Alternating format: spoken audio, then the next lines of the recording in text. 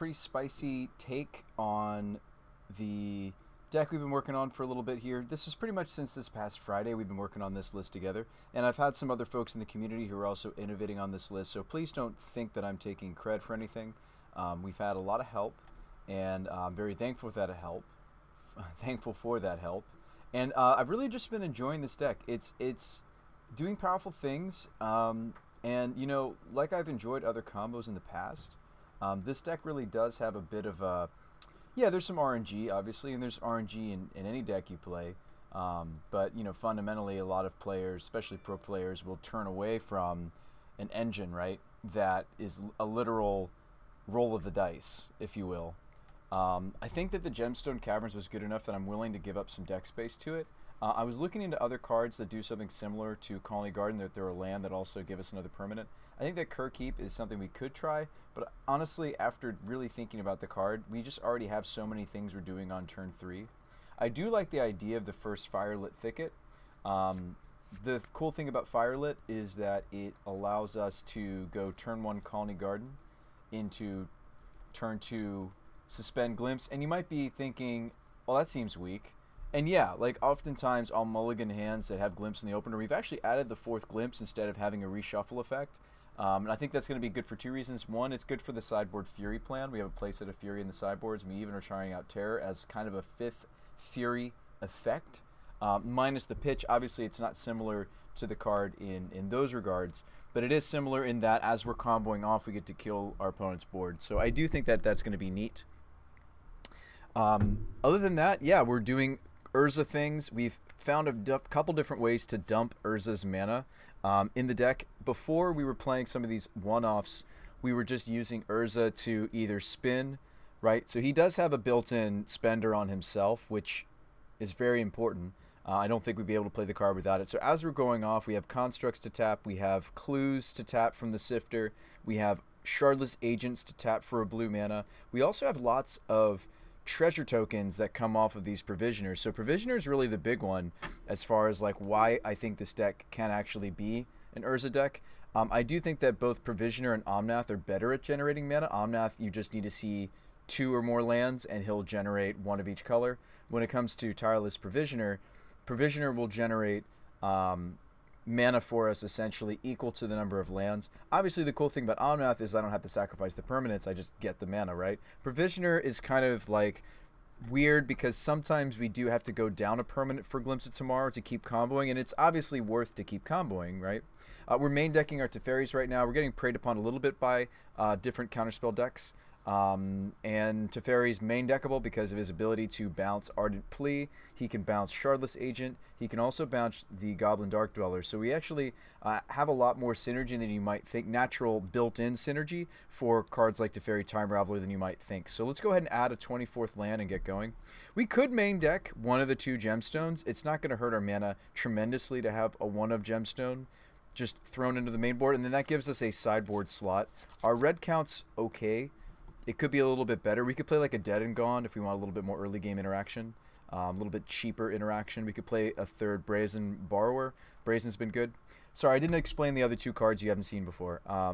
So we've got Elena, which helps us when it comes to people trying to bring in sweepers. Dam's a little bit popular in a lot of the black-white decks. There's always Verdict in the format. There's always Angers. So this just gives us a board that's more permanents for Glimpse, but she also can sacrifice herself to protect our other permanents from a sweeper. How did this deck change so much? I need you to help me figure out my last sideboard card, Shadows. I'm going to go with the Urza plan again. I'm going to give it a try. I was thinking about it, and I forgot that Kenrith is another dump for the mana. So yes, like I can just Urza spin, but I could also just draw cards with Kenrith.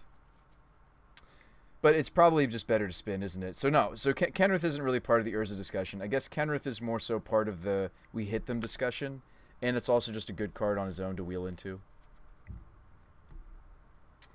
What matchups am I scared of? Beatdown. With me going to main board Teferis now, I think, and I've even cut a force, I'm less concerned about control or even other combo, especially with like Click and Lena. I'd like it to be a red card, maybe, but I'm not sure. I don't know. We could play that one guy that you evoke to blow up an artifact or enchantment. That's pretty popular. I could also just grab us a... Oh, I think I'm maxed out on my account, actually. I was going to say I could just grab us a force. I think I'm maxed out. I have 11 tickets left. I could get us a third Urza, and we sideboard it to Fairy.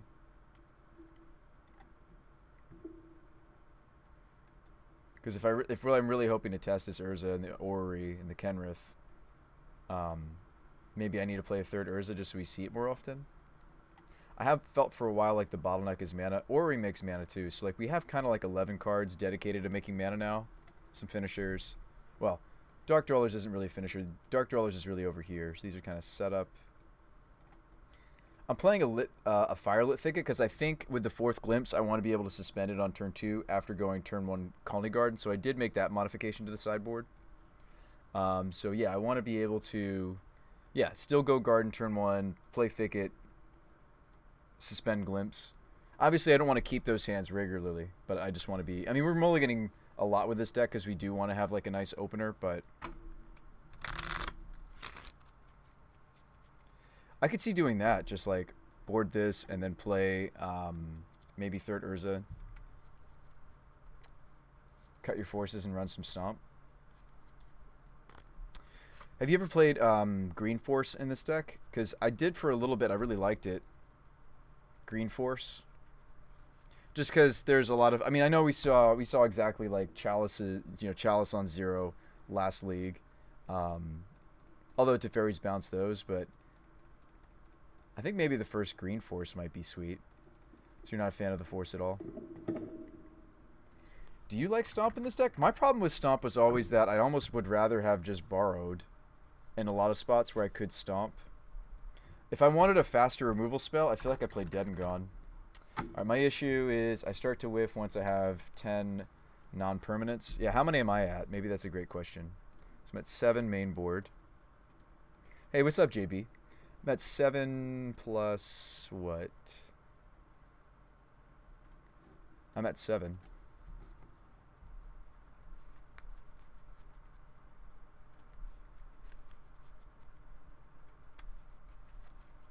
So I don't think I'm running too many non-permanents. Dead and Gone.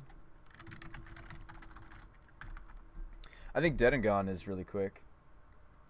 You're going to want to swap a Plea for an Outcast Dweller. I thought we wanted more pleas because I thought yesterday we were talking about swapping a plea out because I went up on glimpses. So you're thinking cut this.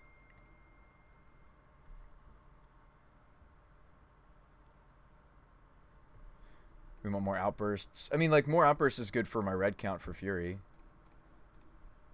It's also synergistic with Dwellers. That's true. It's also instant speed, which is nice to be able to do during an end step. Let's play a Dead and Gone.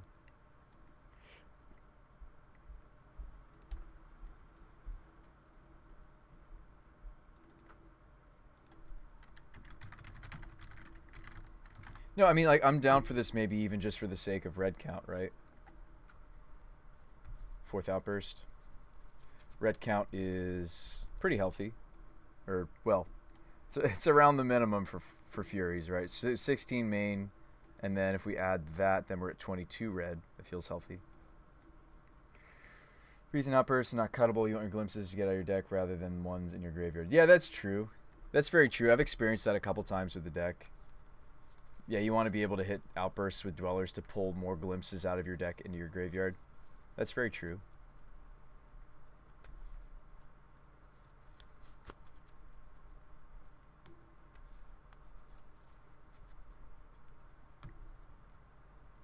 What's up, Jade?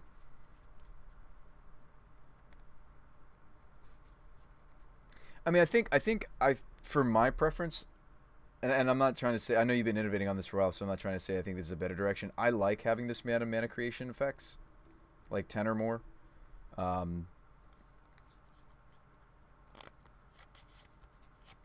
about the green card with Evoke, top of the top?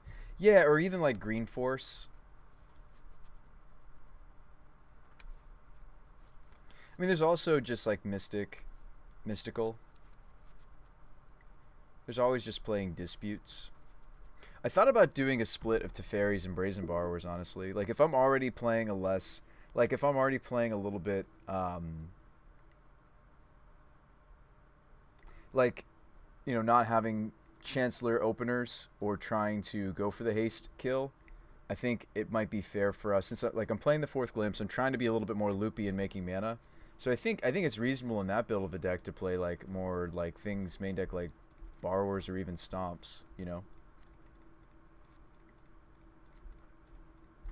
Mm-hmm. So I wonder if that's what we could do, and then we free up space for like a naturalize effect if we really want it. I mean, the three of between the sideboard and the main board, the Teferis bounce a lot of the things that stop our combo anyhow.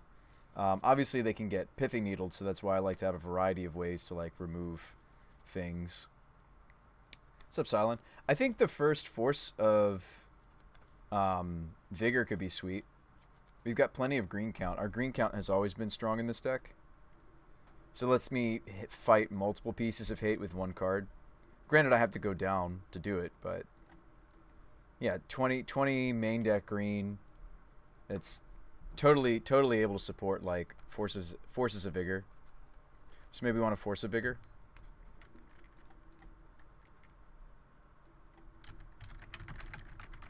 I mean, maybe it's weak because as I'm comboing off, obviously it's a dud, and we don't have enough permanents for casting return 3.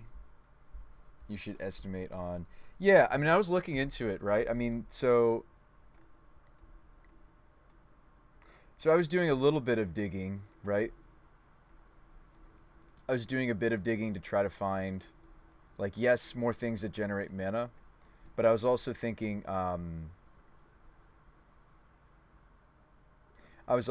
that, yeah, I did want more early game things to do. I don't know if what it is a goblin token.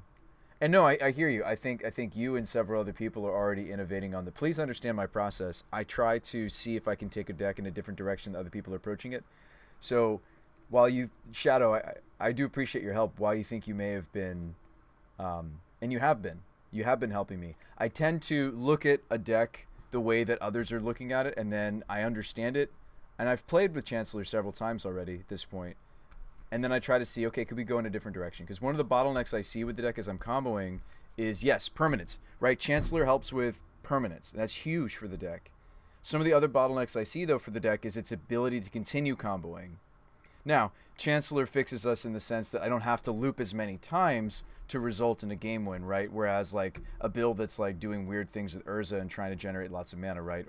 I'm not so sure I like the Kenrith anymore. I kind of just want to go for looping and maybe not have to worry about hasting my team and attacking. I don't know.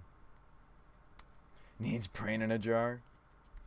I'd just rather run the ley lines at that point. Yeah, and that's the thing is, like, main board ley line's actually very good. I found in my leagues there's been many matchups where I just get griefed. I just get thought seized. There's quite a bit of hand disruption, and I know you were trying to share some numbers with me. You're saying, no, Bruce Spire, look at the numbers. It's only about, less than 40% of people are doing that, but, like, I don't know. It's really nice to get the game won, though, against those decks, just incidentally.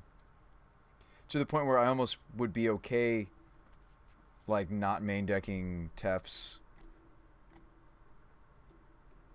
and just have an incidental, whoops, we win against those archetypes. I mean, I think that's maybe not so bad.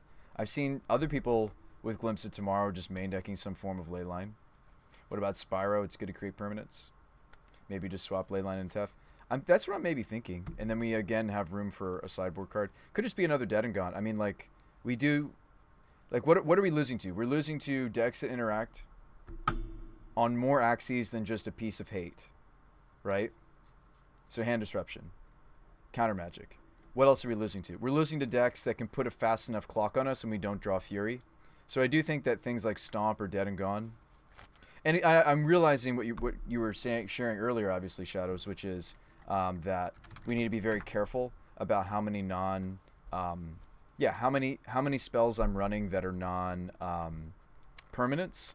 But I actually have a very small amount. I'm at 10 with 2 Dead and Gone. And yeah, I think much more than that. And yeah, I think the deck will be very uh, vulnerable. But um, yeah, I just need to be careful. Like, yeah, when I bring in the dead and gones, I might whiff. Not might. I probably will start to whiff, right? But we already whiff in my build, right? Because we're already on kind of a loop plan. So I'm not sure if it's Kenrith. Like, I think I really want to commit to the making mana and looping. I almost want to just play the third Urza and just try to do the Omnath kill, you know? I mean, maybe we do have to at that point run an endurance or the other guy we were playing to tuck the. I feel like I also don't have enough experience with that to know, like maybe I should just be playing endurance because I don't know which cards to pick through. Like in the same way that I was having trouble with like our ideas with Angel and um, Spellqueller. Like as cool as that was, and I do think it's still really neat, and I was tempted to still mess around with that a little bit. Um, I yeah, I'm not convinced Kenrith is like the thing. I almost would rather just test the fourth Urza just so we can see it more often, so I can really see for myself. Again, like do another league with Urza, and just have more copies of him so I see it more often, so I can really see for myself. Like, oh yeah, this isn't great. You know. I don't know. I feel like more copies of Urza makes sense if I'm gonna go as deep as playing Orrery, maybe.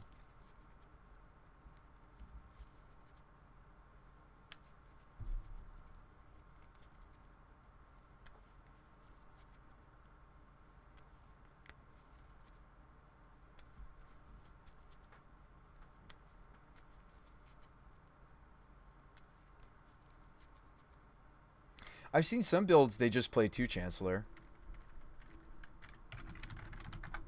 Yeah, I just may not be able to get away from the card. I mean, like I can maybe achieve the happy medium of, um, yeah, we could maybe achieve.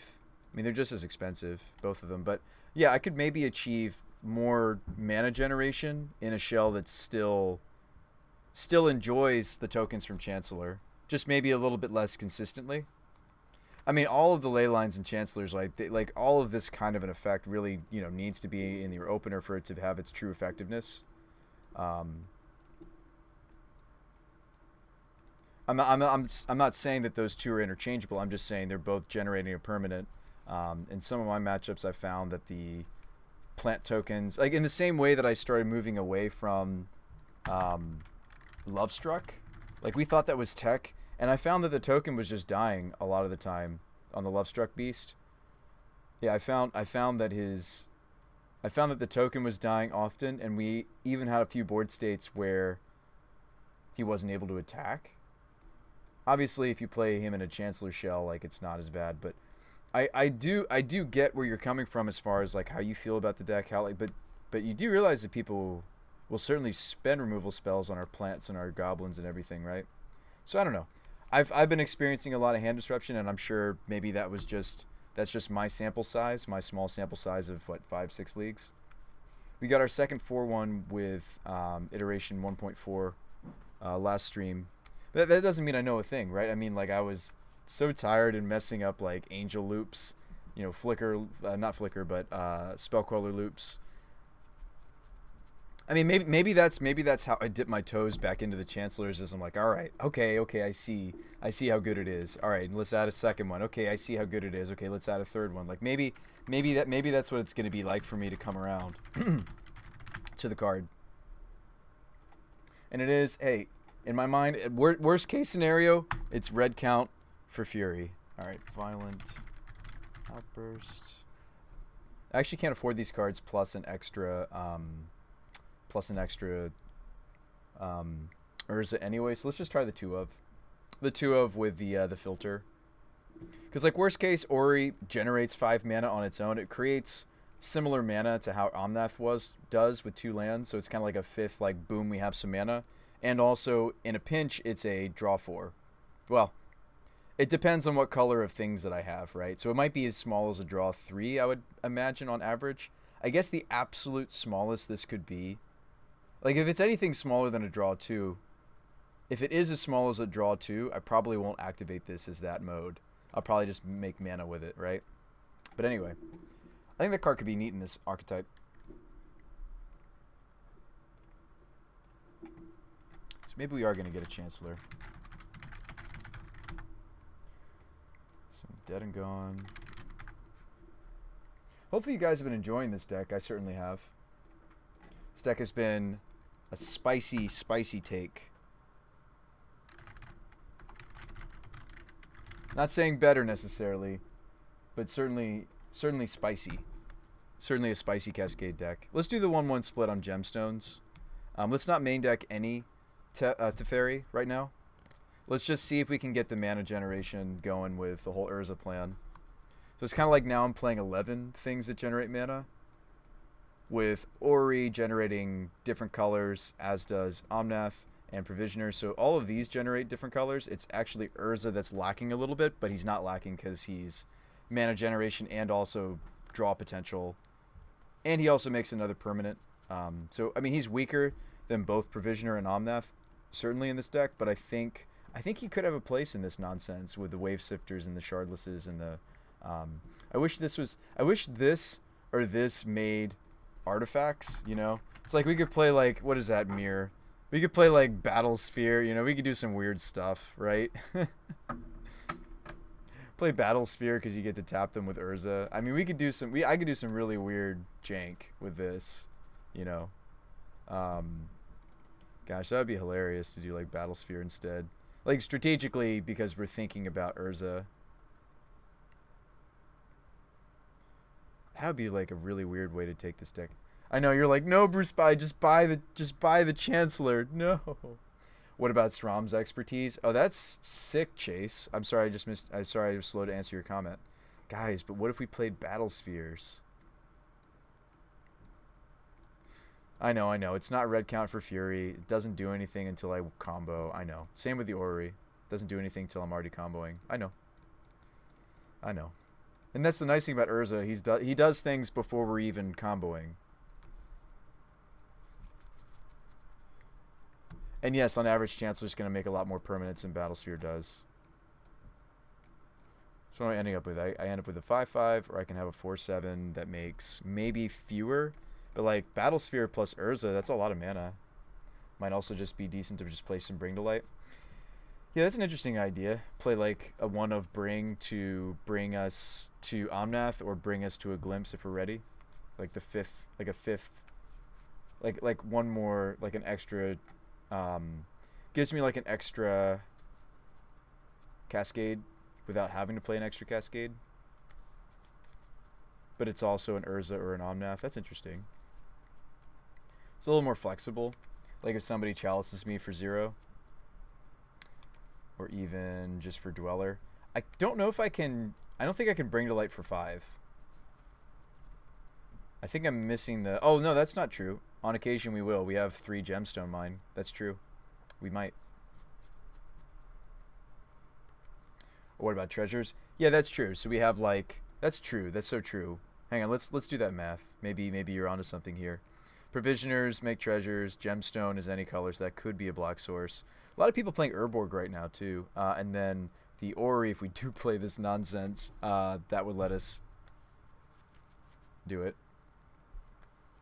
A Singleton Bring to Life.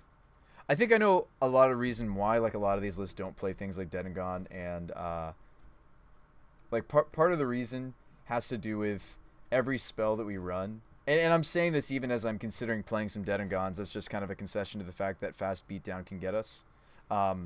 It certainly can.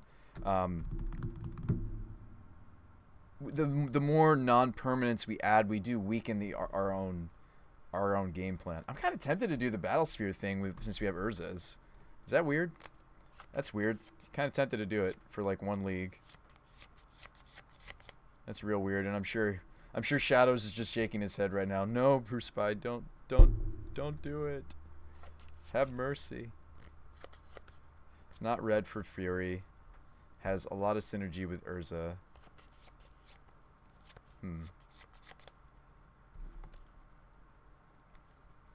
Spicy.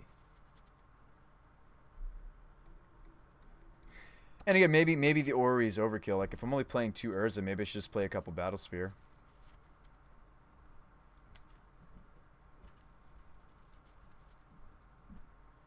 But this is certainly like if we're playing a couple of Battle Sphere, we're definitely saying, let's see this run. What's up, Dr. Dave? Like if we're doing that, if we're just playing a couple of Battle Sphere, that's me saying I'm just trying to make lots of mana and keep looping. That's me saying I'm not necessarily looking to. I mean, I wish we could haste it, right?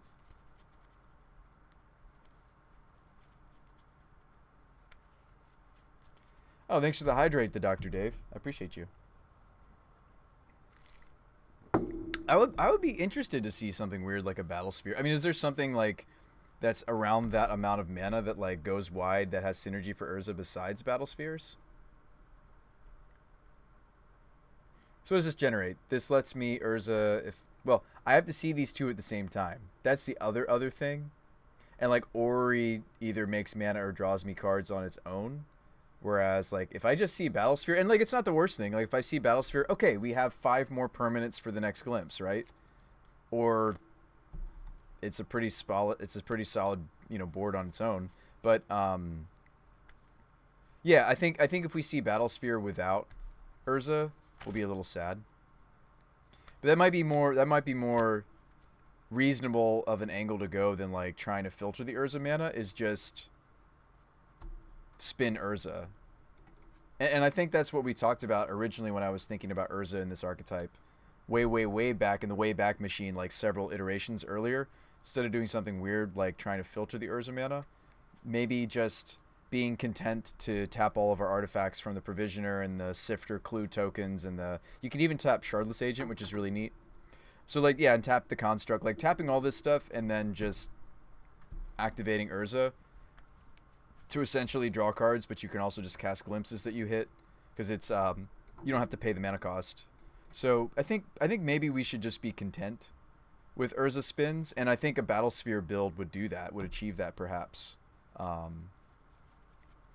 Yeah, that's spicy. Do you guys want to try to play Mirror Battle Sphere in Modern? Anyone? I think that's us certainly committing more to the Urza to play things like Ori or Battle Sphere. We could even just do a split and see which we like better. Ori is a draw, like upwards of a draw 3 or draw 4, or it's just make 5 mana. Alright, can we play a version of this with Eternal Witness to get back Glimpse? Burning Trees to do it over and over again? Well, Burning Tree Emissary interrupts the, yeah, it's 2 CMC. There's a one that's red. There's like that 3-drop guy. We've really taken this apart, Dr. Dave. I'm not saying that we've figured out everything, but like this 4 seems to be some of the best mana generation, and I'm trying to find a few more creatures or something, a permanent. There's also walkers, but the problem is that walkers you don't get to use in the middle of the Dark Dweller looping. At least these, we would get to either tap them, like in the case of Battlesphere, I can generate 5 blue mana, right? Because it's 4 tokens plus the Battlesphere itself. Plus Urza's going to make a construct. So like this plus this will make 5 or more blue mana. And then Ori, if you hit Ori, it just makes 5 of any color on its own, and also gives me the ability to filter the Urza mana I'm generating as we go off. Like, because all that mana is getting floated. That's something else you guys need to realize, and that's something that it took me a while to realize, is we're floating as we combo. Like, we're ideally doing this. We can do it during the upkeep, but ideally we're doing this main phase. And going off upkeep, because we've suspended a Glimpse of Tomorrow, it's a little more difficult because we have to rely, and that's another reason to just run the playset of Outbursts. All this stuff here kind of is instant speed, and that's where we want to be, because we can kind of combo off during an opponent's end step a little bit. And that's actually something that's a little frightening for us to explain. And that's not, it doesn't happen all that often, right? It may not happen all that often, but it is something that the deck can do. And I probably should try to do it more often, because like the way that we've got the deck constructed now, minus like Teferi bouncing our own Charlotte's Agents or Ardent Pleas, like we are able to go off most of the pieces of the deck. We can kind of go off with during our own upkeep, after a suspended Glimpse, or even during an opponent's turn. We can I could go off in somebody's upkeep a little bit, right? So that's a little frightening. And that almost kind of gives our team pseudo haste. I may want to start trying to do that a little bit more, because it does kind of give our team pseudo haste. I mean, granted, it's harder, it's more difficult. What do we lose out on? We lose out on, Yeah, we lose out on casting these from my hand, or it's pretty much this 6. Or if I have a Dweller in my hand, I would argue, like, if I have some of this in my hand, we may not be able to go off instant speed. But if my hand is just like outbursts, yeah, I guess you could kind of try to go off instant speed. But it's not easy and not recommended. But it is kind of cool to think about how the deck could have a draw that we just start going off, or even begin the going off process during their end step and are like, okay, we bricked, but we've got it started, and hit them with a few of the creatures that we womboed into, and then keep going off during our second main phase. So you can go off in portions. It just depends on what we're up against, how far I need to go. Right, if we're up against another fast combo opponent or control, I kind of need to keep going. If we're up against like most of the format, I don't have to. We can stop at different points. Let's try this. Let's grab these cards and see if an Urza build of this is going to be possible. Let me sleeve up this Mirror Battle Sphere.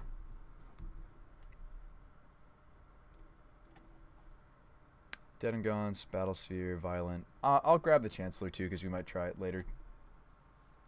I mean, we don't need to try it. We know that it's good in the archetype.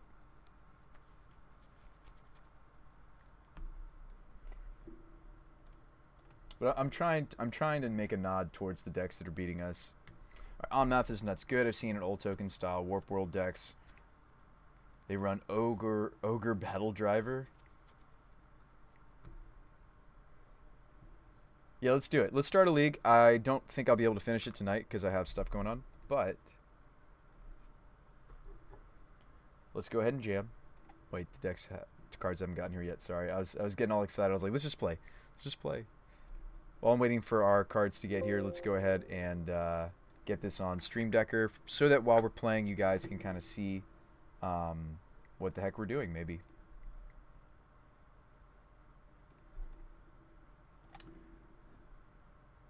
Oh, I didn't. I need to export this as a text file. Whoops.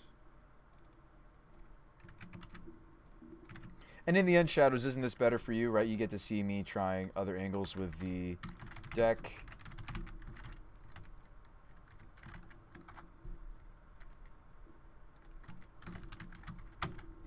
Honestly, I feel like we're headed in a different direction. I almost want to just name it something else at this point.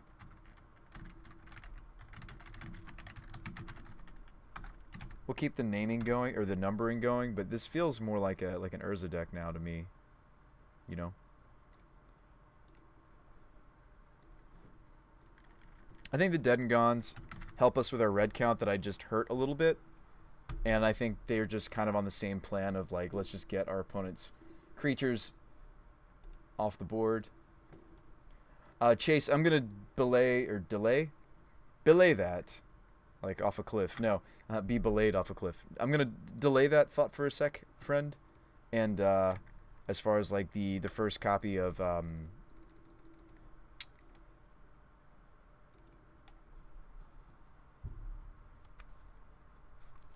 Bring to Light. Thoughts on Spyro? Spyro is very good in this archetype. I actually don't have enough money to grab one with what I currently have borrowed. I'm sure we could like try to slim in some other areas. Actually, I just made this a lot cheaper by cutting force, so we could. Red's not all that hard. We're already trying to be red for Glimpse, and I actually already added a thicket for Glimpse and Dwellers, and let's jam. No, cards fine. If you own them, play them. I have played the build a few different times. It's awesome that the deck has like been paying for itself too. Like oftentimes when I'm doing a brew, like it takes a while for it to be profitable. This deck was profitable from the get-go. So that's unexpected. I did not expect this deck to pay for itself from the very beginning. But yes, Spyro is great in this deck. I'm not playing it because I'm trying to make room for Urza. But I think if you're content with... If you're not looking to do a build like I am, which I'm trying to loop the Glimpse a little bit more than usual, and like generate a lot of mana, like make mana here, here. I absolutely think that Spyro is maybe the better direction. And even more than that, top of the top, if you're following footsteps with a lot of the other innovators on this deck, following along with their Risen Reef plan, you definitely want Spyro, because Spyro generates 2 elementals in theory, right? He won't always, but he often will generate the two, one or more elemental 1/1s, and those will trigger the Risen Reef. So yeah, if you're on a Risen Reef build, absolutely. You don't even necessarily need to be on a Risen Reef build. Spyro is very grindy. Spyro is good for helping us to draw to the Cascaders. Yeah, so there's a lot of good things I can say about Spyro. Those are my thoughts. Card is just a very good modern card.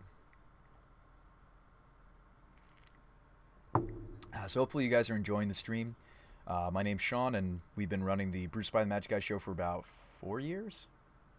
And then before that, for about 3, almost 4 years, I was streaming as Spawn of Virtue. It's fun that I'm really getting to connect with a lot of you guys who used to watch my older content, and you're seeing that I've rebranded, and now we're jamming under a new moniker.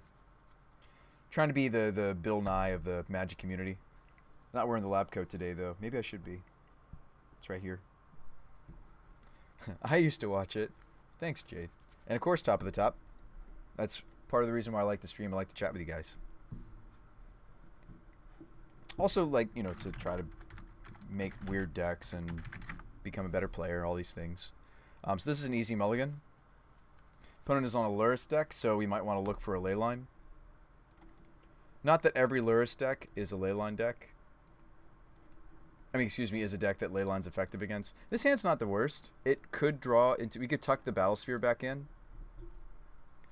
This 6 isn't the worst because it's got a Sifter. If they know what they're doing, they'll take my Sifter. And if we hit one more red source, I could suspend Glimpse. What do you need about the deck being profitable? Are your league performance paying? Yes. This deck has paid for itself the whole time, which is not usual for when I'm brewing a deck. The deck is usually not profitable for many iterations. I've not had to put up any money into this deck that I'm aware of. Ooh, okay, so we could go... We have a couple different lines, depending on if they do some Thoughtseize action. I'm surprised there's no turn 1 Ragavan. Because we drew the Firelit Thicket, I could still lead Breeding Pool and have the option to Glimpse of Tomorrow suspend next turn. Or we may just want to set up... Seriously, if I don't see a Cascader this next draw, I probably should just suspend Glimpse. Sure. So they're playing Shadow. They bolted themselves. What he means is he's going infinite currently, hasn't had to pay for leagues. Yes. Yeah, the deck has been paying for its re-entry is what I mean. Yeah. Oh, no, like, yeah, so this deck is very much still, I think, even with the people that are swearing by it, very experimental. So I wouldn't recommend that if you don't own most of the cards for this, please don't buy into it. Yes, let me give you that disclaimer. Double Shadow Draw, not bad. So he's got 3 cards. Do we think that suspending, oh, we drawn an Urza, interesting. Do we think that suspending Glimpse is going to go off in time? My opponent was on the play. Or should I just be setting up? I mean, I don't have the Cascader yet, right? Like, yes, I'll be kicking myself if I draw exactly Cascader next turn, but there's probably going to be one turn where I'm just sifting. I think I want to try out the Firelit and see if I like this in our mana base. Oop, filter. Suspend. So that does mean I'm saying I'm trying to go off in my upkeep. So we should try to set up for an upkeep go off. And if we don't get there, we don't get there. Now we're not that vulnerable necessarily to hand disruption. Still a little bit. Croxa will probably dump Urza before I would dump Provisioner or Omnath. I know, it's the card we want to test, but it is... We've already figured out where its place is in the deck. It's trying to be like the 9th and 10th Omnath or Provisioner effect. That's a lot of damage. Down to 12.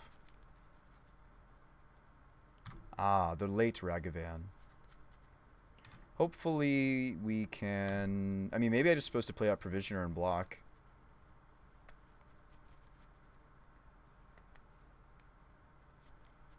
I mean, if I wait to Provisioner next turn, I could play a Forest and also evoke the Sifter. If I play Provisioner, it's probably dead to a removal spell. There's only 1 card left in my opponent's hand, though. If I can just get 1 block off... That changes the clock tremendously, right? Because let's say the shadows don't grow. Next turn, they're going to be swinging 10. But I could block a shadow. Then they're only swinging 6. And then I play... I think we're dead, actually. I think we're just dead, actually. So I'm not going to be able to get white for Omnath anyhow to also block with Omnath. I think we're just toast, actually. I mean, that's okay. Yeah, we'll need a Cascade. But I still think I have to play Provisioner, right? I mean, maybe not. Maybe I should just grab Island, hope for not play, hope for one of the other Cascaders. Yeah, I think you're right that we're at the point where I just have to hope for a Cascader, right, and just set up, which would be just play Sifter.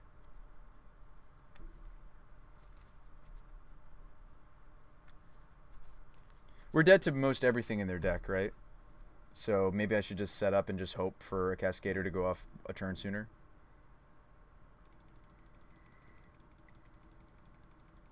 I could actually get Mountain as well.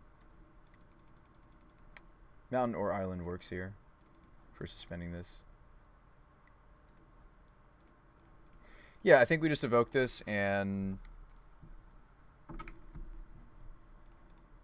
I don't know, play the blocker, pray for a Cascader.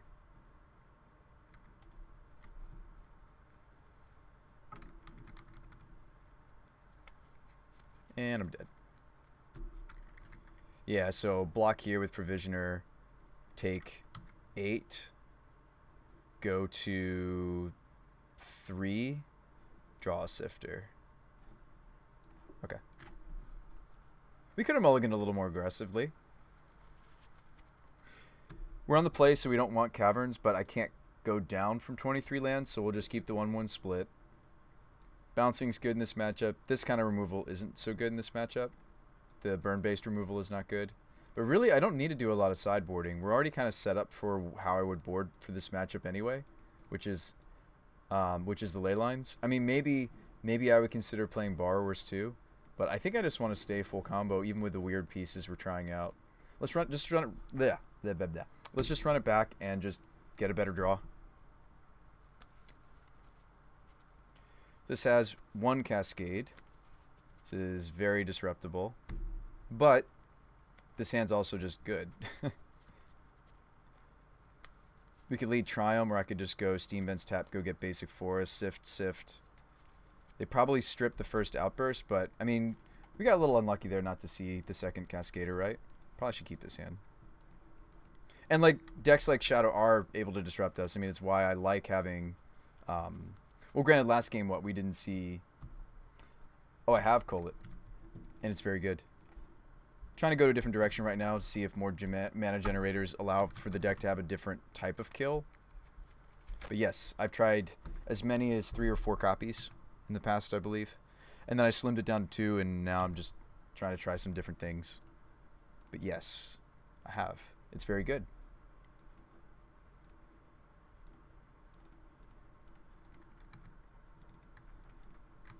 Such a weird turn 2 thing to do in Modern is Sifter.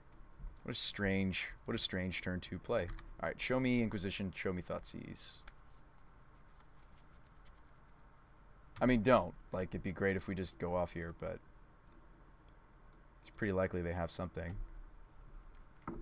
Oh, okay.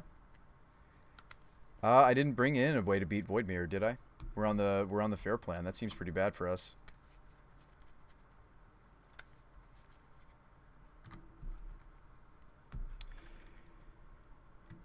We could have brought in some. I thought about it just because it's nice to be able to bounce their threats if they, like, Battle Rage something. So I did think briefly about bringing in the Borrowers. I was more interested in the ley lines. But maybe we should have thought about something like a Mirror or Chalice for 0. So we're pretty dead here, right? There's not much I can do except for play creatures. 2/2s and 3/2s. We have to hope to draw to Omnaths and Urzas. I mean, our deck's fair game plan is pretty poor. It's pretty on the weak side.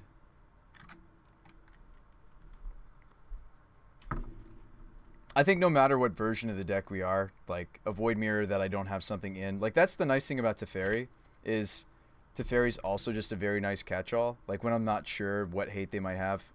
So it just happens.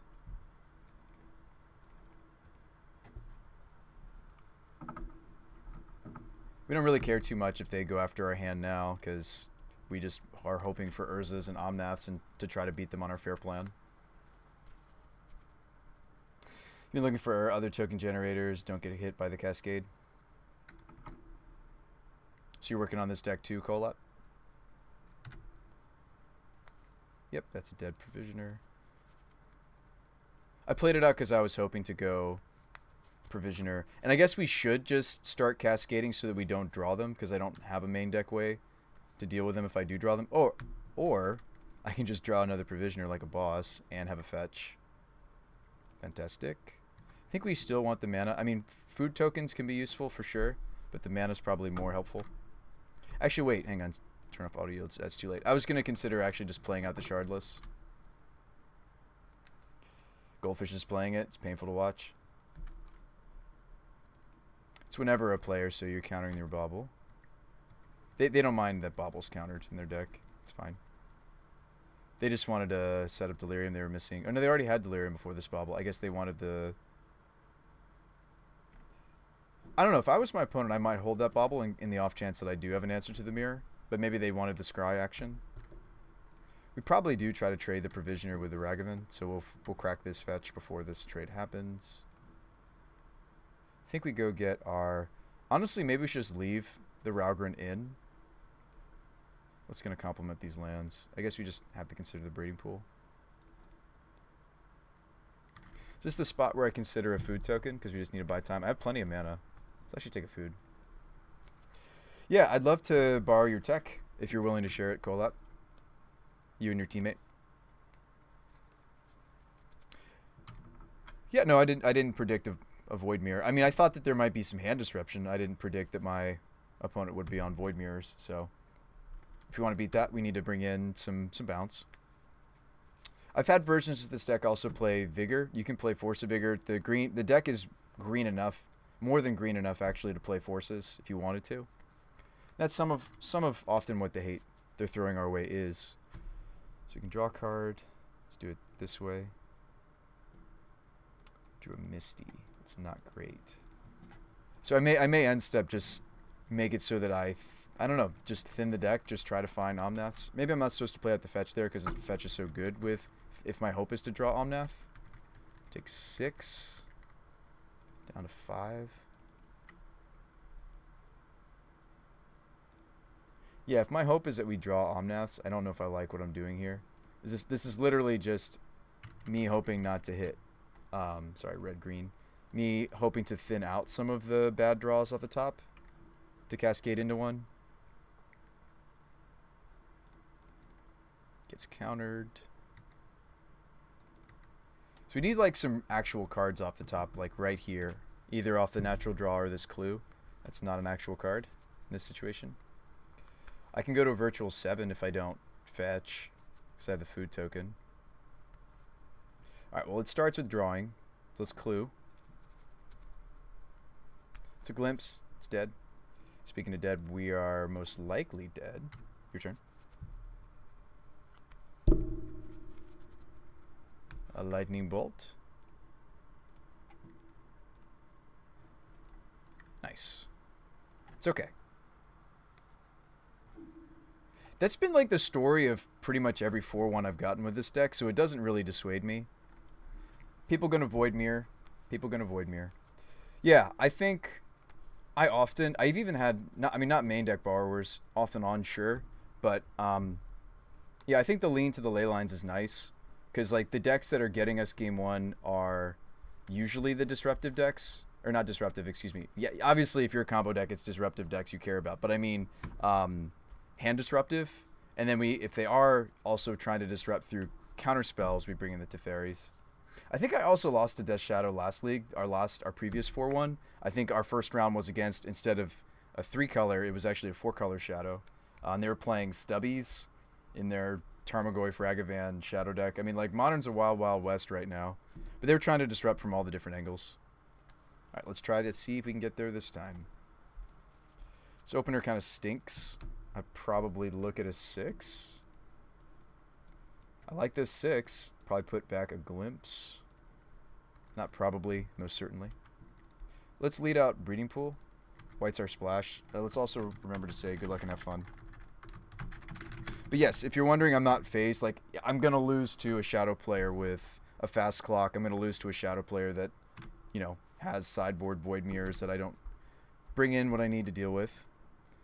Courtyard, probably a Grief deck. They might just not have their combo yet. Little 2-card combo. Usually I don't like to play up my gemstone this early, but I will just to save some life points, I think. Let's Wave Sift and pass the turn.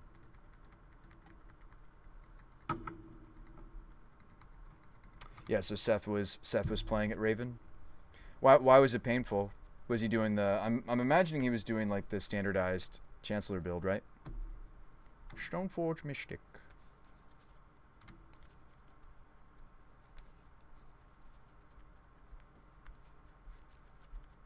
A Cauldra. A fairly innocent play from our opponent. Alright. Let's go for it. Could wait, but we have 5 permanents. Almost about to be 6. So we hit the Battle Sphere. I have Urza in my hand, but I can't get him on the table yet. But that's A-okay. Leyline's also good in this matchup. So we're not going to shock because I can't keep going this turn, but that's okay. I didn't hit it. If you don't hit a mana creature, you don't get to keep going. But I think we're content with a Battle Sphere Shardless.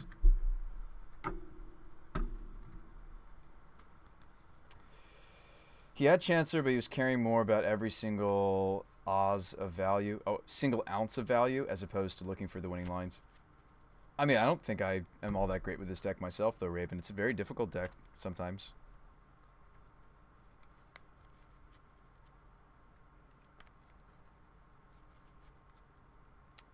Do you want to put in Cauldra?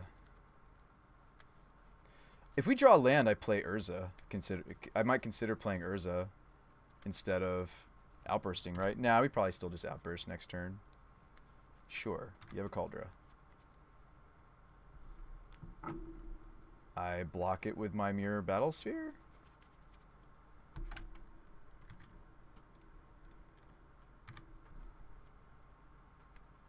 Oh, what am I doing? He gets to exile it. That's right, it's got the exile component. I threw away a permanent, dudes. I always forget that about Cauldra. See? See? Play bad, get punished. Good. That's how Magic should be. Alright, let's float this. Not disappointed at all. Usually white's actually what I'm supposed to leave open, but because I have an Urza in my hand, and it's easier for me to get to Urza than it is the Dark Dwellers. I could have attacked here for a little bit, actually. I should have. Read the cards! It's so OP. I did mean to attack there, I think. Yeah, it's too late. That would have been 6. Well, that's not true. Oh, no, we're not on the haste build. Never mind. I was about to say, yeah, we don't want to attack yet, but no, we do. Yeah, I got the Orrery. Oh, we get to test all the new cards right now. That's awesome. All right, so Dark Dwells. Oh, no, I got to choose an Omnath first. All right, Dark Dweller, target a Glimpse, because there isn't an Outburst in the bin yet, unfortunately, but that's okay. Otherwise, I would target the Violent Outburst.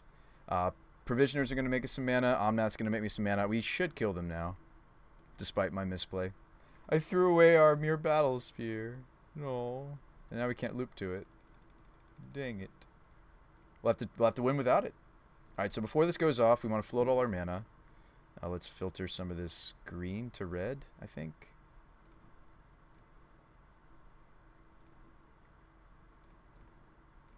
Do I just make mana with my Orrery, or do I want to draw a bunch of cards? We already have plenty of action in my hand. I think I just make a lot of mana. I think that's it. I think I don't crack the treasures. We got plenty of mana.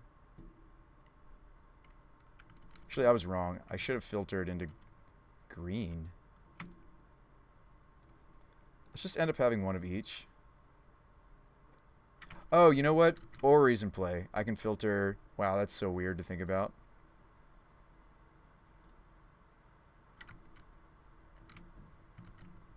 This is a really weird card on Moto, the way that it's functioning. Spend colorless. Okay, sweet. It's doing what I want. Alright, so... Kind of. That is a lot of mana, but it's a lot of colorless mana. Because once this goes away, since we didn't have Urza to do something with it, that's okay. Let's keep going. Trying to figure out the new cards that I've shoved in this thing. I'll shock. Bunch of Provisioners, that's fine though. Make a bunch of treasure. We have more loops to do. More loop-de-de-loops. Should I let that mana go? I don't have to, because it's... So we are going to let that clear the stack so I can Dwellers the other piece. Should I just Omnath here, though? Sorry, should I just Urza? I think I should just finally Urza, right? This is like a good spot to Urza.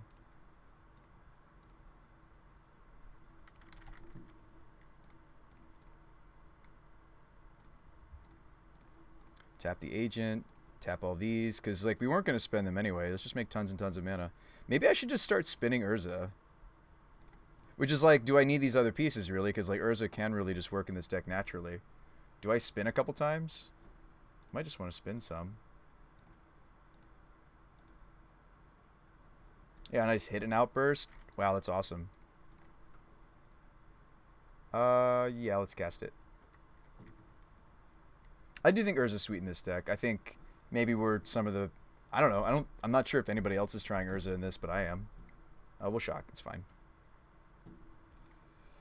Triggers. I still got 20 minutes on the clock. It's going to be alright. It's going to be okay. Another Omnath down, though.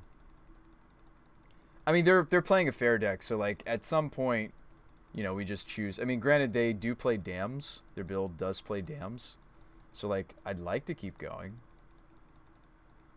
And kill them.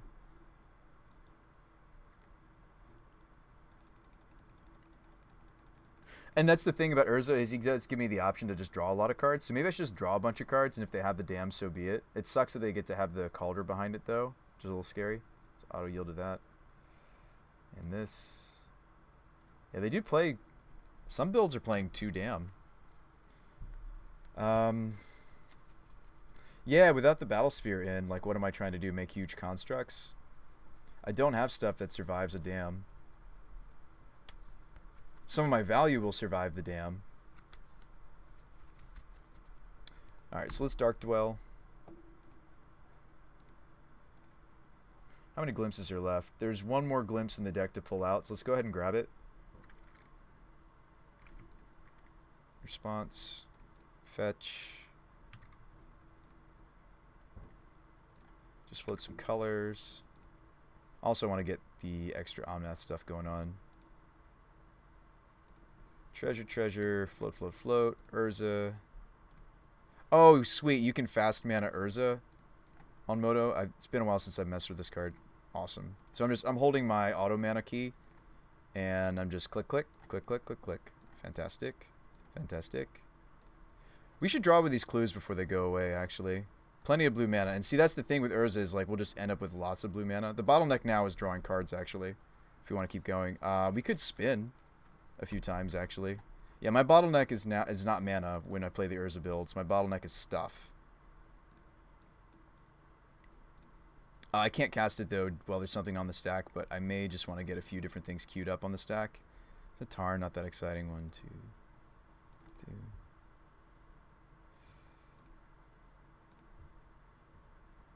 And another Outburst. I could do that before this goes off.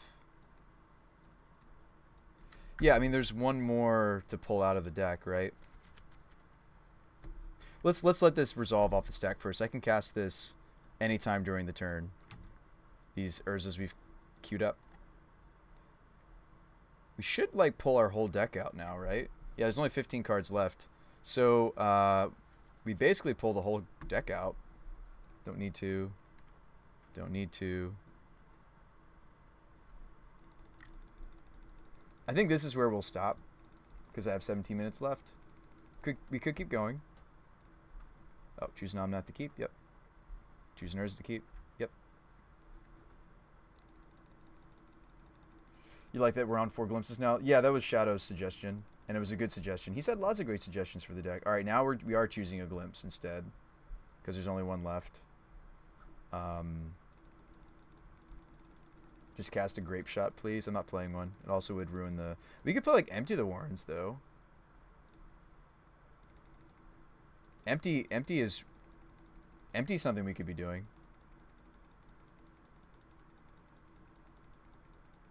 The first As Foretold might not be a complete wash, because if I've drawn a glimpse during the game, I could also cast the glimpses in my hand. Like, maybe the first As Foretold's not a bad idea. Although, you might as well just be playing an Omniscience, and Omniscience would do the same thing. Would let you play glimpses that you've drawn.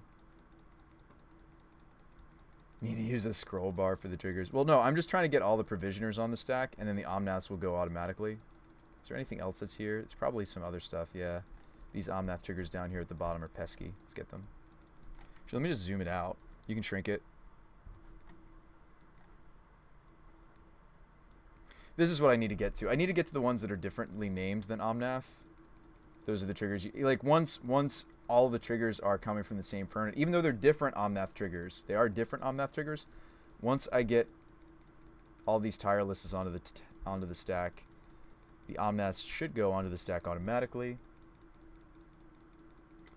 Play a dumb enchantment that can ping the opponent. You can play like Gear per Aether Grid. We're playing a creature that does that in the sideboard. What about Porphyros? We're playing a dragon that lets us target creatures, though, in kind of a similar fashion as the Porphyros. Still got 16 minutes, a little less, but 16 minutes. Let's keep jamming.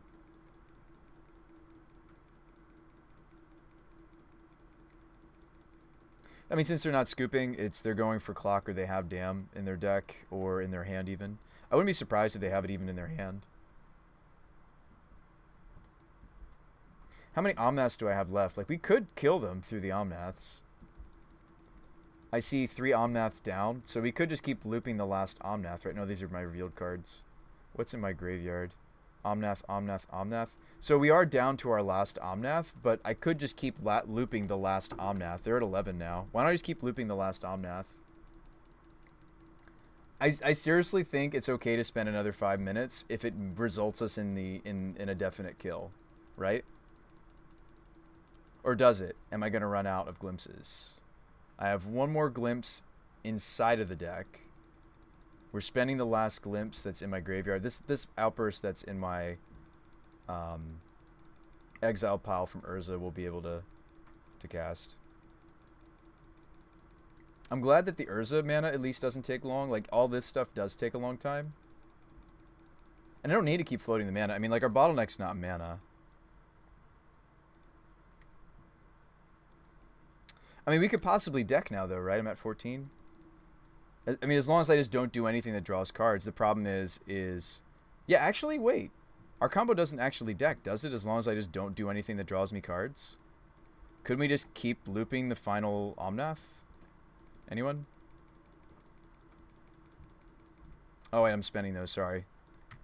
Urza, no. I mean, I only need 15 permanents, if that's the plan. I thought you were working. Click you, click you. Yeah, I do need to, like, click, click, click, click. I mean, I'm literally just playing around the fact that I know my opponent's archetype does play sweepers. Yeah, our bottleneck's not mana. I probably should stop tapping the stuff that's more complicated. Or more cumbersome. I think I've done everything I need to. Let's cast this. Yeah, let's just keep looping the last Omnath. I don't think our combo actually just naturally decks. I don't think it does. So no, no, no, no, no. I mean, I think we could lose the time if I'm trying to kill with the final Omnath, though.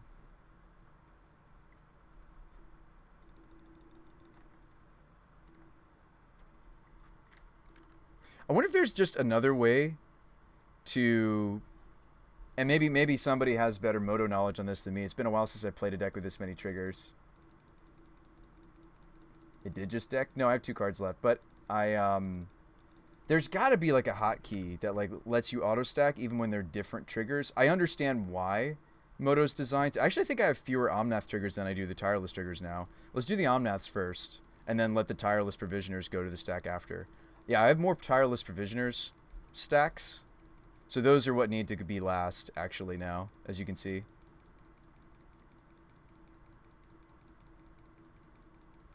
But like, hold on, I have one more in the deck, sure, but, and actually that's what our deck is left with, right? Those are what's remaining, I think, are the 2 spells. I think our deck is just the other glimpse and one other thing.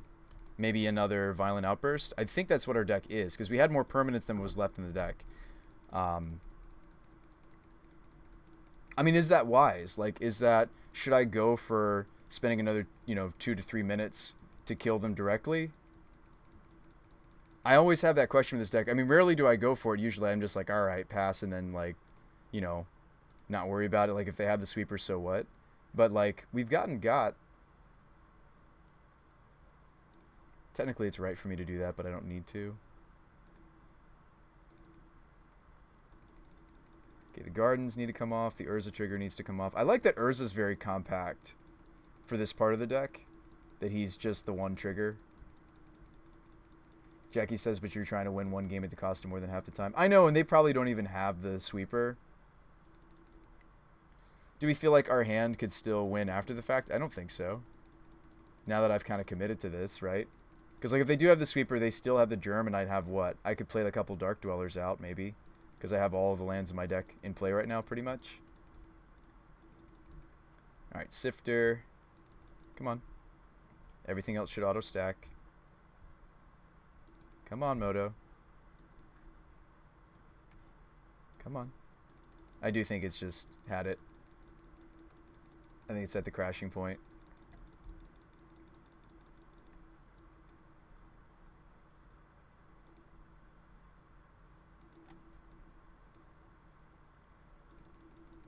I wish I could select the same also for Provisioner. I think that Provisioner is actually what causes the most time loss, is the fact that it doesn't let, because it is a choice each time, the way that it's programmed into Magic Online, I think I can't actually just say, yes, I want a treasure each time that I'm aware of. Let's say stop yielding and let's try. Yeah, all I can do is always yield.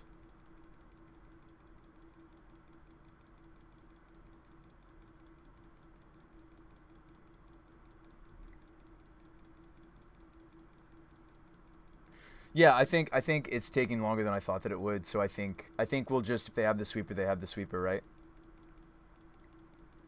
And like I'll keep all this treasure, so I can establish what I can throw out the 2 dwellers, the 2 agents. I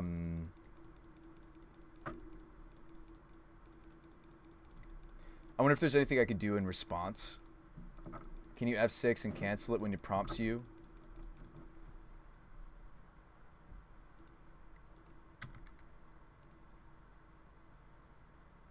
No, it's still making me choose. I'm F6'd right now. But that was worth a try.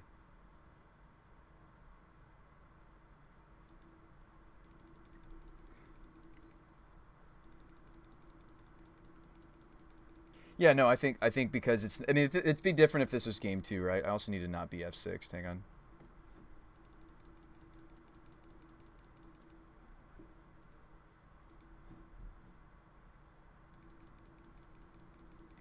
I need Revel in Riches in this, maybe. It's good that we're testing this, though. Like, I have, even all our other leagues where I could have gone for the line of the Omnath loop, I haven't gone for it once. And this is me, like, really going for it, because I was trying to play around something that's in my deck, my opponent's archetype often. I don't know if they played, like, a full 4 copies main board, but I've seen, you know, on occasion 2 or 3 copies.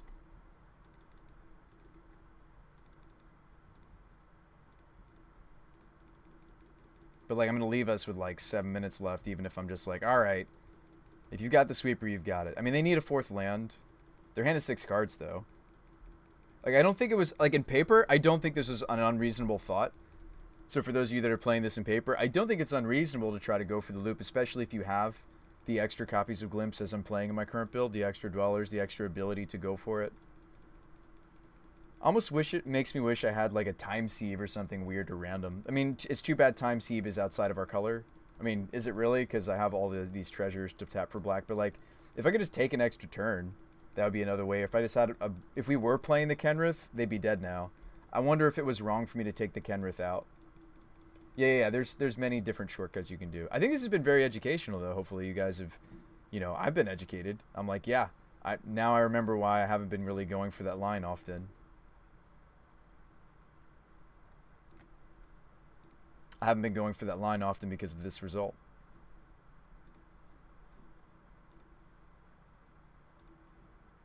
What about a Banefire? Yeah, with all this Urza mana, like this Urza build, right? Like a Banefire could be fun. Well, not Banefire, it would interrupt the combo, but something akin to that. Somebody suggested Blue Sun Zenith. That was clever. Except it's a spell, though. I'd rather it be a permanent. Auto yield, please. I just want to have at least like 6 or 7 minutes left on my clock so we could possibly win another game. Always yield, please. And more treasures. Yep. So I'd have to loop 2 more times for them to lose. I also should have thought about like just like divided their life total by 4s into 4s. Time Sieves 2 mana also would ruin us. We would need something else. I think I'm content here. There's a lot of other things I could do. I have a 77, 76, 76. All right, show us the sweeper. Make us sad. Make us sad. These don't have things to get. Show me the sweeper. I mean, please don't. It'd be funny if they do.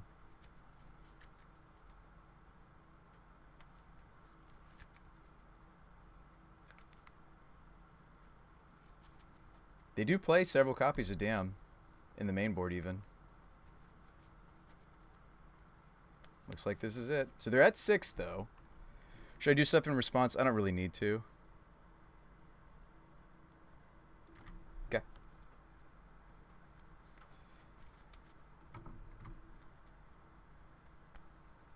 Oh no, I will deck. I needed to leave 2 cards left in because these won't have haste. Unless I have like a weird way to put a card back in my deck, which I'm not without the endurance. So no, we do lose. That's hilarious. I'm not even mad. I think that's funny. I think that's hilarious. I mean, we learned. We tried to go for it. I mean, it's not the learning I want to do in a more competitive setting like we're in right now, obviously. But yeah, they do play these main decks. So, like, I was playing around the correct card. I just went about it maybe too aggressively and should have been focused more on, like, having the cards in my hand versus... Yeah, I mean, I don't have just sack all the treasures. Would have won in real life, yeah. I mean, it doesn't matter. We lose here. All right, let's spend our last 6 minutes just wisely. For this matchup, really, Leyline's all you really want. We're on the play, so we don't want the second Gemstone Caverns. I mean, if you want to fight hate, I've seen even, like, Chalice of the Void out of some of these deck sideboards. I mean, I don't even know. Like, last round we played against a Death Shadow opponent who was playing Void Mirror. So I wonder if we should just be playing Borrower. Borrower also bounces the Germ token off of Cauldra.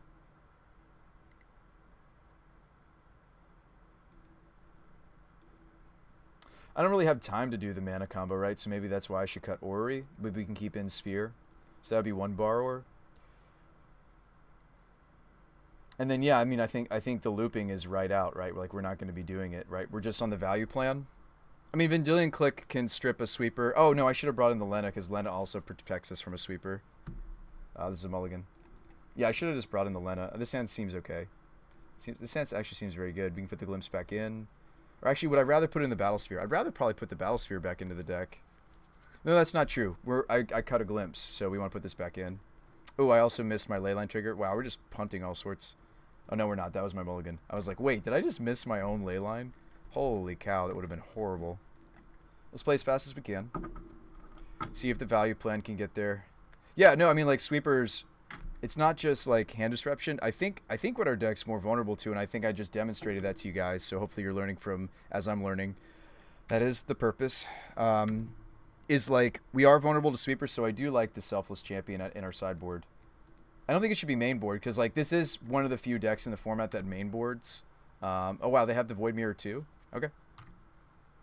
Yeah, maybe overnight, like, let's see, I started jamming this Friday. I did not see this many, like, mirrors.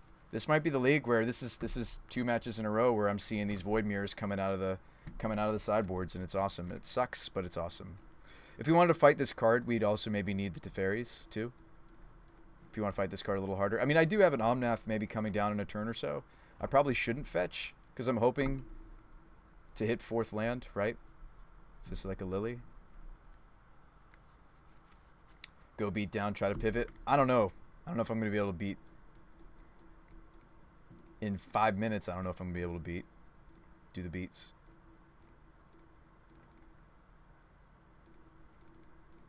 I mean, yeah, I have 2 outs to the mirror in. Like, I brought in the Borrowers just in case they have weird things. Like, last time I saw Chalice of the Void, but I think Void Mirror is the better sideboard card. The last time I played this archetype, sorry, should fill in the full thought. Yeah, the last time I played against Black White Stone Blade or Urza Blade, whatever you want to call it, Grief Blade, some people have called it. It's a popular deck, even though I'm not sure if the power's there. I do think that if you're playing a fair deck, it's hard not to play Ragavan right now. I think you need to have some very specific budget reasons or style reasons or, yeah, it's hard not to play, you know? Cards hateful, you win or lose. Oh, I'm not tilted, engineer. I'm explaining. Yeah, I mean, we play on because we have outs. And we have time on our clock. Let's not fetch because, again, I think fourth land is good for us. We're hoping it lets us cast the Omnath. But no, I you know me, engineer. I never tilt. I mean, it's something that I want to be, you know, mindful of. That sucks.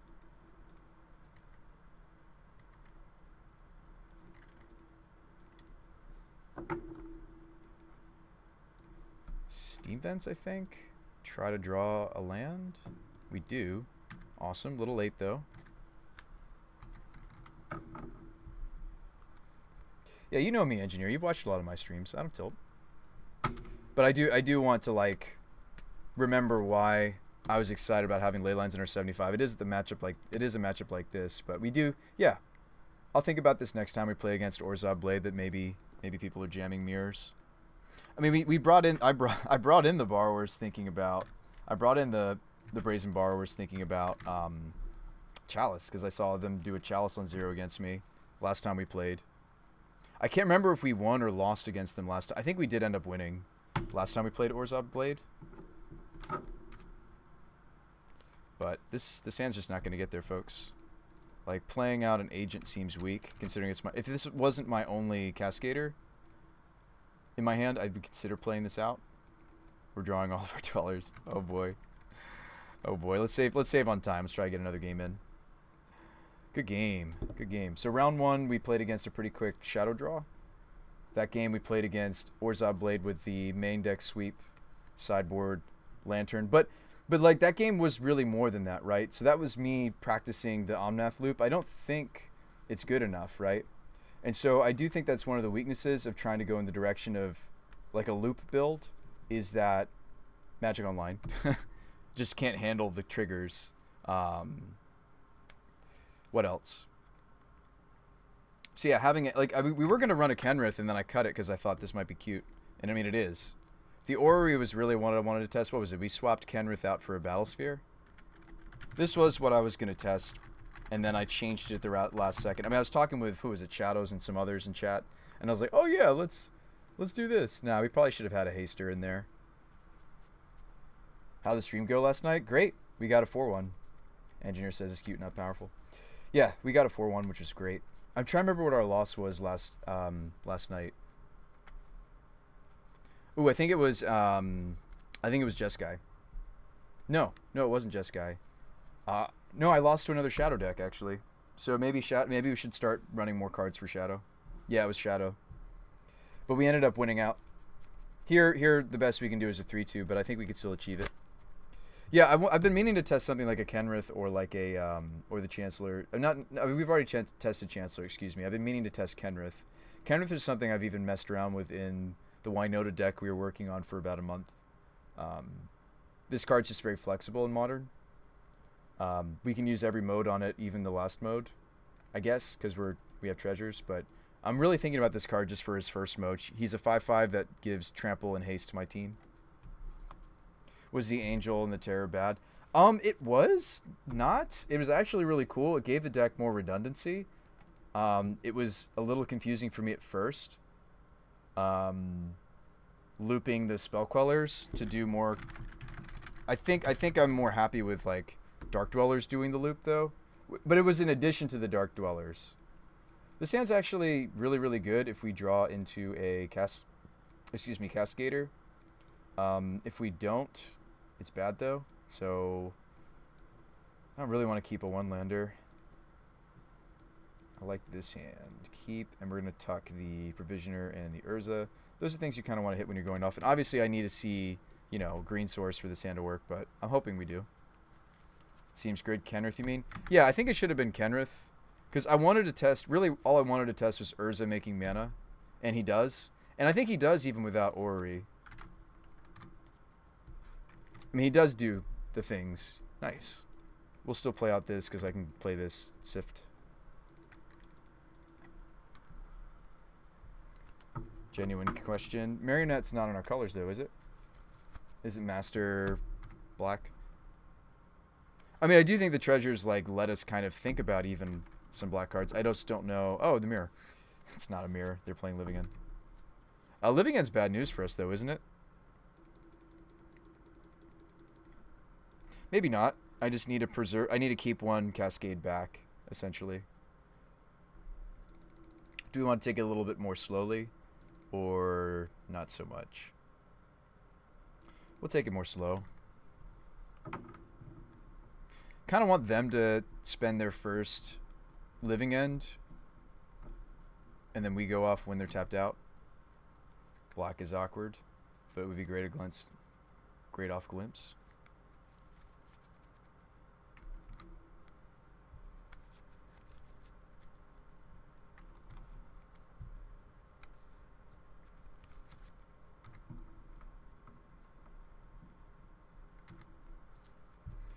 You have enough treasure generators, you'll dome them. I mean, I think any card in the deck would have worked, right? Whether it was a Kenrith or whether it was this or that. Just any card.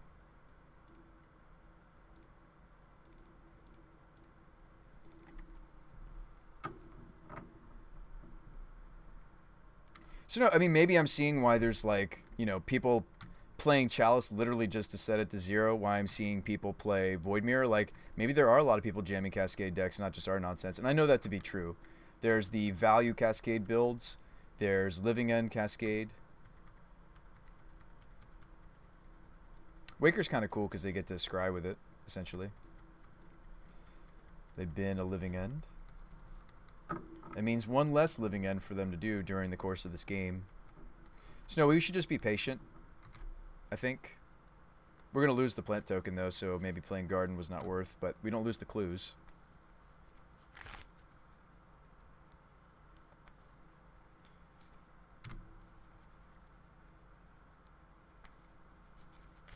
Excellent.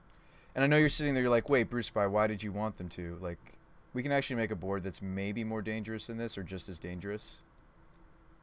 I get the Wave Sifter back, which is good news for us. This is actually very good news for us. I mean, it's bad news, but it's good news.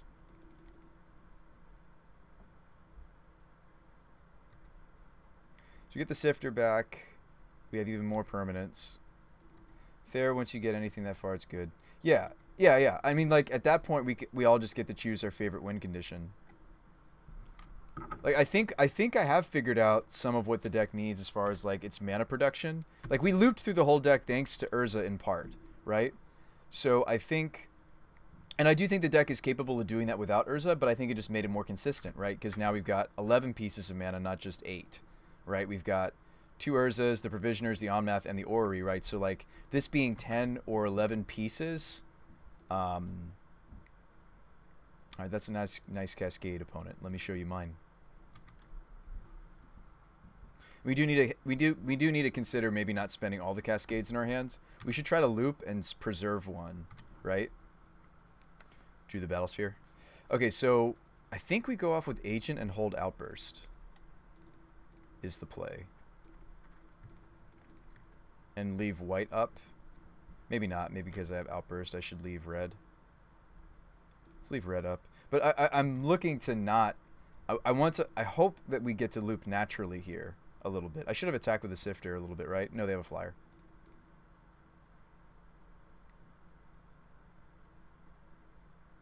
Ooh, they force me. Okay. Could I have played around force? I would have needed to do this during their end step. They would have sat on force. Nah, they've got us. And again, like, I've played forces out of my sideboard because of potential other fast combos. I mean, I'm just dead immediately, right? Nearly. I could block. That's unfortunate. Okay. They had a force pitch. Force pitch force. They did force pitch force. Okay. I was all excited. I was like, yeah, we're set up. Let's go. Let's go. Nope. It's bound to happen. I mean, I can't keep running hot with the deck. It was inevitable. It's good. It's good. I would be very concerned if I prized every single league I played with the deck. That would worry me a little bit. Because I do think that as cool as this deck is, I hope that it has some inconsistency to it, right? Because then everybody should just be doing this, and I don't think that I want Modern to look like this. Not like this. Land and you can go. Oh, I don't know. I mean, like, they're just trying to draw to more forces, but why did they pitch the... They may not have had another blue card to use their force. Because I can't imagine, like, why would you ever exile force in this matchup? And that is a distinction between our nonsense and, like, the Living End build. Living End build, of course, is vulnerable to hand disruption, but you're flying too, so that's what I'm blocking. And the biggest thing I can block here is this. So the distinction is that they do get to, yeah, I mean, they get to play forces. And our combo doesn't really benefit from forces.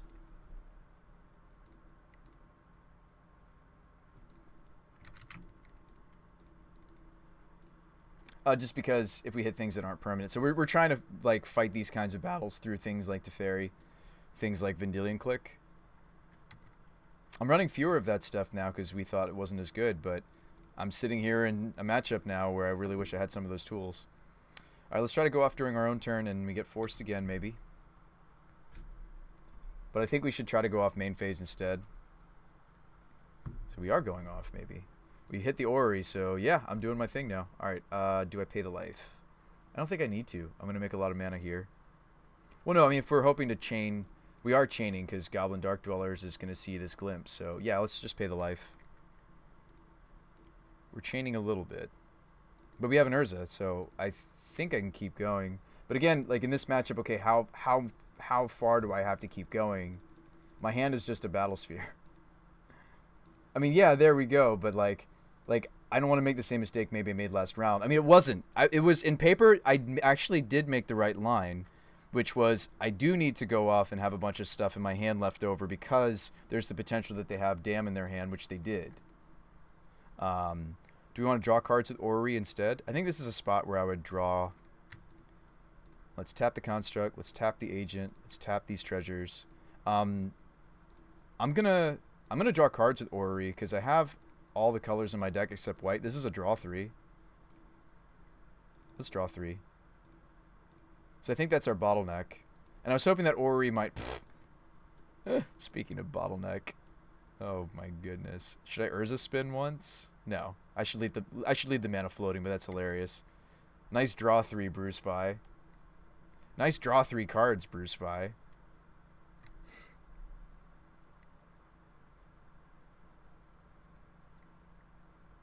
Cast Outburst for one opponent. For one permanent. With Outburst when it's on the stack. Oh, yeah, with, like, Evoke cards, yeah. Oh, yeah, you're right. I could have sifted with Outburst. You're true. Your truth. That is truth on that. I'm at 2, so I'm not going to pay the life, obviously. Yes.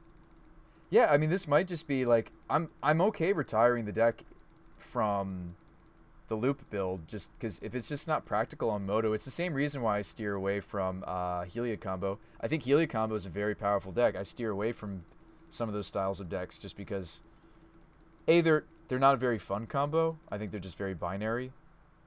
Also, I was supposed to put the Dark Dwellers on the bottom. Oh, no, he doesn't have a target. He doesn't have a target, which is why he's there. So we actually do stop here if I don't draw into something, right? Did we hit any clues? Oh, did I have some Wave Sift clues I could have cracked? I did earlier, didn't I? I think I did. We do want to crack some of these fetches, obviously, to get the full value out of these Omnath triggers. Let's make treasures. Although, maybe I should make food. Let's make at least one food.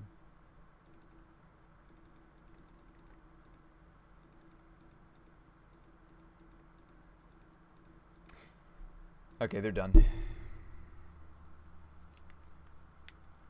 Does that mean they didn't have another Cascader in their hand? I'm trying to figure out why they... I mean, granted, we eventually... Oh, we win the match. Okay. I think that'd be tough for me because I don't have as much stuff as I used to. I had a Force. I had a second Vendilion Click. I don't think that'd be as easy for us. But all right. So yeah, so Urza, some combination of Urzas and maybe even Oris. Do let us keep going. It stinks that Urza almost needs another piece to generate the colors needed. Again, that makes me wonder. No, I think the split is good, and maybe we just make room for like something that lets us haste kill, like something that speeds up the kill on Moto, which could be we just main deck the Terror. This kills. This also kills their threats, but as we're going off, but yeah, the Terror also just kills directly. We were doing that before. Terror was something I was bringing in because it kind of supplemented the Fury plan, helping us to ping and kill things even bigger. But this was like a really cool idea you guys had because this helped my red count for Fury. That is a little bit slim. We could just main deck Terror and just kill them that way. But again, that's the loop plan, right? And so that's the danger is, like, at least Kenrith might offer a faster kill. What's my red count overall? Yeah, I think our red count overall with the Dead and Gones is now 23, which is a lot healthier for. Yeah, I meant to bring in the Lena for after.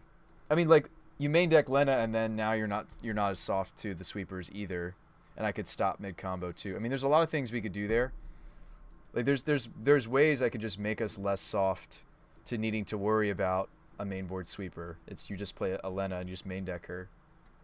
Like, 23 is easy for Fury. What about Dualcaster Mage? Ooh, that's spicy. Is Dualcaster in Modern, though? I don't think it is. Is it? I thought Dualcaster wasn't Modern legal. Yeah, it's not legal. Alright, so... Oh, we've been paired. So, maybe, like, Terror to speed up the kill. Just another thing in addition to Omnath as we're looping. I know you're like, Bruce Spy, you're like beating a dead horse. I don't know if we need the Orrery. I think the Urzas was... I think the Urzas were generating mana on their own. And I think we do just need, like, 10 or so mana generators in the deck, right? Yes. This is a mulligan. This is an easy keep. Put this back in. Hope to draw third land.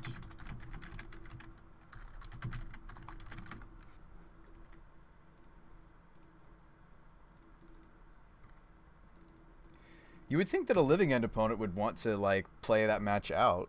I don't understand why they just scoop it. Maybe their record wasn't great. It looks like, according to MTG... Well, no, that's my current match. Yeah, I think actually just 2 Urza just do it. Just make the mana generating, looping potential consistent enough on his own. And he's also a spender, so he lets us draw. I don't know. The Dirty Rags.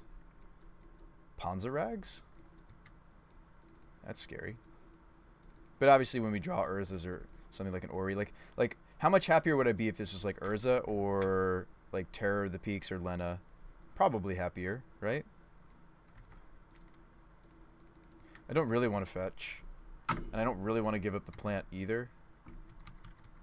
I mean, not blocking the Ragavan probably is a guaranteed. I'm just going to blow up my plant. Ah, okay. They don't want to even give me the choice. Yeah, I don't think we want to Finn. I think we want to hope to draw the land. Ragavan probably grabs the land I was trying to draw right now. No, he had an agent. Okay. We actually kind of appreciate that, because that would have been bad for us to draw. So we're playing Ragavan. Ragavan Rug.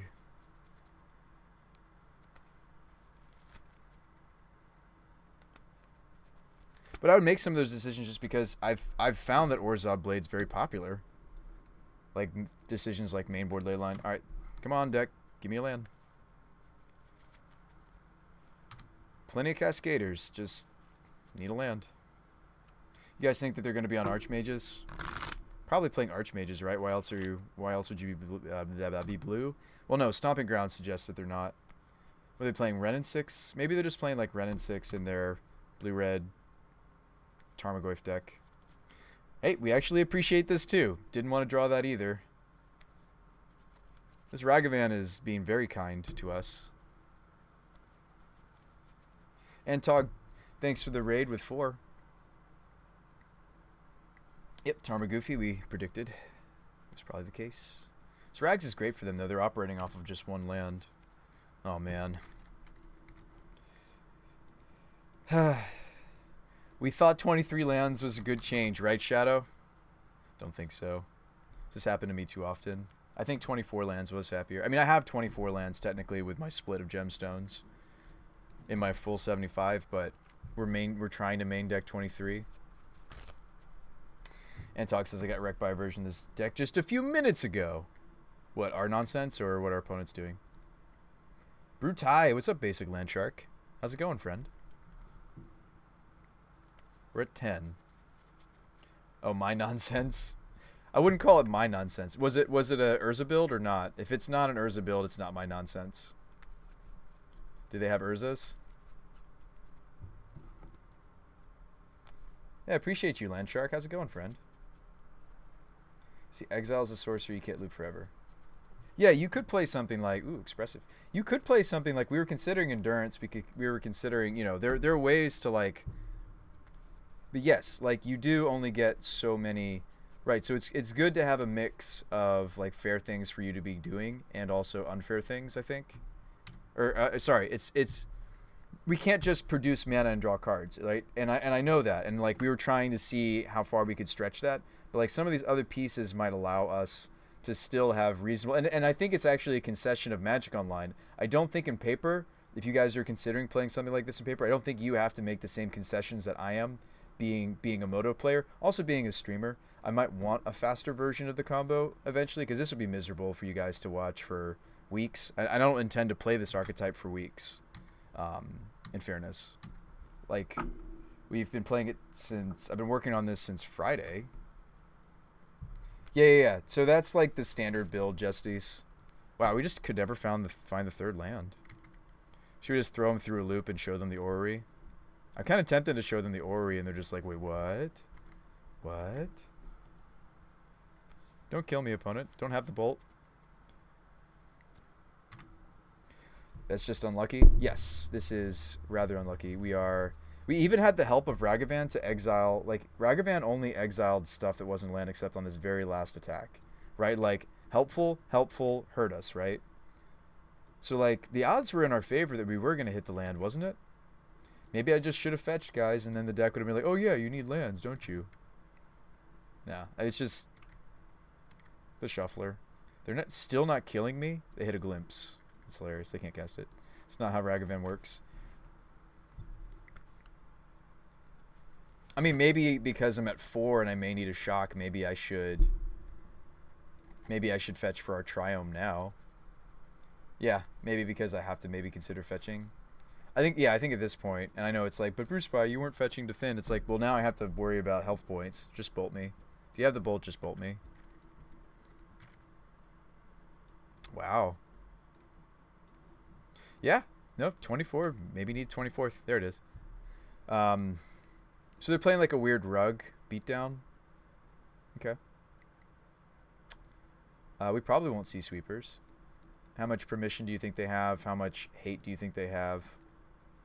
It's probably just better to go with Borrower since I don't know specifically. I don't know if we can also bring in the Fury package here because I kind of want to keep the deck.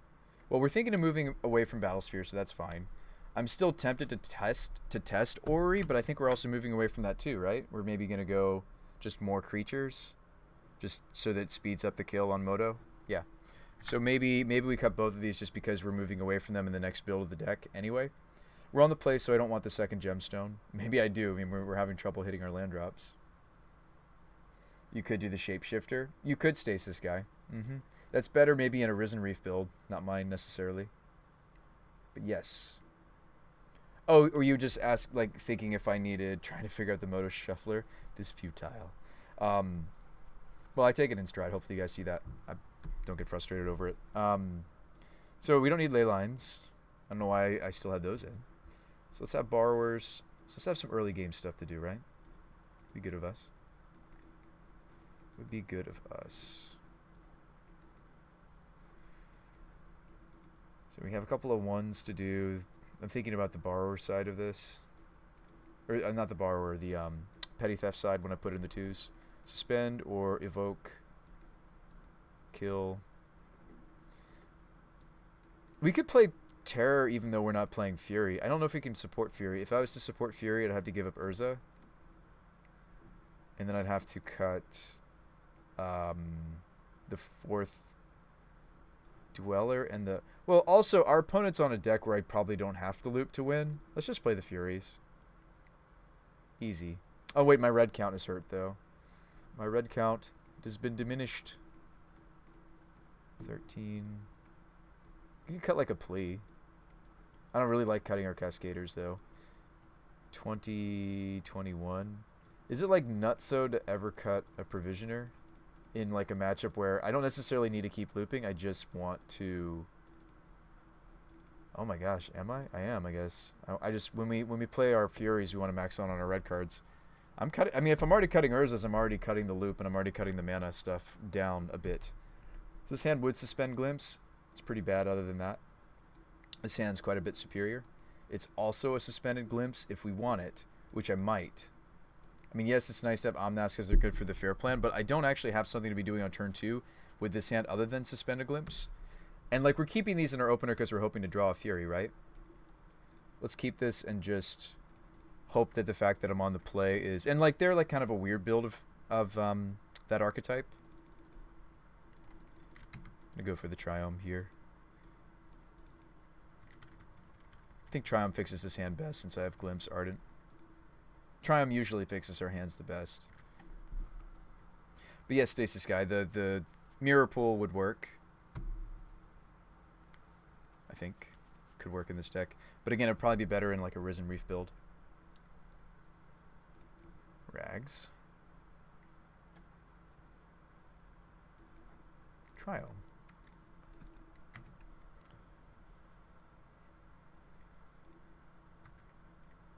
Outburst. Good draw, maybe.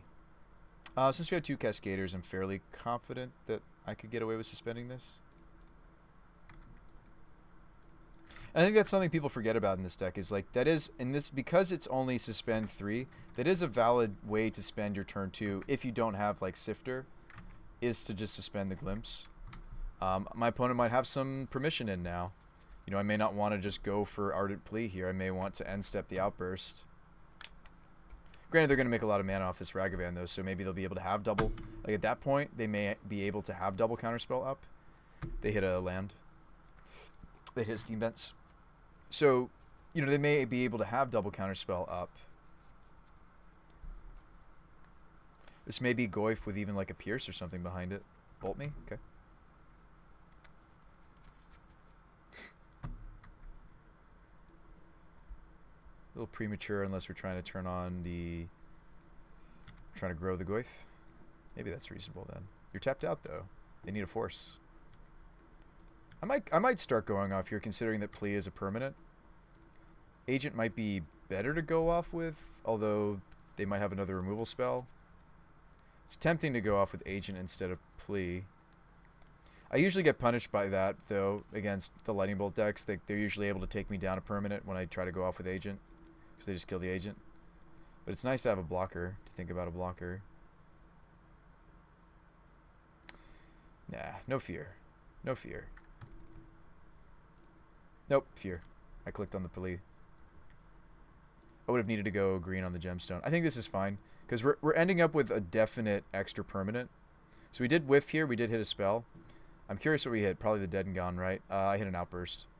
Happens. We're still maybe okay. Maybe not. Might not hit enough lands to keep going. So we hit a Fury. I get to kill both their threats. And that's all we really wanted to do, right? Is the Goyf going to grow here? The Goyf is going to grow here, actually. Because I think... No, Fury deals its damage before... well, unless I stacked it wrong. Oh, no, I just keep the Fury. We're fine. Yeah, Goyf should die here because nothing new is entering the graveyard for sure, right? Okay. Just making sure. I mean, it stinks that I'm at one land. Thank goodness. Actually, it's very good that we had suspended the glimpse. Your move. I don't think a fetch, right? Like, we just want to draw lands out of our deck. I mean, Fury, very boltable, right? So we may still be in a pickle here. Yeah, hitting a spell hurts in this deck. It does. It really does, and it happens sometimes. Well, it hurts most when you're first setting up, and that's honestly the most important part of this deck anyhow. I'm going to sit on their counterspell for my glimpse. Another glimpse, not a great draw unless I drew like a Fury. Alright, try swing for 6. Try swing for more than that because of Ardent Plea. That's a cool combo. Put you to 5. If they don't answer the Fury, am I supposed to not glimpse? Is there like a universe where, like, it looks like their hand's just a bunch of permission? Is there a world? Oh, did they draw into the bolt just now? That's not a fully deliriumed on Holy Heat. They have to hit the delirium right here. Is there a reason that I would consider not glimpsing? Don't I have to glimpse? Oh, you're right. Yeah, it's not like this is a Goblin Dark Dweller situation. So I will float. I should have fetched because I wanted to float. We'll just grab Mountain here for the Outburst in my hand. And we'll float it. Yeah, you're right. I do have to cast it.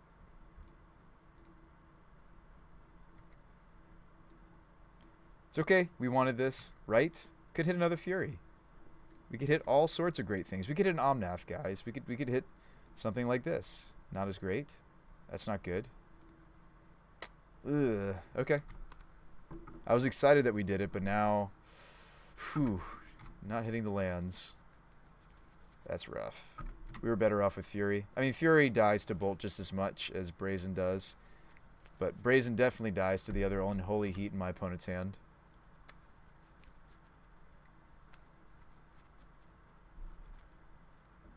This is going to be a rough one. It is fascinating, though. Like, I did try to go off from a low base, and we hit a non-permanent. And so the fact that we got set back one card is what has kind of spiraled into this board state, if you're wondering. Ooh. Okay.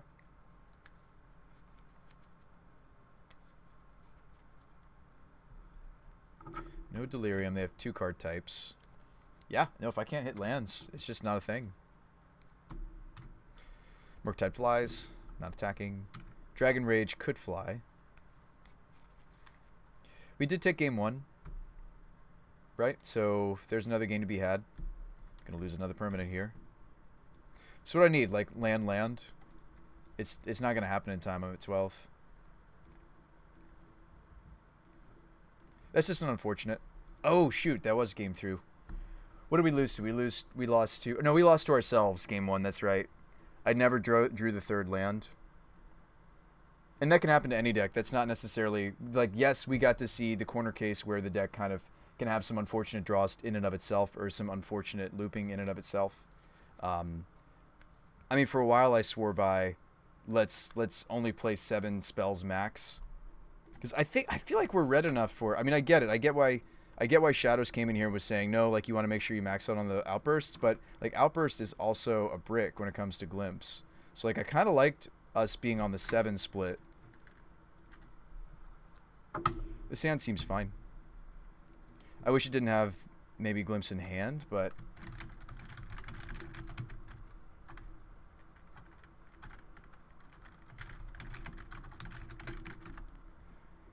This may go down as our worst record yet, but that's okay. I did make some kind of cutesy decisions with the deck, and I think it hurt us. I think having more finishers will really help, because I think that first game, like our first match, like, yes, in paper that was a win, but how do we make that a win on Magic Online, right? That's what we need to discover. Like we can sit there and be like, oh well, don't worry about it, Bruce Spy. That's a win in paper. Sure, it was a loss, and oh, am I just getting thought seized here? But it was, sure, it's just a loss on Moto, but it was a win in paper. Like no, like I want to try to discover if there's a build that Hell's Kitchen. I want to see. I seriously don't like this build of the deck. I feel like this is a little anemic for Modern, but who am I to say? I think the rest of the deck is what carries this archetype, like the trolls and such. And I'm not saying that's indicative of my opponent's record. They're 1-3 just like we are right now. But this hand looks great. I wish we could have seen this earlier in the league. I don't think the cat combo is all that powerful. I'd rather be doing something like make 6 1/1 flying death touch. Raven says I really liked your Queller Angel version. Yeah, if we could find a different way to pop the Quellers or release the Quellers, I'd be down to give it another try. That was a 4-1 build. Yeah, no Thoughtseize from our opponent. We're just kind of going off this next turn if we want to start going off. But I'm not even pressured to, unless you guys think that they're on a build that is playing some main board hand disruption. It's not typical to their deck. I could wait a turn. I don't know. I kind of like getting ahead of them though, because that's the thing is like they can potentially shotgun down. Well, if they had Asmo, they would have already put her into play right here. So, I want to hold this instead. Let's shuffle this forest back in. Secret Agent Man. Here we go. Yeah, the Queller version may very well have been like sweeter. Maybe we should have explored it a little bit further. Well, now we don't really care at all, right? So what am I doing now? Am I just suspending a glimpse? I can do that off of basic forest. Let's say no.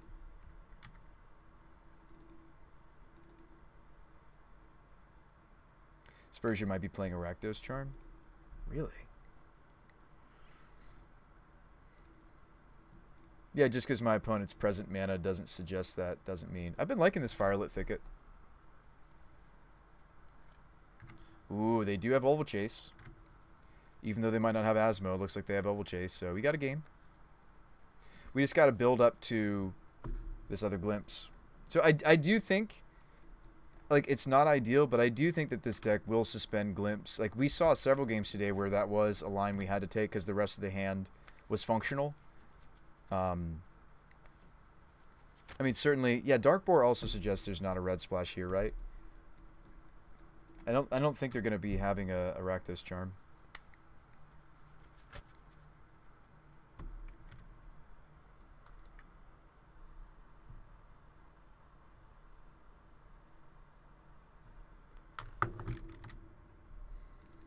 Gemstone, okay. So I could just play this Omnath out to get killed, but I don't have a fetch anyway.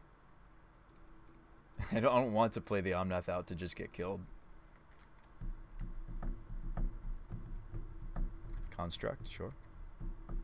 And I'm sure somebody in the chat's like, yeah, but they don't need Asmo to beat you. I know. Hey, there's a Cascader Suite. I know. I know they don't. I know they can just do the construct thing, slap a spear on it. I know. I've played the deck myself. I think there was a build of this deck actually I was working on that you guys might be interested in. I feel like it's less of an Asmo deck and more about I was trying to do some weird stuff with Fury and Grief. Asmo happens to be both black and red. It was basically like a Rakdos base with a green splash. Like, seriously, I do like the Hell's Kitchen 75 minus the Cauldron Familiar part. I get it, like, as the deck, they were trying to find something else to be doing with the deck. But I think a lot of what's powerful and what carries the deck when I played it anyway was just the constructs and the Asmos. I feel like those other slots could be spent on more troll spots or, I mean, maybe not even troll.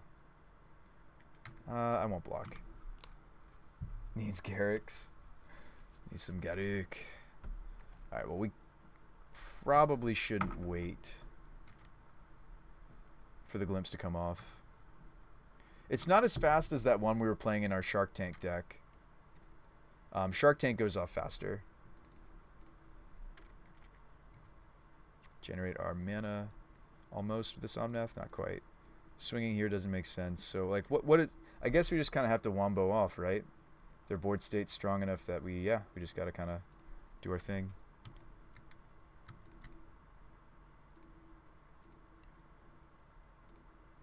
I'm gonna float all the colored mana I need for Outburst. I think that seems right. Let's glimpse it. So 1 glimpse in my bin. So we are generating a lot of mana here. Should I pay the life though? We get to keep going, so but I have a lot of mana that I'm making 6 treasures right there, and I already have 2 floating. Maybe I'm not supposed to pay the life in this situation, unless we need the colors. I don't need the colors. Well, we're hoping to chain, right? Yeah, we're hoping to chain. Let's just go all in. It's an all-in deck anyway. And we get to see, for the last time, maybe, because I'm probably siding this out, we get to see Battle Sphere in our Urza build.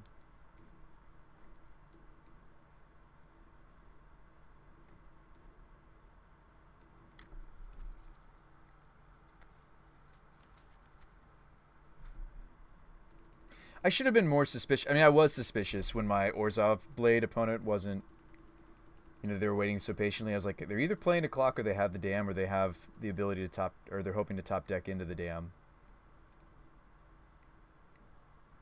Hey, what's up, Last God? Oh, I'm always suspect. I'm not suspicious of this opponent, but I was suspicious. I'm referring to round 1, which you may have missed, which was against Orzhov Blade. I was suspicious that they had a main board dam, and they did. And it was actually really, I mean, it's unfortunate, but it was also really funny. It was like a sad kind of funny. Do we want to make some mana here? We don't care. We don't care, right? Nah, we don't care. Long hair, don't care. Here we go. Oh, you were not here 4 rounds ago. Okay. Okay. They've had enough. They don't want to see how we loop diddy loop diddy loop diddy loop diddy loop diddy loop diddy loop. Leyline's got to stay. I don't think we need to loop as much in this matchup either, but I may try to get those back in. I mean, these don't kill Asmo, which is what I need to kill, so I'm not as interested in this matchup. Do we want to try to fight their hate?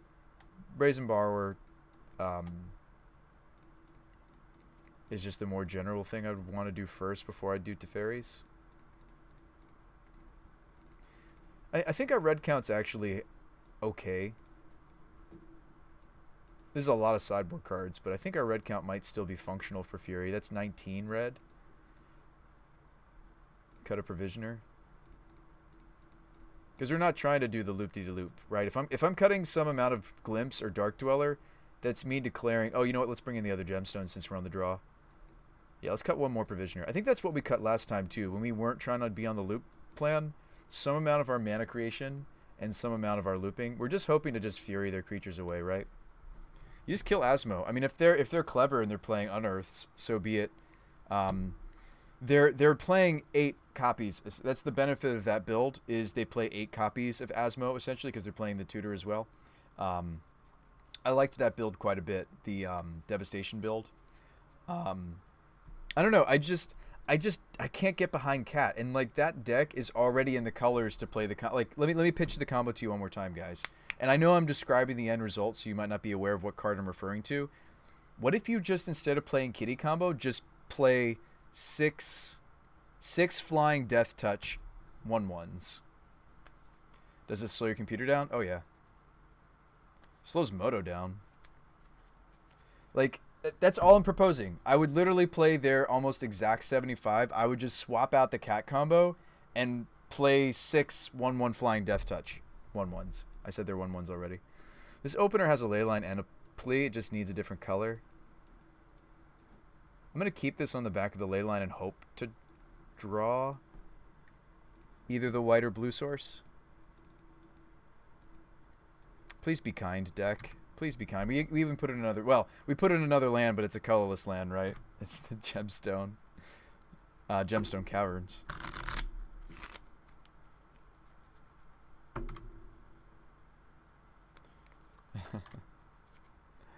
Oh, deck is being kind to me. Or draw a different Cascader. This is the hardest Cascader to cast in our deck, which is another reason why it's the one I'm running the fewest of. There's a Troll. There's their plan. We can bounce it. What you shuffling? It's really destroyed at this point. Uno flip. Double-sided Uno flip. I try not to shuffle magic cards anymore unless they're just like commons or lands or something. No, so I've been working on this since Friday, Durzo. I'm trying to... this list was inspired by a Polish streamer, actually. So, no, I don't know what Seth's up to. Somebody came in here earlier, Durzo, telling me that Saffron was playing some form of Glimpse.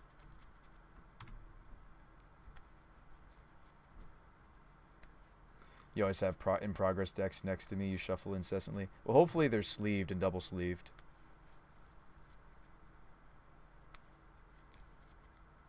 Bring back Troll instead of eating my plant. That was their turn 2. Pretty good turn 2 from our opponent, right? So I actually don't have the luxury, since we don't know if we're going to draw another land, of borrowing the Feasting. Oh, they didn't have Oval Chase, though. Asmore is a lot weaker when you don't have Oval Chase. I was also working on a build of this deck that was maybe going to play something like a... Not like... Yes, maybe like a Grizzly Salvage, but maybe something that's easier on the mana, such as like Satyr or something. Just like a way that they could more consistently find... A way to more consistently find Asmore and also Troll if you want to be playing the Trolls. I think this build should play Troll. Like, really, the only thing I disagree with maybe is the Cats. I just don't think... They're modern. I think they're fine in like a format like Pioneer or Historic or whatever. I just don't think it's a modern playable combo. And I think, yeah, I think the other components of the deck are what are carrying the deck. But yeah, let's start trying to go off here. They could eat a plant. They do have 2 cards in hand if they want to dump them both. Their hand could also just be some hand disruption, but we have Leyline for now. Against an active Asmo, kind of active Asmo, and there's 2 cookbooks, I kind of would rather go off with like Plea, not Agent. I'd rather have the permanent, I think, to start. We're probably losing a plant, at least, right? Although I can't, right? Yeah, I don't have that luxury because we don't have the colors necessary. That was a dead draw. Yeah, I know I can't play. I mean, now I'm realizing it. Why don't we still go with Agent anyway? Let's still go with Agent anyway, even though they can eat the Agent. I mean, they can eat a plant. They can eat whatever they want. Like, my deck doesn't go to set. Well, that was the cool thing about the Mirror Battlesphere. Mirror Battlesphere was big enough that it takes more than one Asmo trigger to kill it, but that was like the one thing that was neat. Oh, or we just Fury it away. Doesn't really make sense to split it here. Actually, I maybe should have split it, because like if we hit multiple Furies as we're comboing off. Yeah, I should have, because we also brought Dragon in, right? So they want to attempt... So I actually could stop them from killing my Fury here.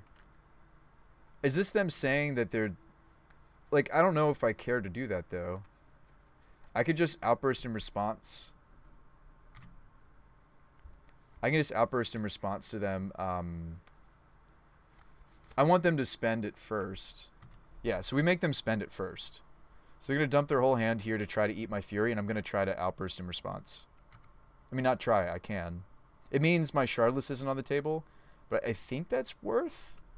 Because the Agent's going to come down eventually anyway. Remember, we can't really do the mana thing. In response. Down to 9. This is painful. Steam Vents. In the response. Maybe this is wrong, but we'll see. This will no longer be on the board for that targeting. Glimpse again. It's kind of fun to use as like an ephemerate nonsense, right? Oh, we hit an Omnath and some Tirelesses. We get to keep going, ladies and gents. Even though I've cut some Tirelesses, we hit one anyway. Sweet. I mean, against some decks, I don't need to do the mana loop. And that's something that I'm learning, too, is that sometimes... Yeah, I mean, it's overkill. I think the hardest part about this deck is the temptation to build it like an Omniscience deck and just, like, you know, go overboard. This is dead. This comes in. Right? There's that temptation, isn't there? I think there's certainly a temptation to go overboard. Speaking of overboard, let's keep going. Oh, do I have more glimpses, though? Hold on. We sided one out, and one's in my hand right now, so actually I can't keep going. But that's okay. I think our board's good enough to beat the troll. No, there's not still a glimpse. I could suspend the glimpse in my hand, but I don't think I want to.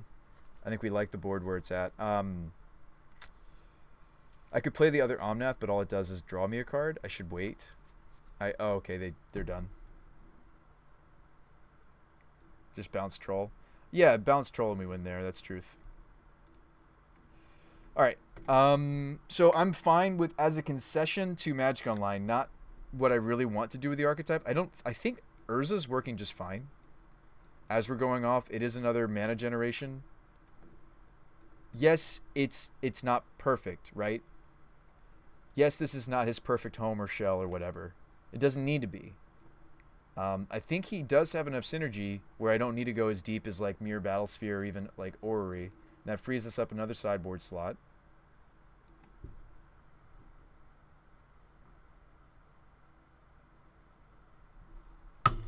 I think the Dead and Gones would have been good if it ever came down to that. I don't know. We played against a bunch of Void Mirrors. Do we want to just play the... I want to play an answer to Void Mirror that's resilient to Thoughtseize. I mean, not Thoughtseize. Inquisition of Kozilek. Why don't we just play the new Elemental with Evoke? Evoke creatures have natural synergy with our Violent Outbursts.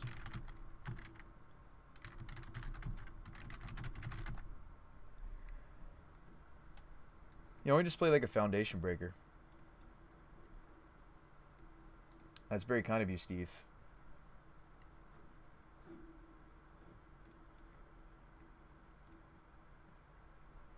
Do you want to make a guest appearance? All right. It's my landlord. Kidding. He's my friend. Well, actually, he's both. He's both. Oh yeah, we're cutting Kenrith too. We're not going to play it. Let's just kill with Terror of the Peaks. Why don't we just play a couple of these? People playing all sorts of. They're playing all sorts of Void Mirrors on us. Maybe we should just play some Breakers. I mean, I kind of wish. Well, okay, we don't have to worry about blue count anymore now that we've moved away from.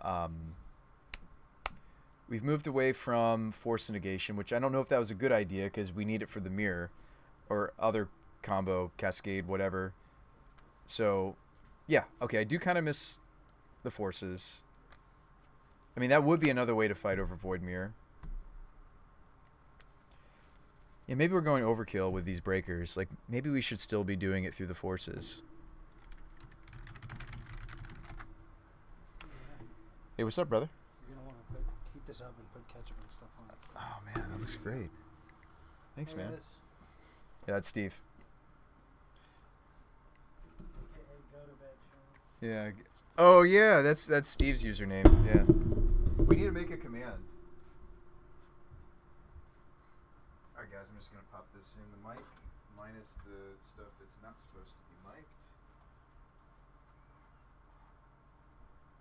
Sit tight, guys, while I pop this in the microwave. But yeah, I think we still could play Forces. I'm a little jealous of some of the other Cascade decks in the format, getting to play Force.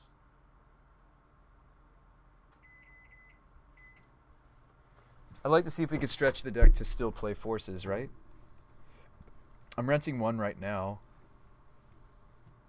Actually, with that many Teferis, I can't actually have more than one Force. We could do like a split of Force and also Mystical Dispute just to kind of get like a Force feel.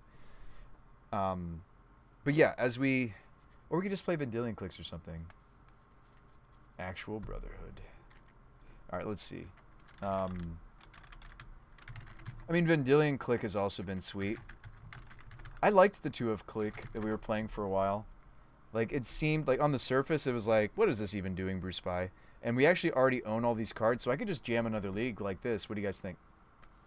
We'll just play Terror and Lena as a concession to the fact that I need to actually finish games. On Moto anyway. But in paper, maybe you don't need stuff like that to finish the game out. Let's jam, shall we? Oh, we're so close. We might need to open some chests. No, has the deck finally fallen? It has. We need to open a chest or two. All of these chests also from this deck, which is hilarious to me. Alright. Ooh, a Xenagos. That's fun. This is the one that actually sees Fringe play in like Tooth and Nail strategies. Almost have enough points. Let's open another one. They tend to always have some form of points. Oh, that's a pretty looking Lava Belly Sliver. Random Atarkus command in there too. It's fun.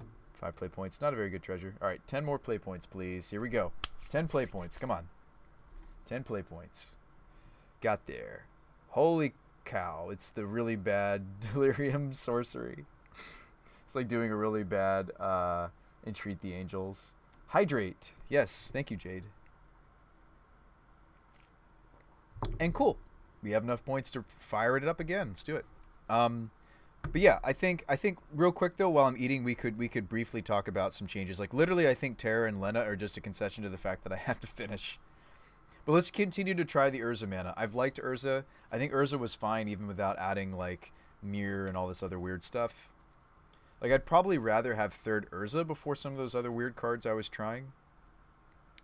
Leyline's a concession to the fact that we just need more early game permanence. We don't mind seeing this in games where it might only be stopping like a bolt. Like even when it's not like A+, like stopping the grief combo or grief synergy, even when it's not stopping thought seizes and such. Yeah, I think we run it like this. Because yeah, it's hard to have spells. It's hard to have cards in the deck that are non. Yeah, like running again, like a lot of people are only playing 3 Glimpse, but because we're trying to loop, I'm not playing nearly as many. Like generate a bunch of tokens, and in fairness, Lena doesn't have haste, right? So it's like, what am I even protecting from a sweep? I'm protecting Urza, agents. That's about it, right? The tokens I've generated along the way. Yeah, everything else would still die in the event of a sweeper. Like, what would the end result be? The end result would probably still be lethal, though. Like, the end result of an Urza, an agent, and then the soldier tokens, I think would still be lethal against the decks that are main decking things like Dam and Verdict. So I do think that, I mean, obviously if they have Cryptic tap my team forever, you know, there's not much I can do there, but I like the idea of Lena. I think that's a spicy fun of. Yeah, let's jam. Let's do another league. Would I play Black Leyline? Maybe. I think we're like, if we're able to, which we did earlier in the league, if we're able to consistently beat like Living End and other fast graveyard decks, like we beat Living End earlier. I'm not sure if that's indicative of how that match goes every time. But I feel like one of the reasons why I've seen a lot of players not bother with Graveyard Hate in this deck is because the different graveyard decks of the format. I mean, I'm sure there's some exceptions to that. I'm not saying with that with full confidence, right? I think the graveyard decks, with of course a few exceptions, are a similar speed as our deck or even slower, so that I think it's okay if we don't run any hate, actually.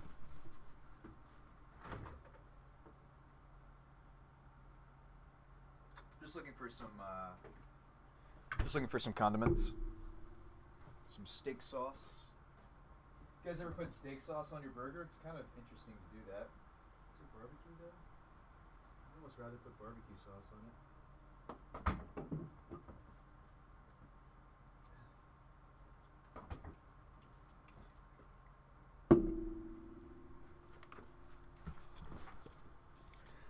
I think you could put steak sauce on a steak burger, right? Like a steak burger. Alright, so let's good luck and have fun to our opponent.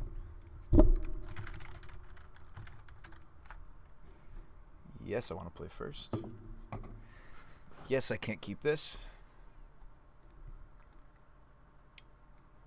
Could keep this, maybe. I'm not looking to keep it just since it has a ley line. I want the ley line because it's an extra permanent. We'll keep and we'll tuck a Provisioner.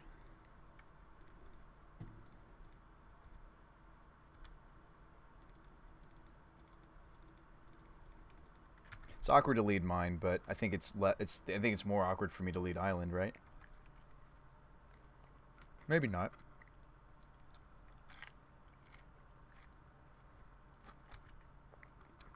Oh, Leyline's going to save us some bolt damage. Sweet.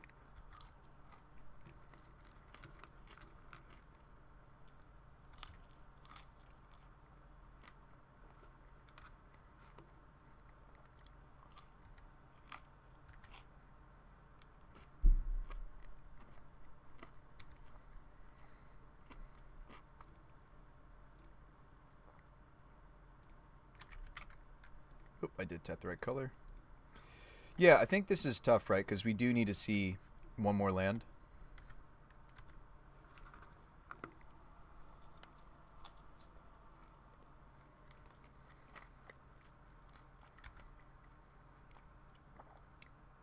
At the expense of a clue, I may try to hit land.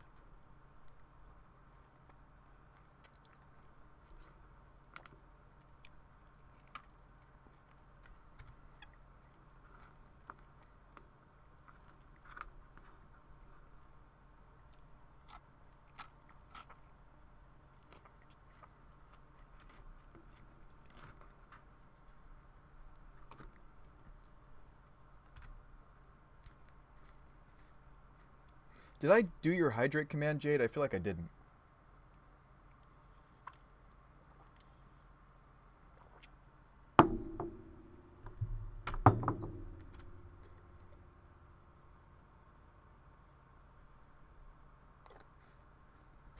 Really would hope for a land here. But if not, we have things to be doing. So we probably should give up a clue, because if we hit land and then we draw another land behind it, this doesn't feel so bad. So that's probably just gave them a target for the burn spell in their hand to give their prowess team, but we do need to make a land drop, especially with my gemstone cavern being on its last leg, on its last charge counter. Kind of just need to do this, but we know it's very dead. We know it's toast, but at least we're trying to go off next turn. They upkeep mutagenic. Oh, they might have lethal in hand, actually, if they're upkeep mutagenicing.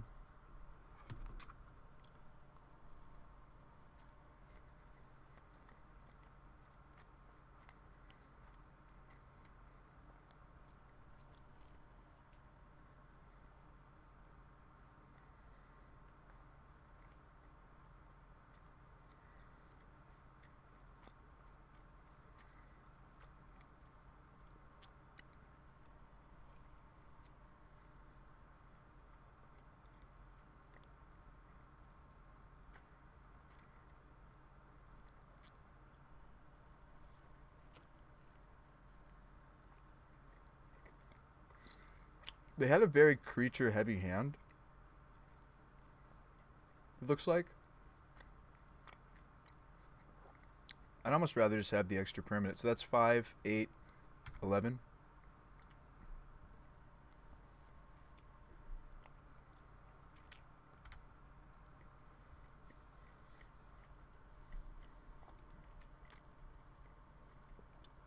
This is going to be a very close glimpse. Like, we're losing the gemstone. We're going up a permanent because of agent, but not until after the glimpse is finished resolving. We're going to have to generate enough mana and the right colors to hit this outburst. So this is going to need to be a good glimpse. Their board's full. We hit a Terror and we hit an Urza.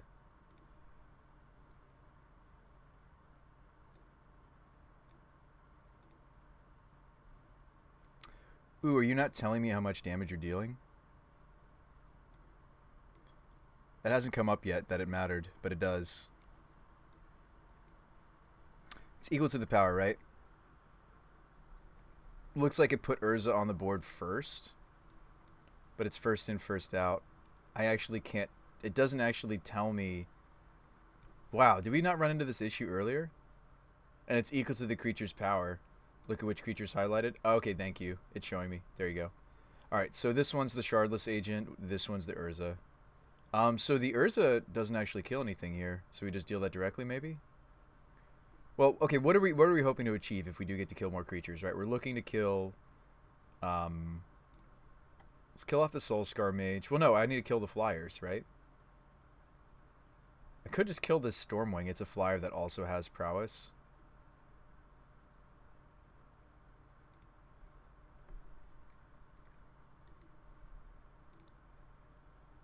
Just kill the bird with both of them. 1 and 3. I think you're right. We're going to get a construct. We're going to get to shoot something else here. Oh, yeah, I wasn't even thinking about Agent coming down to you. This card's sweet. So hang on, we killed... Oh, well, now I'm like vulnerable to... Well, they only have one card left. It's probably a burn spell. Yeah, I can't keep going because even if I tap both these, I'm making just 2 blue mana. So yeah, Urza sometimes doesn't quite. Well, I can make 3 blue mana, but 3 blue mana doesn't let us keep going. This is where the filtration is needed. I think I just kill another flyer. Like yeah, like the prowess creatures are scary. I could just kill both prowess creatures here. It just sucks that I only have 1 flying blocker. It might be correct to not get greedy and kill these 2, and because we do have some ground blocks to make. I don't know. I'm not doing much after this, right? I mean, I don't have a glimpse on suspend, so we kind of need this terror to carry us somehow.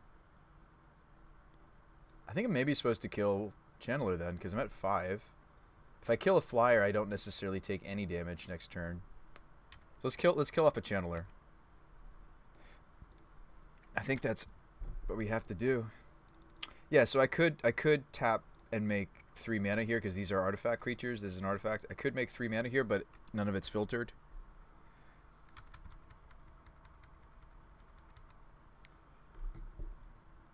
I have 2 cards. Okay, they're Fiery Islet Drawing.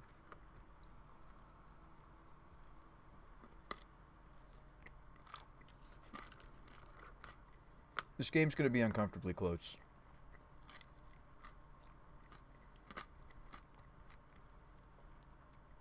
Whoa. Okay.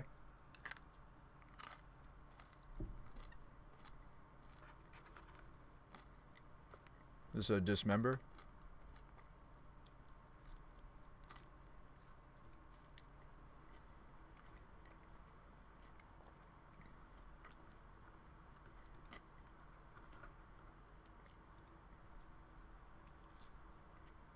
Yeah, so that would have been the benefit of killing the Soul Scar Mage. I did think about that possibility if they had a burn spell.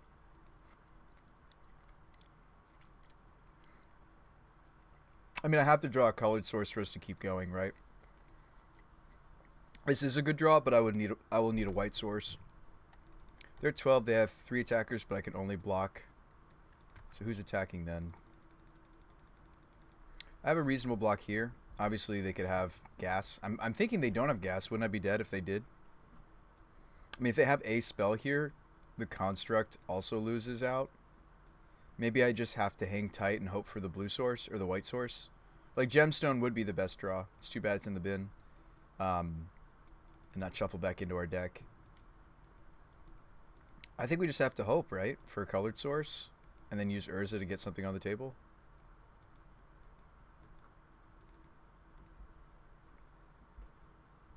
It's too bad I didn't make enough artifacts to even, like, start spinning Urza.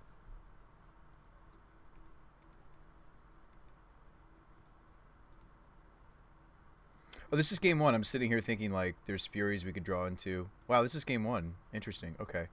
I mean, their top decks are just so much better than mine if they have lands, and I don't, right? Which makes me wonder if this really is, like, a 24 land deck, because, like, on 23, I feel like sometimes I just don't end up with a land at the end of the combo. I have a mana source. It's just not helpful here. So jamming all kills us. The only swing that makes sense is maybe the construct, but I think that's wrong.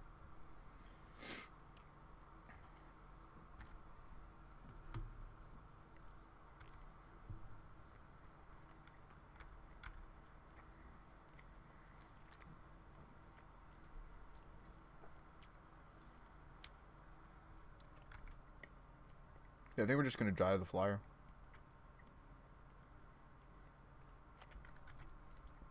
It's lethal.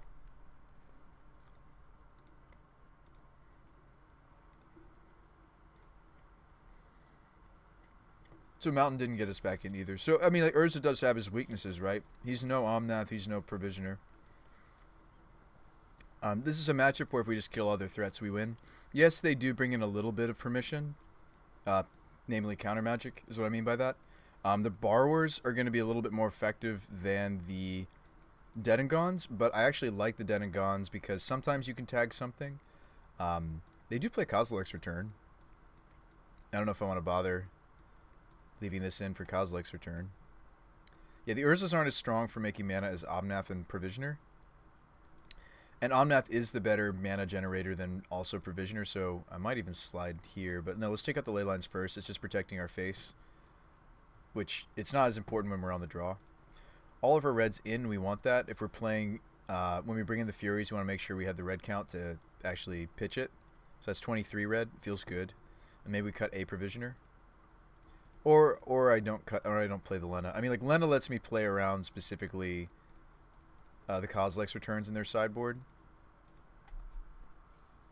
Also goes wide. I mean, it does more than that, but this hand's not a keep. This hand could work. It also has a Fury with Dark Dwellers to pitch, right? Although I'll probably put this back into the deck and pitch Omnath instead. We'll be sifting on time with blue-green, which is awesome. There's a lot of good things about the hand. That last game was interesting. And, like, that's the RNG with this deck. Like, you know, folks are like, ooh, like, is this, like, deck going to be a thing? Like, that is part of the fun and the enjoyment, right? Is you don't know what you're going to get. That also means sometimes you're going to kill this. That means sometimes that, yeah, like, you end up with what happened to me, right? We could get away with basic here because I have Shardless in hand.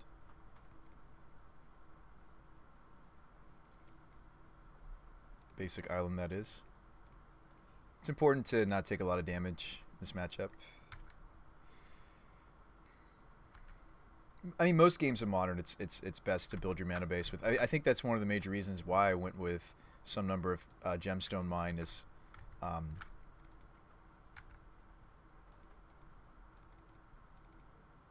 It's just that reason. Lava Dart. Yep, seems good.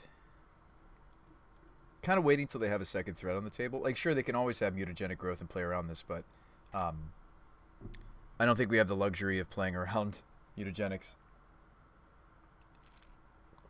Let's not forget that they can certainly consider, you know, sacrificing a land to flash this back to grow a prowess creature.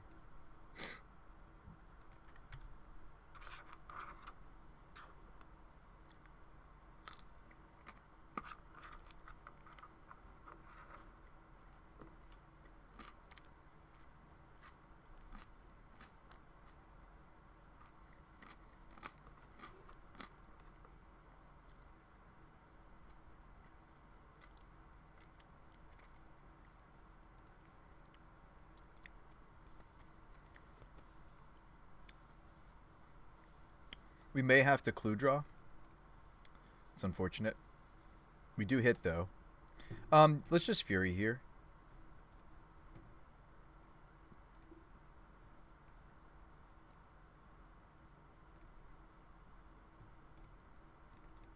Mark the rest on the mage. Yes, if they have mutagenic, they can save this one, but they'll still lose the mage. I think this is fine.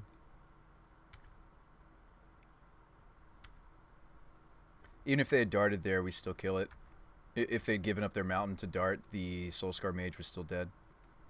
It does set them back quite a bit. Prowess, like a Fury can set them back. I would argue that their deck is a bit more threat dense now, thanks to Channeler, though. Builds with Ragavan are also a little bit more threat dense, which I think is a plus. I think that's a good thing for their archetype. The deck is seeming, in my opinion, excuse me,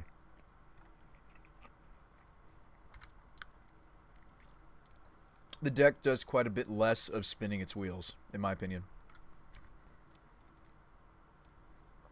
I think we just go off, or start to go off. Like, they do bring in some soft permission.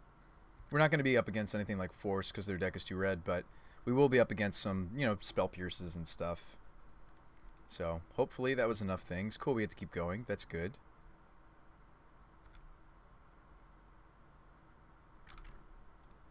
Holding control. Fetch and float. I have a Shardless in my hand, so Island's probably fine. Oh, no, that's not true. I play Urza now, so Forest. Float. Ah, well, now I'm punished, right? Actually, super punished. Wow, did we hit a bunch of spells there just then? Yeah, so I saw Dead and Gone in a glimpse. Rough. We will pay life because I'm going to play out my Provisioner. That's rough. If they don't kill the Provisioner, a land, even a non-fetch, gets us back into this game, but that was a little rough. And I'm sure someone's like, well, isn't that fine, Bruce Spy? You ended up with a, 4/4 menace and some 3/2. No. My opponent still has plenty of gas in their hand, I'm sure. So, no, it's not enough. I mean, they need to remove one of my threats here. They need to put another threat on the table. But they do run more threats now. They're not quite at Delirium.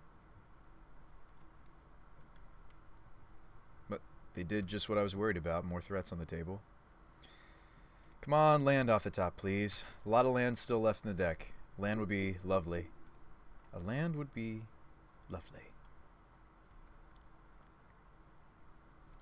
Fury's almost lovely. We have 20... what? How many red cards are in? Quite a few.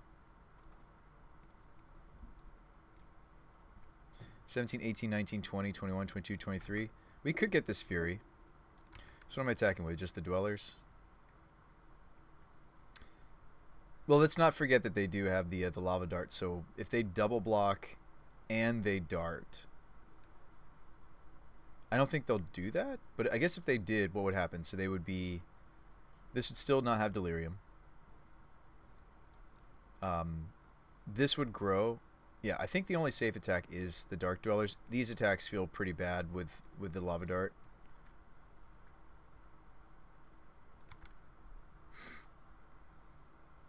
But yeah, certainly losing the race to the Stormwing. Maybe I'm supposed to swing out there. I don't know. We swing out there, they potentially go to 8. I can't really afford to block with Provisioner because Provisioner... Upkeep again. Don't you want to see what you draw first, opponent? They don't want to see what they draw first. Okay. It seems weird that they've been doing some stuff during their upkeep. Is it because I have an upkeep stop? Do you think that's part of the reason? Just because I have an upkeep stop that they're... Maybe they're used to the... They might not be used to having an opponent with an upkeep stop. I don't know why I have it either. Oh, no, I do, because we have a Violent Outburst. Now you draw your card.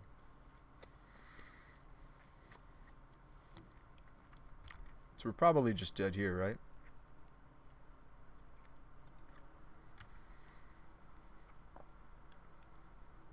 No, he's doing it because he wants to surveil before the draw. Ah! So it's Dragon Rage Channeler's fault. No, that makes sense, Fleshy. No, I'm wrong there. You're right. This card's really cool. It is. Okay, speaking of cool, there is no great block here for us. Like, this gets blown out, because this grows, kill both. I need this for mana. I think I actually have to do a chump, which feels so awkward. I wish I just left it. Well, Dark Dwellers would have lost this fight, too, because there's darts. Aren't I just dead because of the darts? Dart me, grow this. Do I have to block with... I can't block both. Do I have to get them to maybe spend some of the darts on our threats here? If they dart, this grows anyway. Like, is my out, they decide not to target us, and they grow the Swift Spear instead. This grows twice. I'm still nearly dead. But they... Like, maybe we can distract them with what's going on with their Swift Spear. And then we top deck a red card, kill the Stormwing. Now we still lose, because this kills us. I think we need... to do this. No, but then they just kill me. Yeah, we're dead either way. Do you have another bolt in your hand? Yeah, that should be enough prowess. I would assume my prowess opponent would see the line. That's okay. We went up from a low base, and maybe I rushed it, right? Like, I might have had a whole turn there to just do another setup turn, right? I could have spent a turn, what is it? We had a Provisioner. I could have spent a turn just playing out the Provisioner. If they kill it, that's okay. We have time for perhaps to draw another land and do a land drop, and I think we did end up drawing a land, right? So I think if I could do that second game over, or that third, yeah. They won, then we won, then they won. Yeah, so I think if I could have done game 3 over, I would have tried to combo one turn later, because we did get a little like a little bit of an unfortunate hit. Also, I don't know why I floated the way that I floated. We had taken Urza out at that point, hadn't we? I think I even said something like, "Oh yeah, maybe I should float the other colors for this because Urza's out." But like, there was no reason to do that. I think I should have floated different colors. So I think it wasn't necessarily even. Um, I don't want to point at the deck, right? That's not why I want to play a deck that is fun and has this much RNG to just point at the deck. I'm trying to point the finger at me, right? I think that I floated the wrong color there. And again, just like what is it? We've many years ago now, but I enjoyed playing like Ascendancy combo. Ascendancy combo looks very different now with some of the new tools out, like Breach, but it's an easy mulligan. But I've been there with that combo. Like you can float the wrong color. I could actually keep this, as bad as this looks. It's like 2 lands and a Cascader is sometimes better than your fives. And this hand has like, I mean, like obviously you'd rather the Omnaths are inside of the deck, right? But I mean, with our opponent beginning the game with 7, I don't know. It's tough, right? We get to delay our fetching a turn since I don't have the sifter. Fish. It really is. Fish plays force sometimes in the main board if they've spared no expense. What do we put back? Over Dweller? I put Dweller back. What did I put back over Dweller, Shadow? I put back Dweller.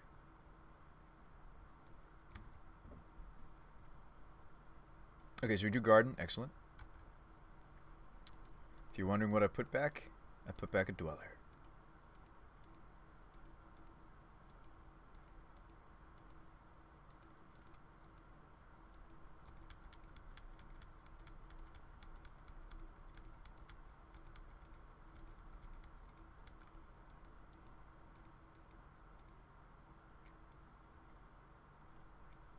Main deck Force, right? Chalice on 0. Main deck Chalice on 0. Seems good. Man, people are gunning for us. I love it.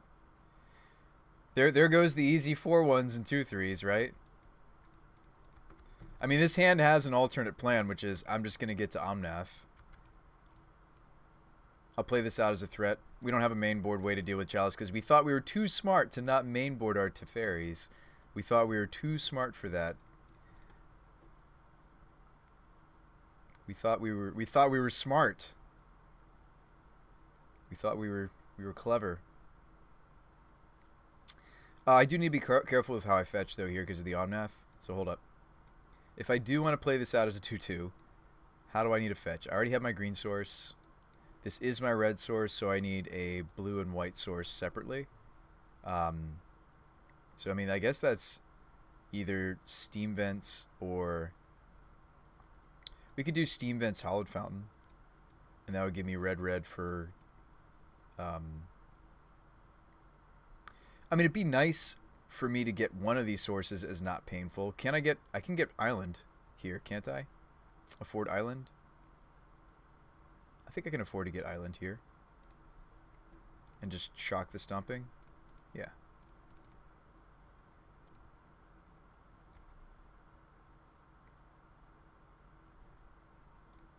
So we'll get this countered because we don't want to draw them.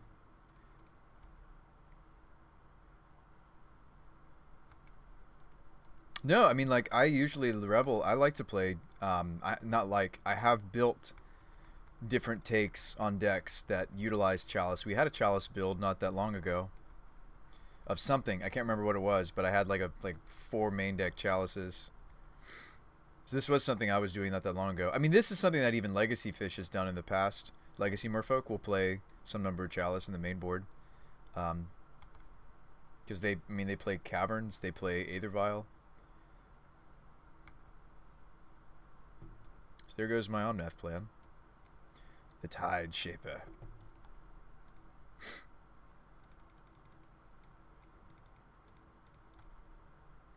Probably just dead, right? It's going to take me too long to have the right colors to Omnath. I need to draw like Urza? I don't know. I think this just beats us and it's fine. I haven't seen any cage. I've seen chalice today. What have we seen today? We've seen chalices, and I've seen um, what's it been? It's been chalices. Even our filter land wouldn't fix this because I already have garden. Yeah, I've seen chalices. I've seen void mirrors today. I haven't seen any Grafdigger's Cage. I'm sure it's in people's sideboards. Yeah, Cage also does stop what we're trying to do. All of those things I just listed are what they are. Oh, that's a great draw, maybe. The perfect draw to let me still do my Omnath plan. Do we do this now or we wait, right? I think we wait.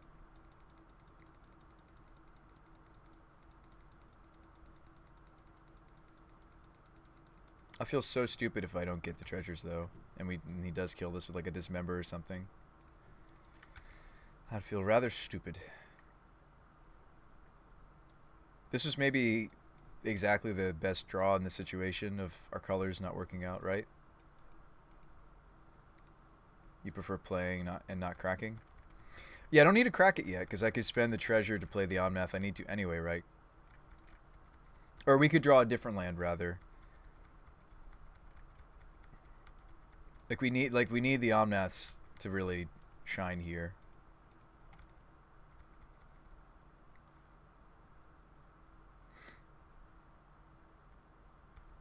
Yep, Sylvan. Wasn't planning on targeting your creatures anyway. I don't think. And it is other, so unless they have another lord. Looks like they don't. Taking 6 here.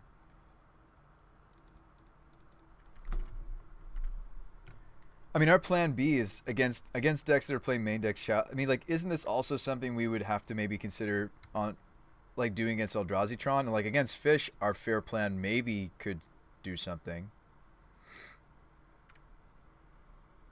How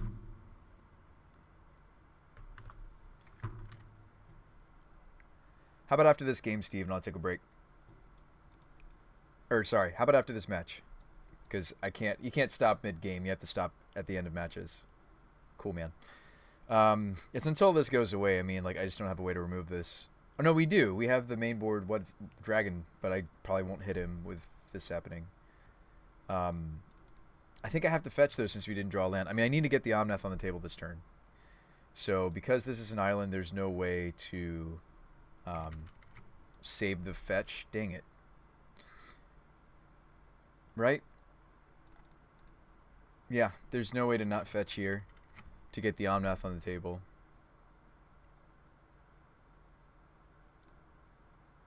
I guess we could draw into... We could draw fetch, yeah. It's my bottleneck. Oh, we can use the treasure as our white source. I'm still supposed to make treasure, right? Or is this a food situation? It's still got to be treasure. It's rarely food. Rarely is it food. Oops. I overtapped. Did I just mess up, actually? No. It felt like it for a second there. I have an extra blue source is what it is. Okay. But mountain is what I fetched out. I already had island naturally.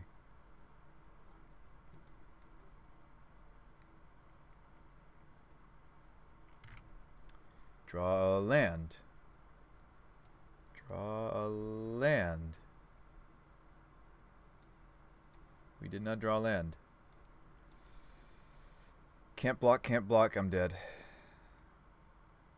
Yeah. Main deck Chalice. It's going to get you. What do we want to do? Fish actually is awkward for us, right? Not that I'm surprised. I mean, I think Fish is always like one of those, you know, decks that everybody kind of... Not that I don't.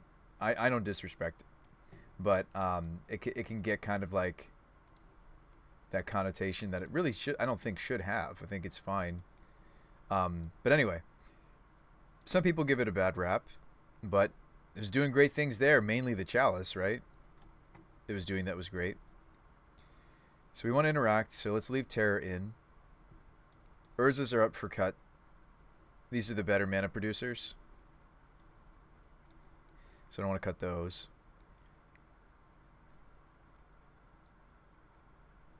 Let's It's been a tier 2 for a long time.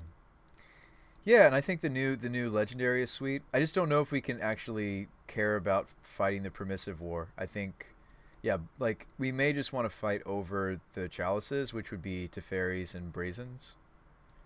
I do need to fight over chalice, and then I don't really also have room to play the Fury plan, unless we want to cut some of our mana production. Like, Fish is a matchup where if I just get Omnath or Fury or a Terror of the Pack on the board, we probably win. There are some matchups where we don't need to loop and do silly mana and wonderfulness. I don't really want to cut any red cards if we're trying to Fury. I don't think we can cut ley lines in this list. I just did. And I'm going to cut a Dark Dweller too. No, Glimpse. Dweller. Glimpse. I really don't want to cut a red card though. I'm going to cut Glimpse. Okay. I just did though. They're not really interacting with my plants all that often. This is a mulligan. Keep and tuck. Tuck and roll. Sand does not have a Teferi, but we have 5 cards to draw to that make us not lose to the chalice that they're probably trying to keep in their hand.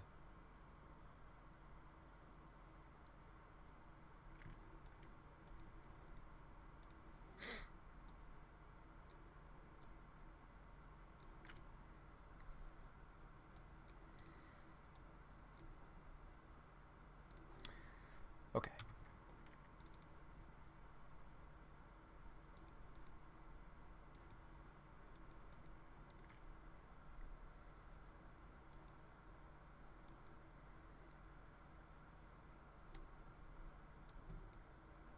Hopefully you guys are enjoying the stream. Thanks for coming. Thanks for all the help with the deck and you guys just coming hanging out. Last game for now. We're going to take a break. I'll put the deck up and maybe you guys can have some thoughts. I'm sure Shadows has plenty of thoughts. Shadow, you have been really helpful and supportive with the deck, like many of you guys. So this is a indeed a brewing stream. So, you know, we're trying to play new weird decks and maybe take a deck in a new direction or even just build something new entirely. We've got a few different things on the back burner.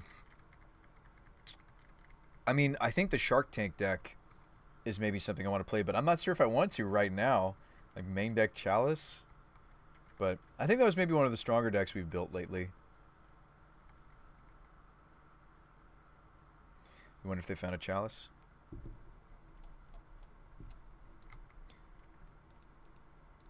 Yeah, I mean, they may have mulliganed a bunch trying to dig for it, right? It was pretty good against us. They've maybe got like a force hand now if they don't have a Chalice hand.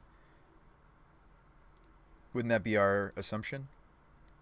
Would it be safe to assume? So this is our green source. We could get a white source. This is our red source. And then, because it's like, they're going to try to disrupt our mana like last game, right? So,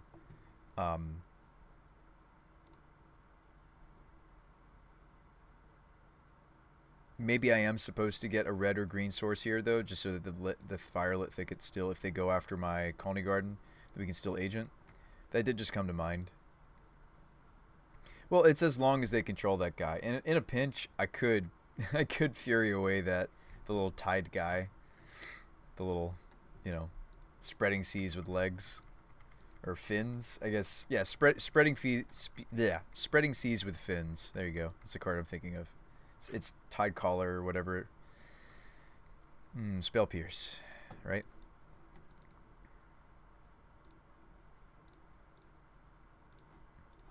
Actually, didn't need a filter there. It's irrelevant.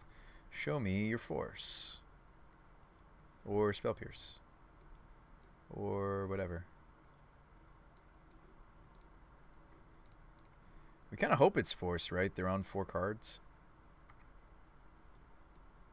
This Mist. This is what they're mulliganing to? The Mist guy? Oh, a Curse Catcher. Okay. That also works. But I don't know if we care, right? Like, yeah, it stinks. We still end up with the agent. We're 1 land away from hardcast Omnath. We can pitch Fury to Dark Dwellers. I do think we're in the we don't care so much status. But I do think a lot of that has to do with the fact that our opponent mulliganed a lot. Yeah, they do have mist. What is it? Mist caller, mist something. I think it makes it so our creatures at least won't come out. Our lands still will, but we care about our creatures not making it to the board. Certainly. I could crack a clue and see if we get a land drop.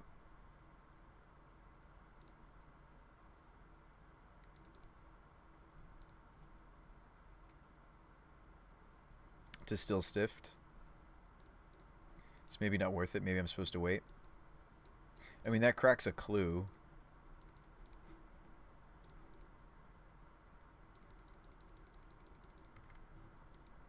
In the end step it does anyway. Yeah, here I am sitting needing a white source, right? Swing for 2. We need to be very patient with the Fury because the way they're going to be playing out their creatures is vile. We want to make sure it's a 2 for 2. If possible. And Fury's nice because a lot of their interaction, like a lot of their blue, counter magic is going after instants and sorceries, right? Like Curse Catchers or non-creature spells. There's the first thing we can maybe try to toast. And since they're lords, unless he has triple lord here, the Fury should work the way I want it to. Could always get got by triple lord, right? Curse Catcher, okay. So the way that we would want to mark the damage here is, strangely enough, is maybe more on the master. Could also just attack with agent and see if they vial something in. They could have that legendary what's-her-face. She's indestructible too, right? No, she's not indestructible. She has ward. I don't think she's also indestructible. No, she might be indestructible and she gives the others ward, right? I'm trying to remember. Nah, it's ward. But she'll have indestructible as long as the other creatures are alive. You can still put damage, I think, on an indestructible creature. It just doesn't die if it takes enough damage to kill it. Obviously, it can't die from damage, but you can still mark it for damage. And so in theory, if what they're representing here is the new merfolk, I could still clean out some of this stuff. We won't kill her, but we can kill the others. I mean, this could be Regery, right? This could be merfolk Regery, what's under the vial.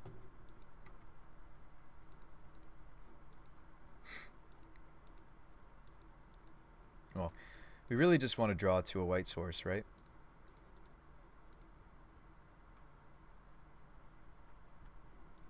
It's not a white source.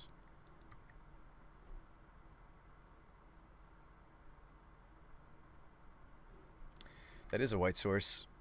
So we could put the Omnath on the table this turn. It stinks that we won't have like a fetch to go with him. Going for the Dark Dwellers is not a thing because of the Curse Catcher, but I could clear the Curse Catcher and then try to go off. Do you guys like that? Maybe better?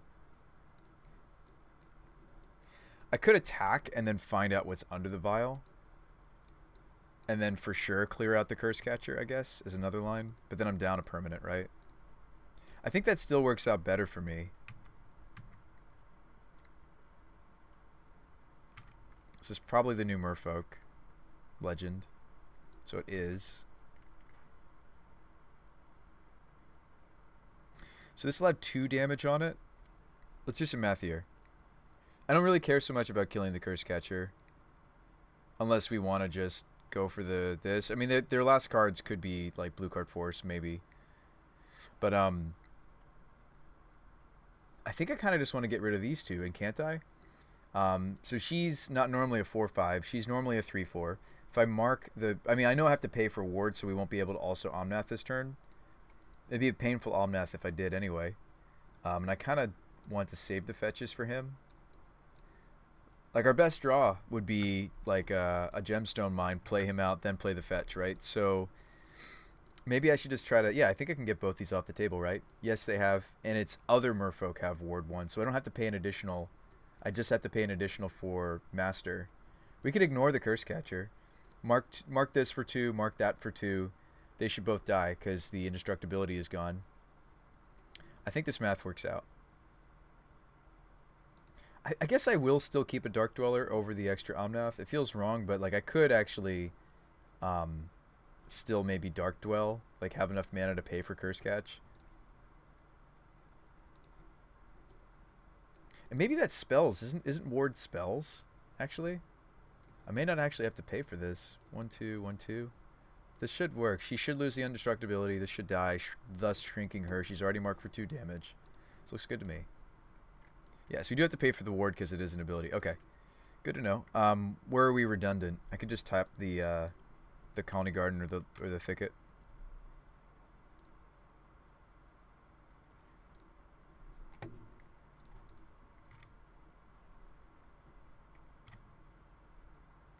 Also stack those wrong. Usually it's good practice to put the evoke on the bottom.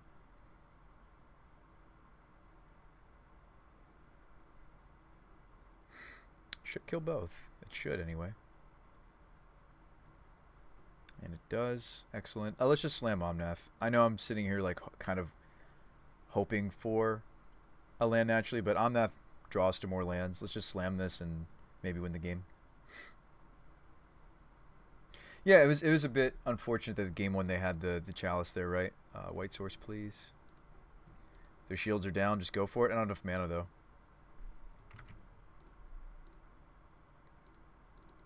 Oh, shields are down to slam. Omnath, certainly.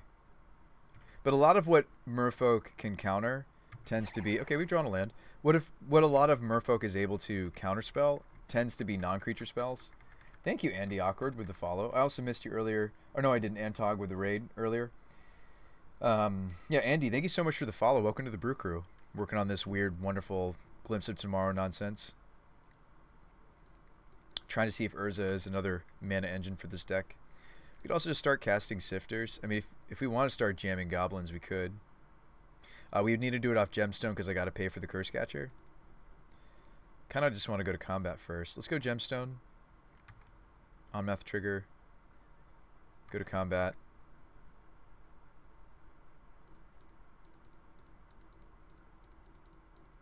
This is more than enough permanents. I mean, I would assume if they're not putting things on the table, like, yes, it could be Sylve, but she won't have indestructibility if they have an extra Sylve.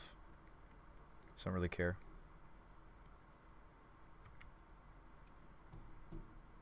But yeah, I think we do try to go for it here.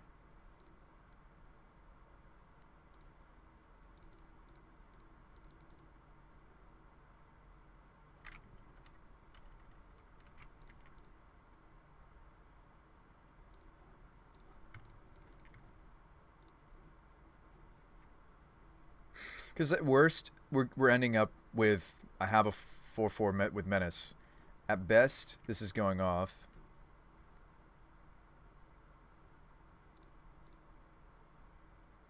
We're also killing their Curse Catcher in the process, maybe?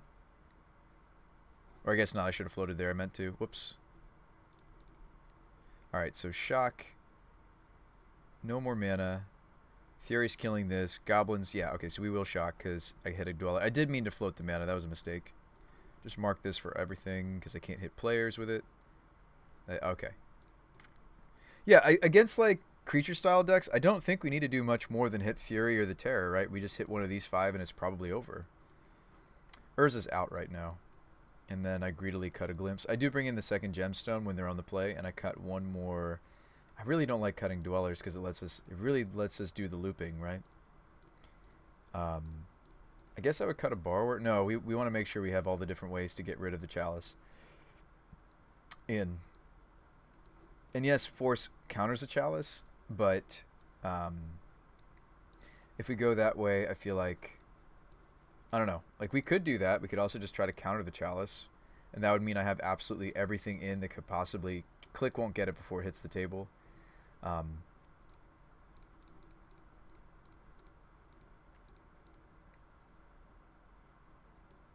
Please are our weakest Cascade, but I don't like cutting too many Cascades. I also don't like cutting too many blue cards, which we already might not have enough blue for the forces anyway, to consider the force. Sorry, the only force. That's right, we've cut down on our forces. Yeah, I just don't think it's it's not like they're a combo. I feel like that's what this card is for. The clicks and the negation. I feel like that's for if they're combo. Cut an Outburst. Because it'll defy their counter plan. Well, Outburst doesn't need to resolve for the Cascade to function in total. And I need my red count up. Even though I've cut a Glimpse greedily. I guess I could cut one Dweller or one Omnath. Is that crazy to cut Omnath? It's got to be crazy to cut Omnath. That's got to be nutso. I'm gonna cut one Dweller. So let's have in all the ways to bounce Chalice. And you can't have multiple Chalice for zeros out. That's important to note. This hand's pretty crappy. Or is it? Yeah, I mean it is. Well, this would need, if they have Chalice, this hand would need to draw into a way to remove Chalice. I think we should mulligan it. This hand is fine. Doesn't have a plan for Chalice though, and they mulligan a bunch, and this time they're just keeping 7. But I don't think I have the luxury to over mulligan to dig for an answer to one thing. I'm actually putting back an Outburst, and I'm going to keep the Omnath because I think they have the Chalice, and I want to have something to do in the meantime while we wait for the deck to produce. Also, if I kept mulliganing, I was going to hit the Gemstone Caverns, maybe at some point.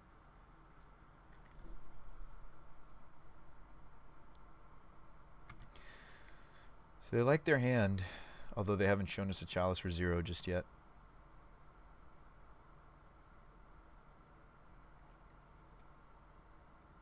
Main board Chalice. What a time in Modern. That card's been a sleeper. I mean, we've all known that Chalice is strong. It's just the meta had to be a certain shape and size. But now that it's that shape and size... Here's a Teferi. Speaking of cards that could maybe get rid of a Chalice.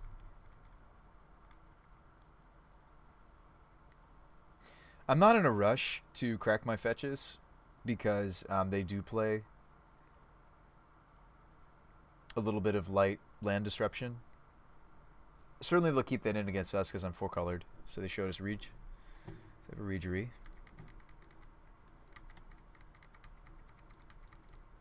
I mean, I could go get the Triome here, but I need a green source so far.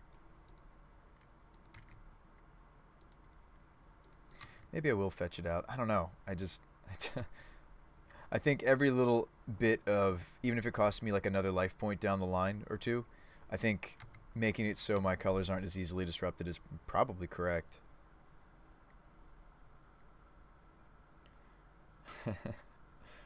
I'm suspicious of the fishes.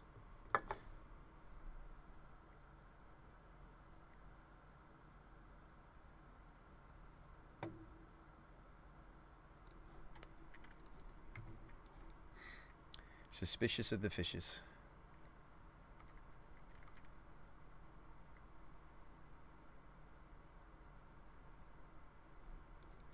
I mean, it might be something weird like, again, if there's no Chalice, it might be just play out Agent. They spend the Curse Catcher. Sure, this gets countered. Play Teferi. Agent tries to block. I mean, granted, I know I've turned on their potential for Island Walk, but our hand was going to do that regardless. I didn't really have a choice. So... That's another, nice thing about being fish. If there's enough blue decks, you don't have to worry about it. This is an oaf? It's a collector oaf. Sure. I've cut the stuff that cares about that card, but they don't know that. But we know that. I've cut both Urzas. Although Urza doesn't care about collector oaf, but the Tireless Provisioners care. But yet, I don't have them in my deck anymore. This is game 3. We won a game, then we lost, right? Right? No, we won game 1. No, wait, No, we died. Yeah, we died game 1. This is game 3, because we won game 2. Got it. That's why I brought Gemstones in. Which I really should be, like, hitting a little bit more mana than I want to normally, because we had the 24th land. But I think we do want more mana to compensate for the fact that we're Gemstone exiling. I think I will fetch, finally.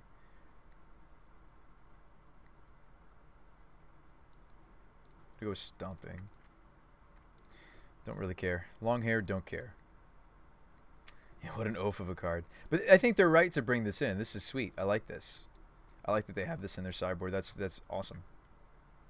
I think this is a fine card for blue-green fish. It's a little weird, right? But I think it's fine.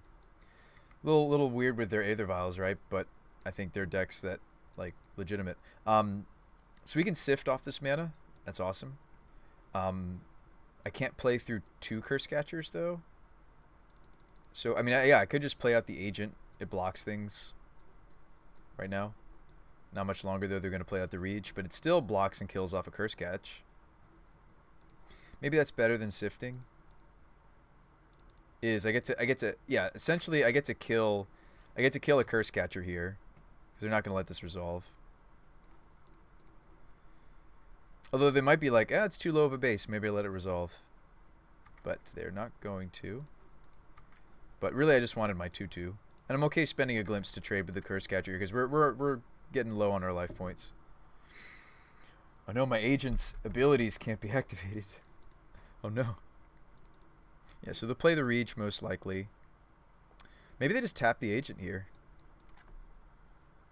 But if we draw land, maybe we can go for it. Yeah, I would just play Reach. Oh, Tide Shaper? Okay. Tide Shape my green source. Seems good. We can still play Teferi. So we know their hand is a Reach and 2 unknown. Do I consider the block? I don't think so. I think this gains some value next turn after I slam the Planeswalker. The Ferryman? Is that what you call him? The Ferryman?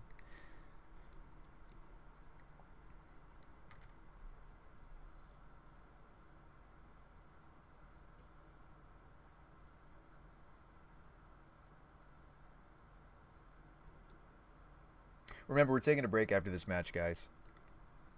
Or I'm taking a break. I need to do that more often. Like, I think it's a good thing. He's giving me an excuse. Alright, so there's Dead and Gone to consider. So this would free up my Violent Outburst mana. There's play Teferi.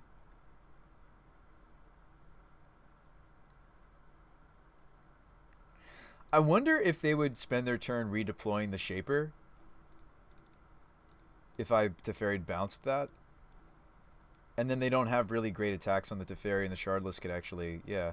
We also end up a card higher here. I know that seems like a weird target for me to bounce, but I feel like I can make this game a little bit, at least this next combat, I can make this combat a little bit about the Teferi.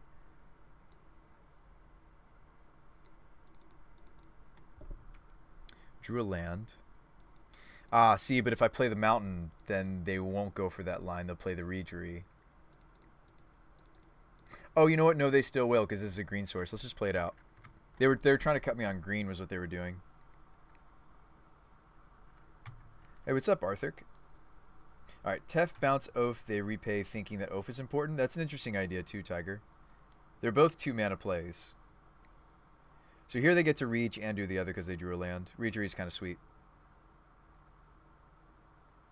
Oh no, they can't. Yeah, because they need to pay the kicker. Never mind. They can't do the little tap on tap thing. Still going after my green source. Okay. Will they attack a little bit more here? Mutavault's coming in. Tempting to block and kill that, actually, if I get to block and kill anything. Tempted to let the Teferi go. 2 at the Tef, 1 at me. I think I just kill off the Curse Catcher, let the Teferi go. This heals me for like 4 life. I kill off the Curse Catcher, which was kind of annoying. Yes, there's this Dead and Gone, but I want to wait till actually this is dead. I can also just Dead and Gone the Tide Shaper. That also unlocks my green source. That seems like perfect for us, actually. Yes, they have 3 cards. Yes, they have some unknowns. This card's nice in our deck because it's just nice to have like a cheap removal spell. Yes, it is not great when it comes to Glimpse, but there we go. Now that frees up our... Yep, now we can go if we want to go. Let's go.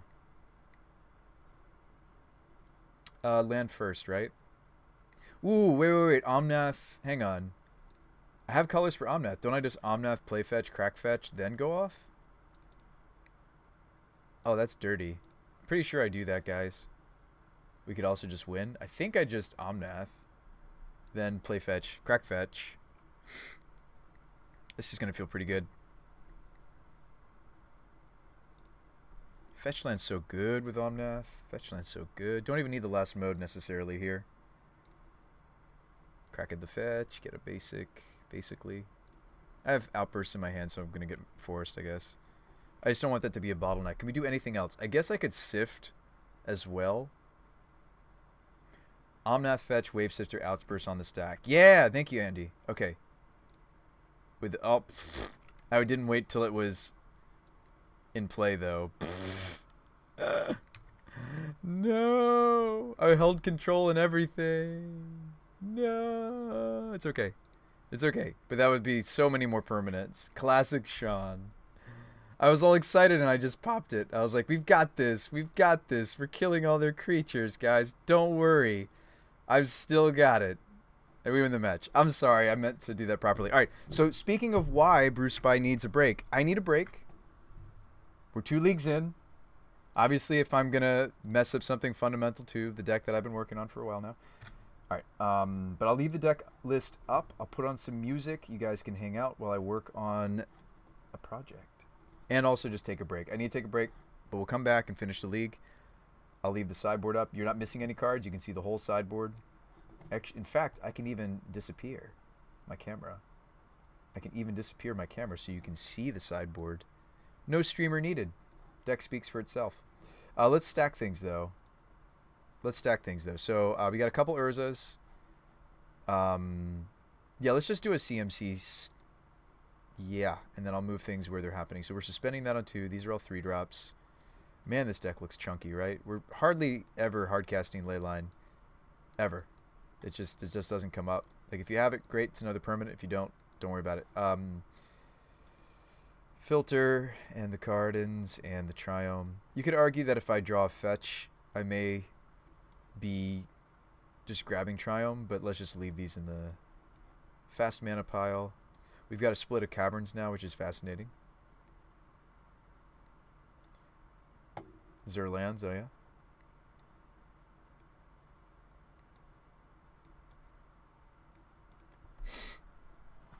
So this is very different from what you've been playing. Pretty interesting. Very cool, Andy. I'll be in the chat. Mods will be here. I'm in the chat as well. You guys behave yourselves. Enjoy. I'll see you in probably 30 minutes, right? Let's take a break. I know, I'll get it. I'll get the evoke creatures thing. I will. It's going to happen. It's going to happen. We are playing several.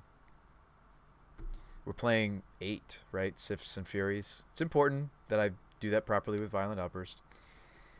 All right, guys. I'll be back in a bit.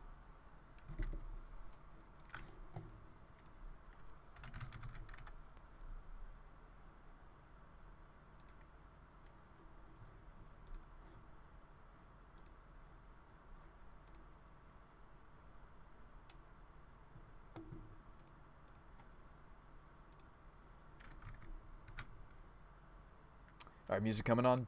Don't go away. I'll be back in a bit.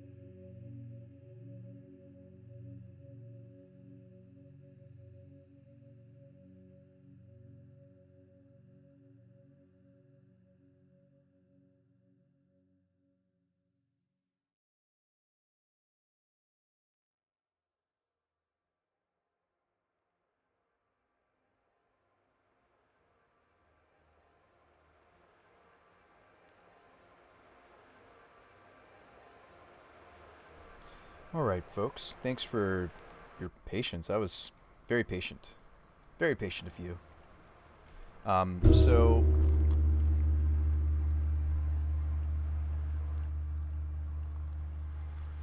I am back.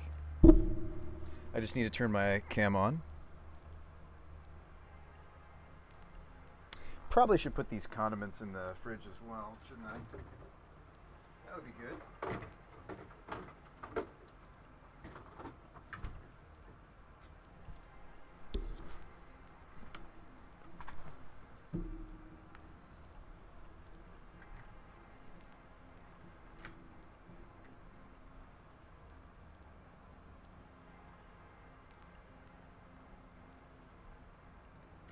There we go. Video capture device is what I was looking for. So we're 1-1. No, condiments like ketchup. No. I had like a random steak sauce from the. I put steak sauce on my burger. Not bad. It was actually all right. Yeah. So this build is not. It's not that many cards different from the version we just had. We just swapped some things. Instead of Teferi main board, we have Leyline main board. But mostly just for permanent count.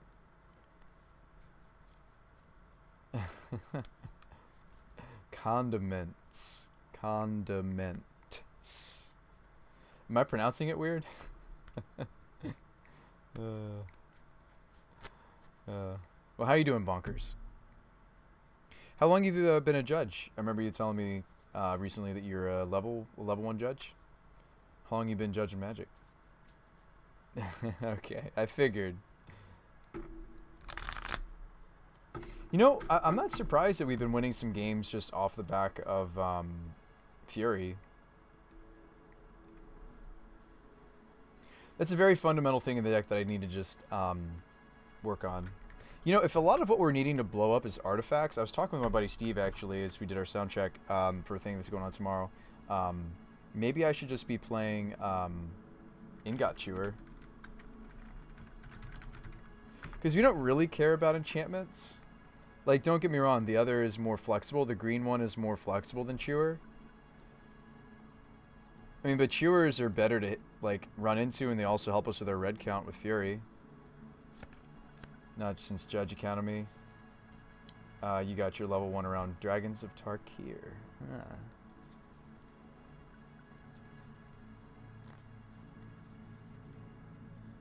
Yeah, I really like the Dead and Gones. I kind of want to just add some Ingot Chewers to this. If what we're fighting is mostly just Chalices and Void Mirrors, maybe that's legit. And yeah, maybe the Force is just not worth it, and it also lets me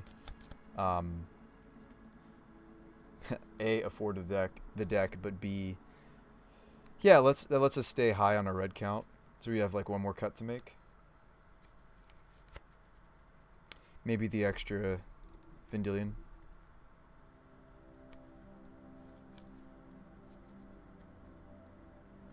Chewer is mana efficient. It's evoke, so it has synergy with our Violent Outbursts. It's something to hit while we're comboing and blow up more artifacts.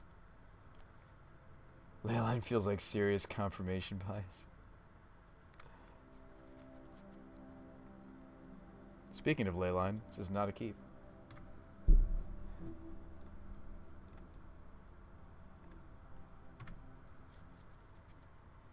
Let's go ahead and mulligan.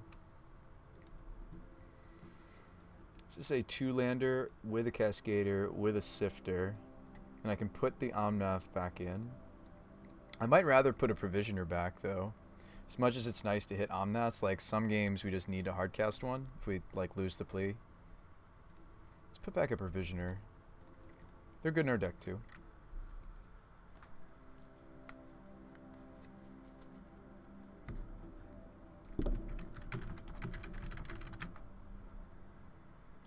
But Provisioner makes tokens. Yes, she does make a lot of tokens. Tarn go, huh? Well, another Omnath.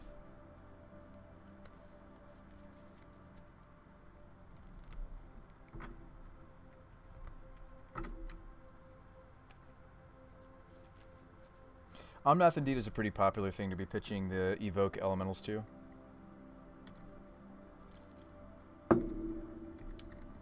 Oh, some form of control deck.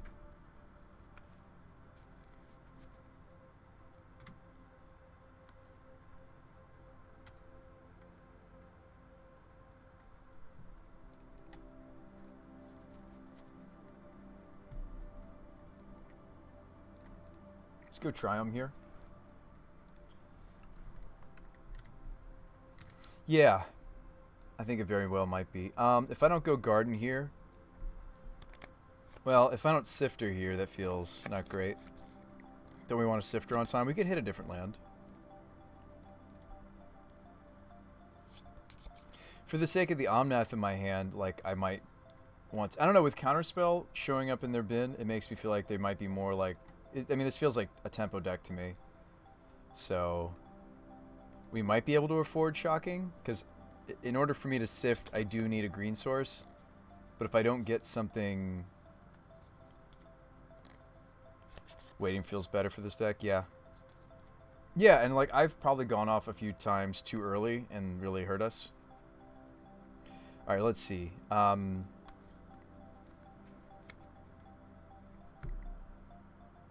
mean, my only choices are Breeding Pool or Stomping Ground. Breeding Pool helps us better with Ardent Plea than Stomping Ground, of course. It's like we're playing Tide. Well, yeah, we want to go off, like, the latest as possible, within reason.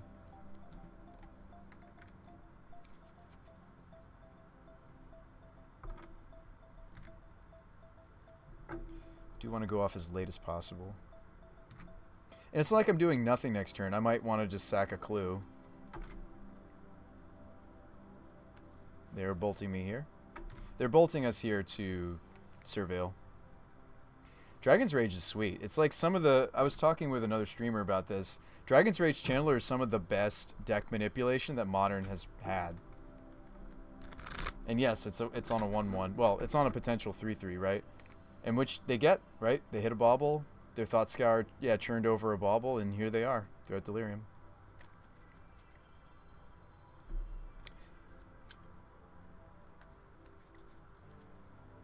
We're probably safe here if we draw a different land to go off. There's a non-zero chance that they might have something here. With them pressuring me like they are, I'm more inclined to just try to go off now. I know we just talked about, like, waiting, but I'm not going to wait. Oof. Okay. Would they have held it open next turn, too? I'm not sure. We wouldn't have been able to play around Spell Pierce if I spent a turn going Garden in the other. That's not good, guys. That's not good. So they're playing a little bit more Counterspell-centric build. This is more, actually... I wouldn't call this Prowess. This looks like Delver to me, actually. I thought it might be Delver when I saw a Counterspell show up in their bin.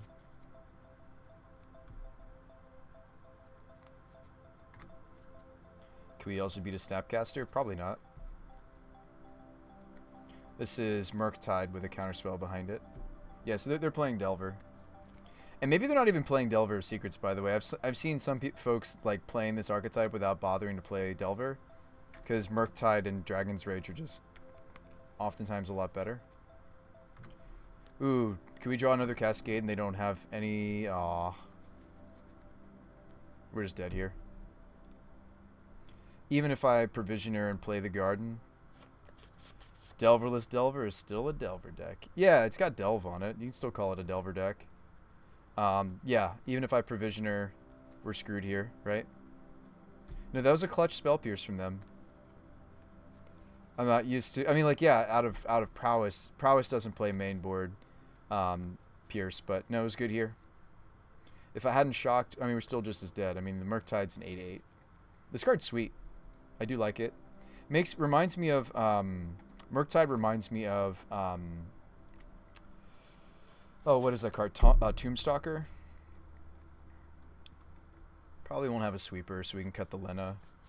I mean, there are targets for Terror, so maybe we want to leave in Terror. Pierce feels underrated. I think it's certainly better these days. Murktide reminds me more of Gurmag. So do we want to try to fight over their... do we want to try to force our combo through their counter magic with the help of things like Teferi or Click or Force? Do we want to... I mean, Teferi also fights if they have hate, many types of hate, right? Everything from Chalice on Zero to... I've seen people playing... We just played against Chalice on Zero earlier in this very league, right? Out of a deck that I wouldn't normally expect to see it in. Or no, was that last league? That was last league, excuse me. No, I would anticipate to see Chalice out of Merfolk, but they had it in the main board even. So we could bring these in. We could bring in Furies. I mean, when we're on the Fury plan, I don't need to like loop through my whole deck. So we've been boarding this way, and then some number of Provisioners get cut. Like I don't need to loop through the deck if we're just like, boom, here's a Fury, or we combo into get a Fury. And then it's just a matter of, okay, what other things do we want? Click and the Ferryman seem good. You want clicks? You think it's clicks? Yeah, what is my red count? Maybe I could even cut at 1 Omnath. Is that crazy? I feel like I just need to get lower to the ground. But Terror is a better prize in this matchup. So you like the Vendilion clicks maybe?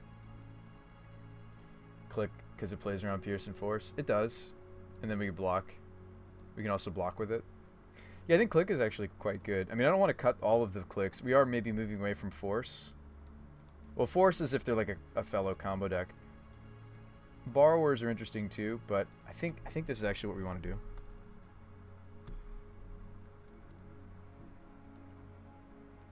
Sounds kind of tempting, isn't it? Turn 2 Sift. We have the Cascade. We also have some Tefs.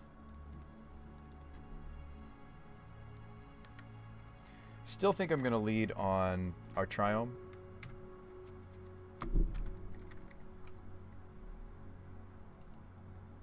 Force feels medium. Yeah, I mean I think that's the problem with it, right? Whereas like some of the other Cascade decks in the format really benefit from it. This might be Bauble with their Channeler.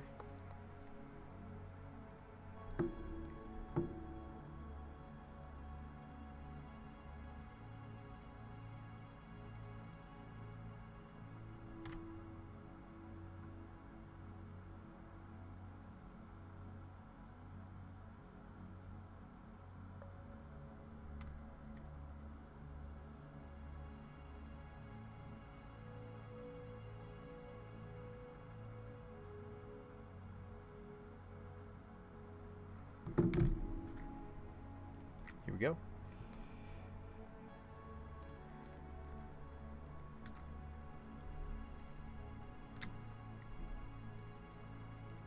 It's a lot of sifting.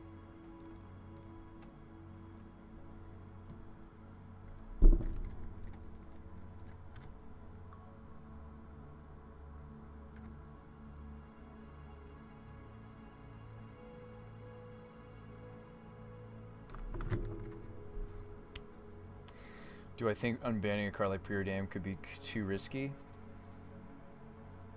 At this point, maybe not.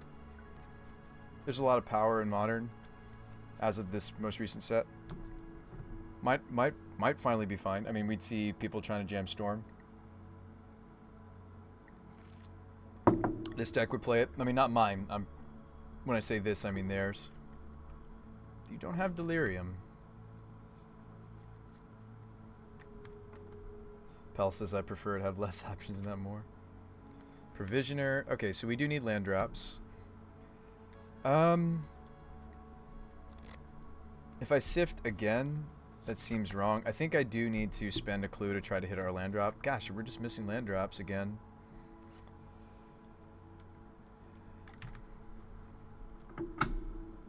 We're not gonna win this. If we're just can't.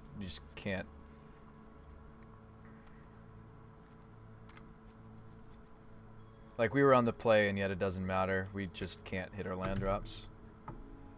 I still think Delver Secret is a bad card in Modern. I think, yeah, I would agree with that. I think if we just can't hit our land drops, we lose to all decks in the format if I can't make my land drops. It's fine. Delver's transcended the actual card. Yeah, they don't play Delver. No, they don't, the deck doesn't need it. Yeah, Delver's badder news. Wow, Delver's worse news for us than Prowess is, I think, right? Because they've still got a reasonable clock, but they have a lot more interaction, especially in the main board. Well, I could remove one of them.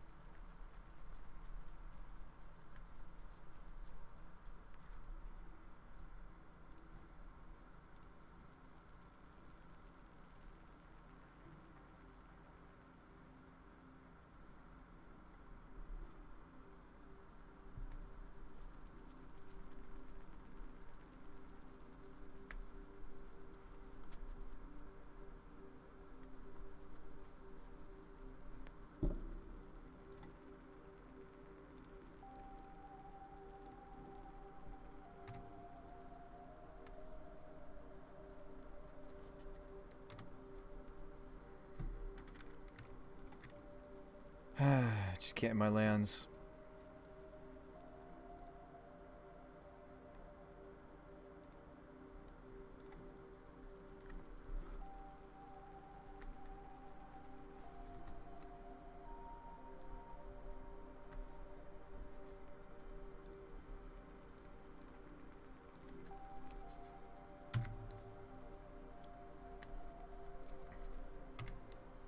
They probably have a Murktide, so they don't really care to fight there.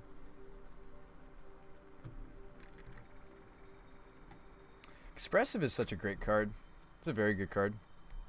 That's the deck manipulation spell that they're playing. I mean, it's not, they're not, you know, bothering with, I mean, like, sure, there's Serum Visions in the list, even still.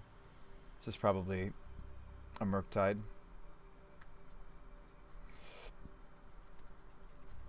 If we draw a land and we get to bounce it with Teferi, we're looking really good.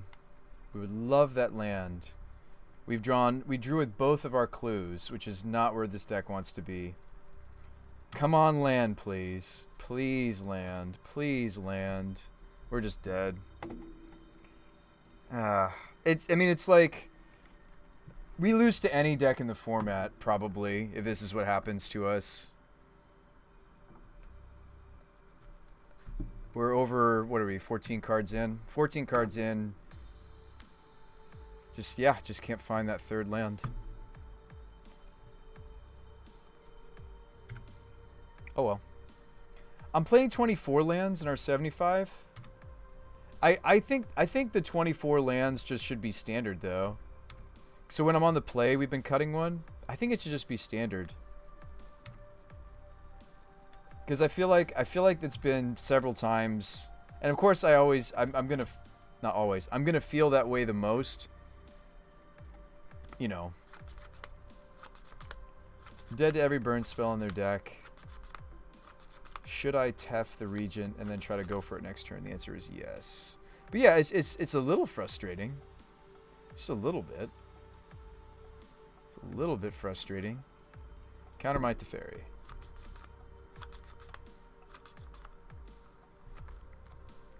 Alright, good games. Good luck.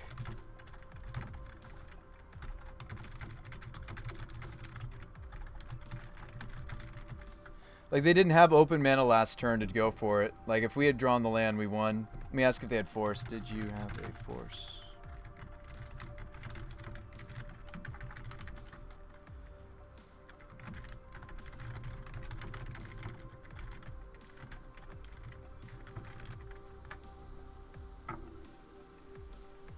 Yeah, it happens.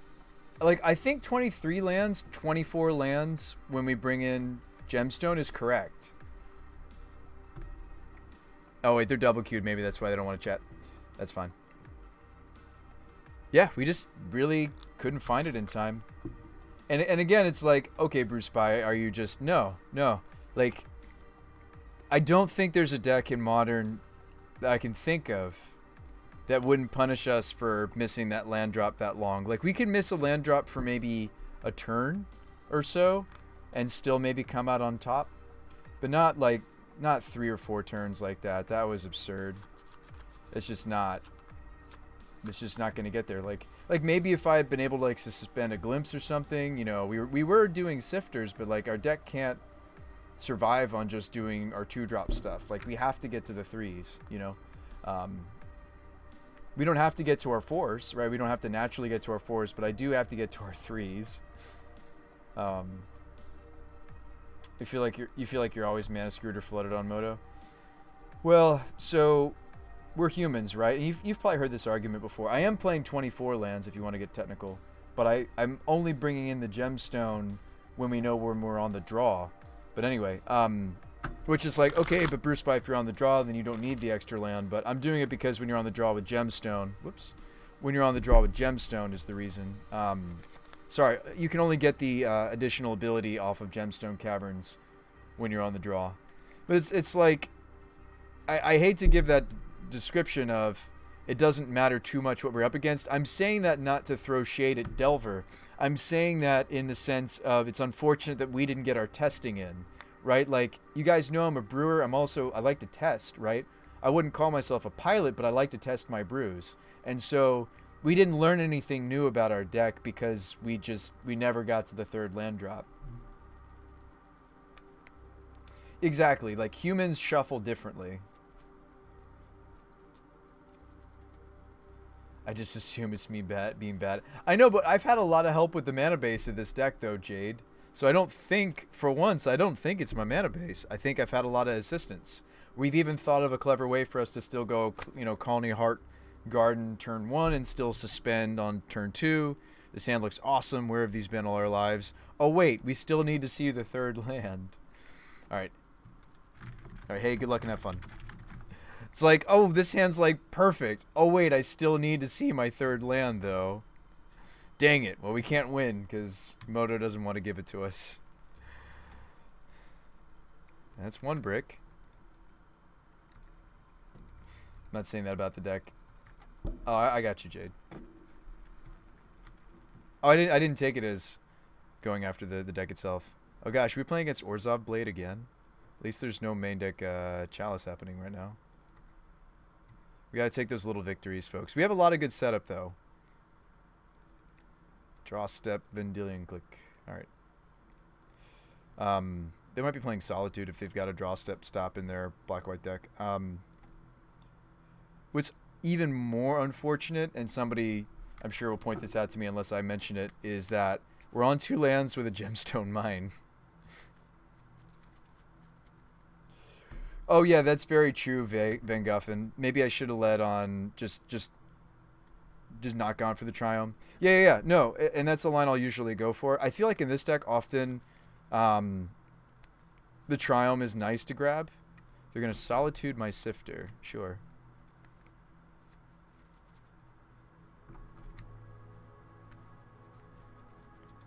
I don't get to keep the Sifter. You're gaining me some life. I appreciate it. And they want to give Undying to their Solitude here? Sure.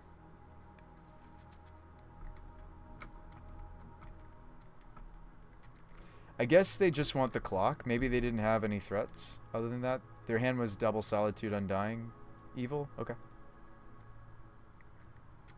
I still get the Investigate. Okay.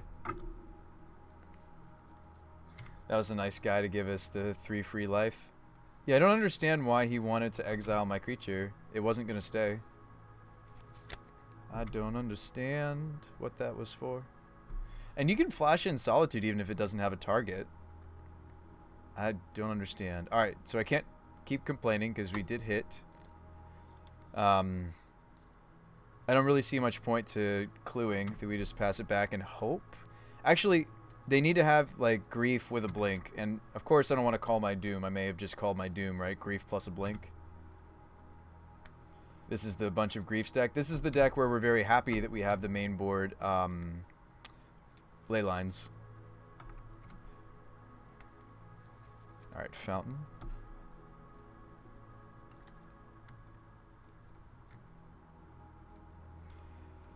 So what are we doing here? Plea, right? So maybe I should float. Probably what I'm supposed to float is like so. Leave red open. Like look how red our hand is. Here we go. Glimpse.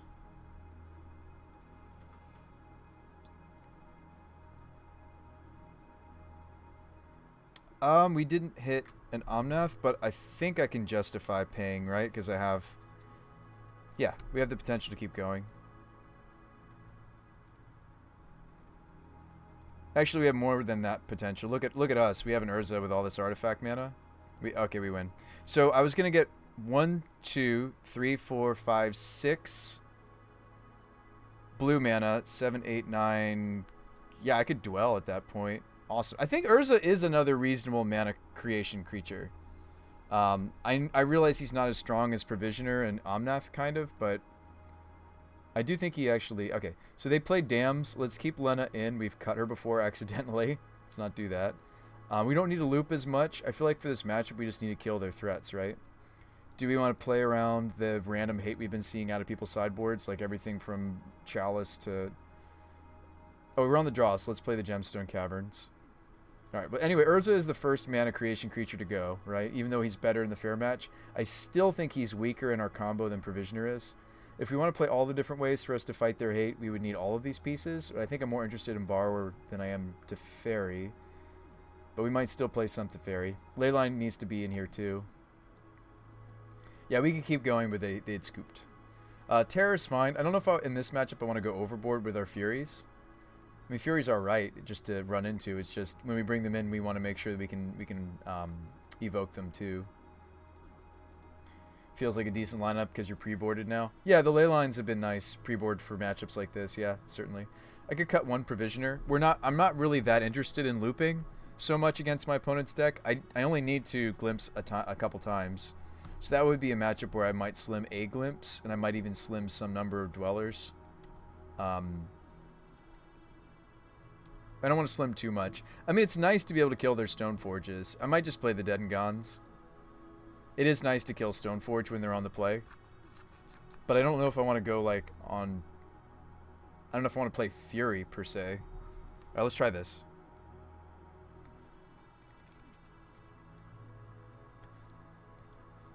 Sideboarding is a skill, and I don't think I figured it out for our current 75.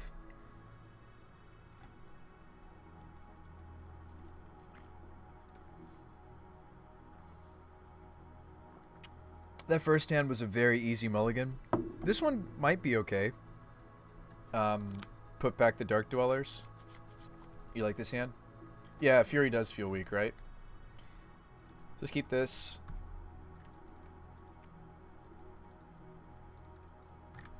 I mean, if they have a hate piece, they're going to go after the Borrower. But I think Ingot Chewer is like a great direction for us to go. Like, we need a lot of red cards. Yeah, I think this build of the deck is going to be sweet, maybe. I think that Chewers are actually quite good, just after seeing what happened this last league, that is. No turn 1 shenanigans? What? I just bottomed you. Man, I wonder if there's a scry bug. I really do. I mean, we do have all the dwellers still in, though. No, I cut one. So that had to be... This has to be Goblin Dark Dwellers number 2, because there's one on the bottom right now. Alright, so they may take my Borrower. If they don't take my Borrower, they're going to take Outburst, right? Well, you just take Outburst even still. They're like an Ephemerate deck. I may want to... I don't know. We can try to play around. So they're going to take the Outburst most likely.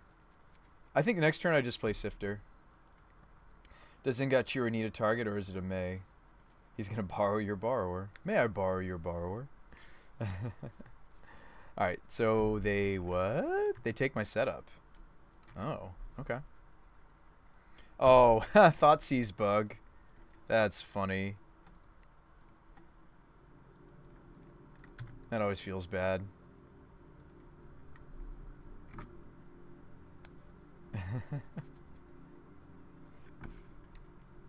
Yep.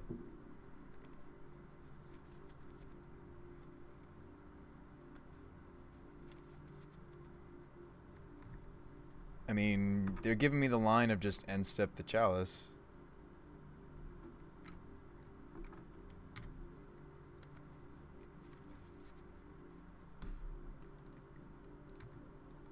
Let's tap this gemstone, not this gemstone. I wonder if they just drew that because they would have taken borrower then. It's very possible. This might just be hardcast grief, which does mess up me wanting to hit the Chalice of the Void.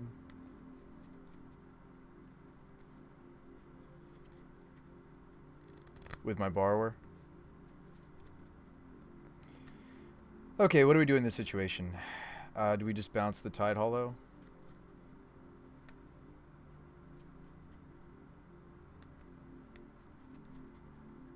This is not a good situation for us. I mean, we're on the fair plan and my hand isn't really good for the fair plan. So I can't take them off the Chalice. I mean, they're 100% taking the borrower. Wouldn't I want the borrower to be a flying threat? So I should do the borrowing.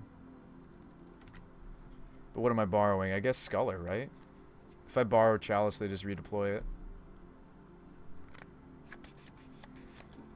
Borrowing Grief seems like a bad recipe. Let's go ahead and Petty Theft this, so at least we don't take damage from that this turn. This is not good. And we're sitting on Gemstone Mines. This is where the Gemstones really hurt. And I do think they do hurt. That's been another change to the deck I might want to consider. If we cut Forces, I can get a lot more expensive with my fetches. And we could play fewer of this effect.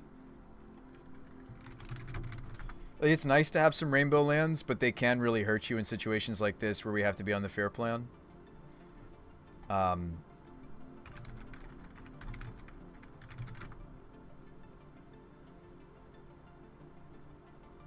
These are the proper fetches for the deck, I think. Alright, anyway. We already knew that. That wasn't new information. I was just being a little budgety because I was trying to make it so we could afford Forces. But I think this deck's just happier as a Fury deck. What about City of Brass? I think I'd still rather play a Singleton Gemstone. I think we can get away with the first Gemstone because we do reset them quite often. We didn't bring in Teferi too, did we? No, we didn't. We just brought in the Brazen Borrowers.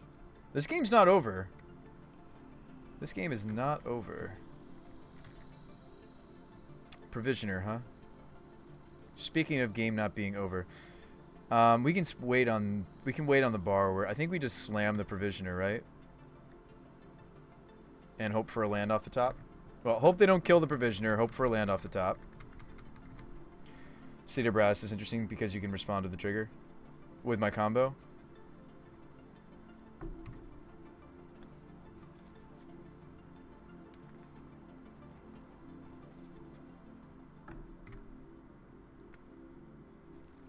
We're in a lot of trouble if I don't draw more lands. Yeah, City of Brass is spicy. That's true because the trigger does go on the stack. If I just needed a well, the thing I was thinking about with Gemstone is it was fixing that didn't hurt us, whereas City of Brass is kind of the opposite. But that's true. You can respond to the trigger. That's a neat thought. With our instant speed stuff and maybe gain some life before we finish resolving it. I think that's actually a really neat suggestion, Bonkers. Maybe you're really onto something here.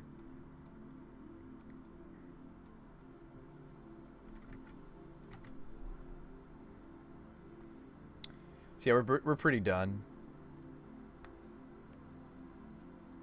It's okay, we took game one, but we're pretty done here. I mean, like, they have 5 power going. I can get the Brazen Borrower on the table. It doesn't do much. If I shardless, we're in trouble. I could spend a Gemstone to draw with a clue. We hit land. Spend my other Gemstone to draw a card. This is just, oh, it's over. It's all ogre now, folks. Probably. Sack your lands to crack clues. Send a message. Yeah. Send him the message that maybe we're still working on this deck. This is a Solitude. Looks like a Solitude. It's a Batterskull.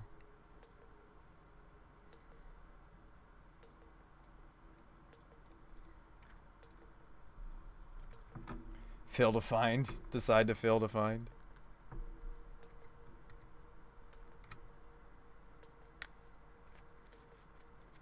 I mean, there was an out that maybe still existed, which would have been involved something like we draw the other Brazen Borrower, bounce the Chalice. Like, the Grief is what's... Like, we actually had it. If the Grief hadn't come down, the hardcast Grief hadn't come down, we were bouncing the Chalice and going off the next turn.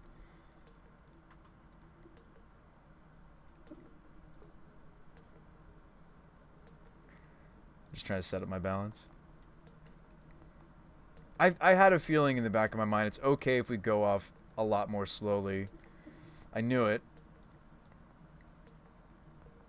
Just in the back of my mind there was this nagging thought that, yeah, you're going to wish you had brought in some number of Teferi. We don't really need to combo that much. Like in this game, if I can just get some value going. Not that their deck doesn't have any power. Like their deck has some power to it. Alright, let's run it like this. Their deck does have some power to it, right? And it's mainly in the form of their Stone Forges. Other than that, the deck is not, you know, that beat downy. Oh, I meant to take out the second gemstone. Dang it. That's okay. We'll feel out how the deck feels with an extra land. Maybe it's a good thing. This hand certainly suggests that the extra land is a good thing. The old double gemstone hand. So we're going to put one of those back. Keep this and hope.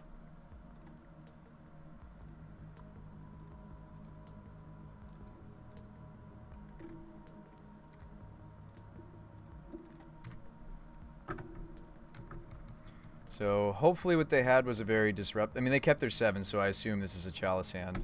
No, no Chalice yet. Teferi. I'm still far away from casting. But it's like, okay, if I didn't have that extra land in right now, like we couldn't have kept this 5 either. I do wonder if this deck just wants the 24. Could be a nut discard hand, but we have Leyline. Could be. Yeah, that could have been the turn 1 Grief Ephemerate. A Cauldra. Okay. So, I could Teferi this and then go off next turn. I think I'm supposed to do that.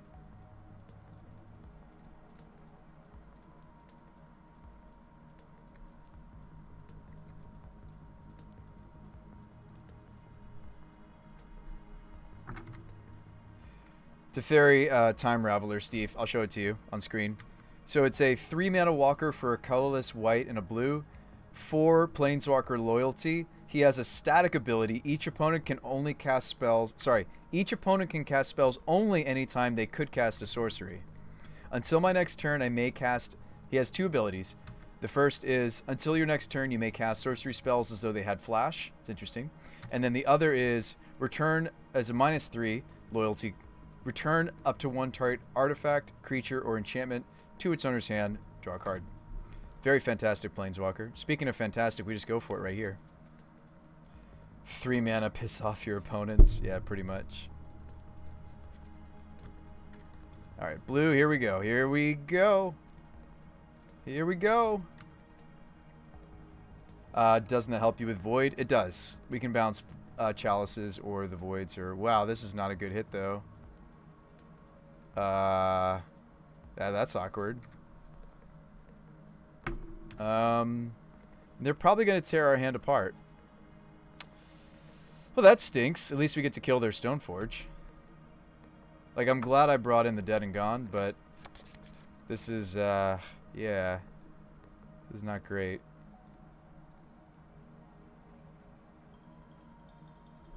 They might have their 1 protection spell, by the way. Oh, they don't. Okay. They sometimes have the Undying thing. This is fine. I hope so too. We don't need to crack the Misty. We could go next turn, but we're 100% getting griefed. Or damned. Ooh, wait, if we're getting damned, we can go off next turn. Hold on, this is maybe okay.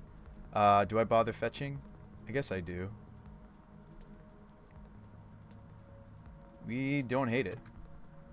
I've still got 7 permanents. Maybe 1 more. Maybe 2 more. Maybe I have 2 more permanents. Maybe, yeah, have another dam. Do you have another one?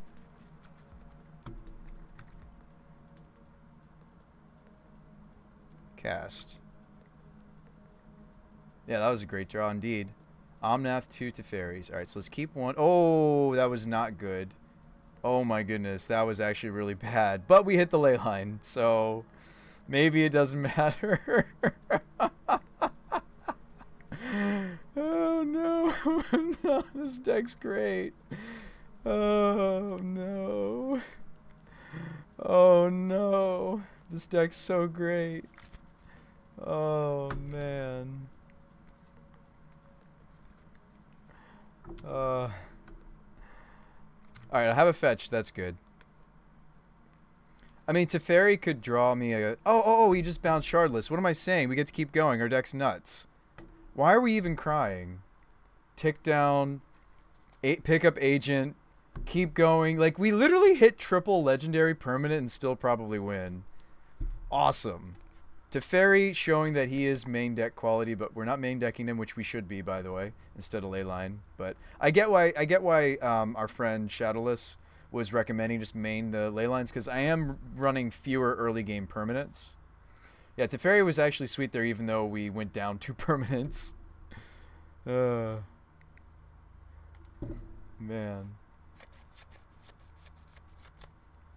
Yeah, that was sweet. Yeah, the Teferis are secretly a combo piece in this deck, but not so secretly. But yeah, they work with Plea and they work with Agents. Although your opponents can kill the Agents, Plea is harder to kill. Less likely to be killed in Modern. Leyline's making your combo less consistent. It does, Bonkers. Yeah, I mean, like, we could main deck Teferi. Like, I'm down for that. It's just, he was saying you probably want more early game permits to come in, but they have to be in your opener. This is the configuration I wanted to do. Something more like this. Oh, poor Bruce By, you listened to one of your viewers and you didn't do so hot in your previous league. No, it's not his fault. There's variance, right? But I think I'd like this configuration.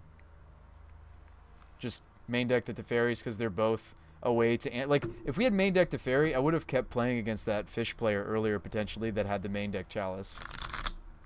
Bonker says that seems better. I think so, too. I don't think it's a big deal that our deck is filled with 3s. Like, the archetype is going to be filled with 3s no matter how you spin it. Yeah, I think the first City of Brass is fine. We're a very colorful deck.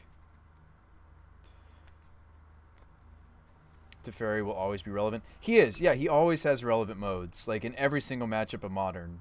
I mean, like, there's some matchups where they're fast enough that he's not as relevant. But yes, Leyline's not always relevant. Other than that, it's just a permanent if I have it in my opener, whereas Teferi is. And he's also secretly, but not so secretly, he's a combo piece. For the combo. For the combo! Oh, well, hey. We can't keep this, right? No, we can. Violent. I mean, we'll keep it, but I'm not keeping it so much for the Leyline additional permanent. I'm keeping it because it's a protected Violent Outburst. Oh, nice. We stopped their Thoughtseize. Let's go ahead, good luck, and have fun. Alright, Triome. For the chest. For the chesty. Did you tell them about the creature card? Yeah, it's already in the deck, maybe, for the next build, Steve. Ingot Chewers. Because it's red, because we have a lot of Furies in our sideboard, which we need to pull them off. And yeah, we just need a variety of cards that can come in together. Like, I get that Borrower's, like, the better sideboard card to have, but, like, Chewer can come in when we bring in Fury and still hit a lot of the same stuff. Yeah. Oh, wow, is this the same matchup? There's a lot of people jamming this deck, seriously. It can't be the same deck, is it? No, it's not. It's Mardu. But Mardu, one of the main ways to interact with us is through that avenue.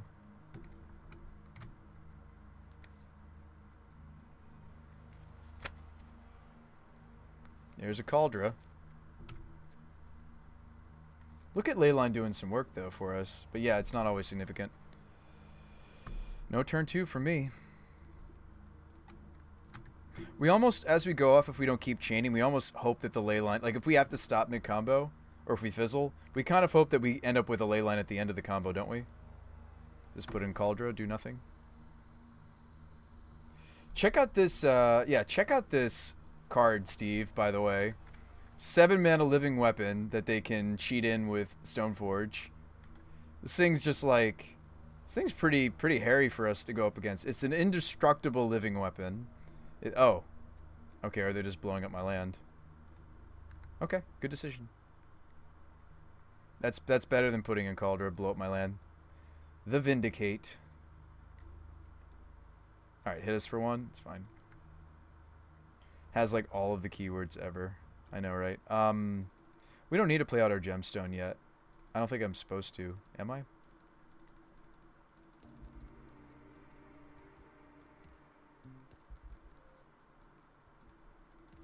If they're going for cutting us on color instead of playing out their Cauldron, we should play Island, I think.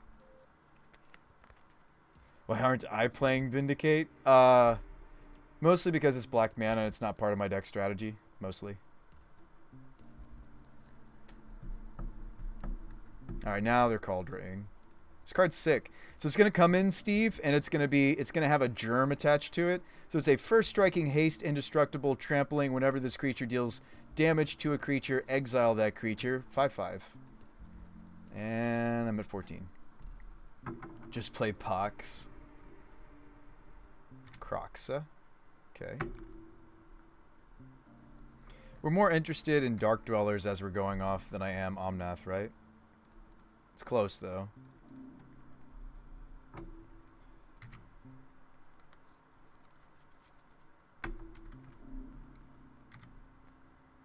They could Croxa next turn.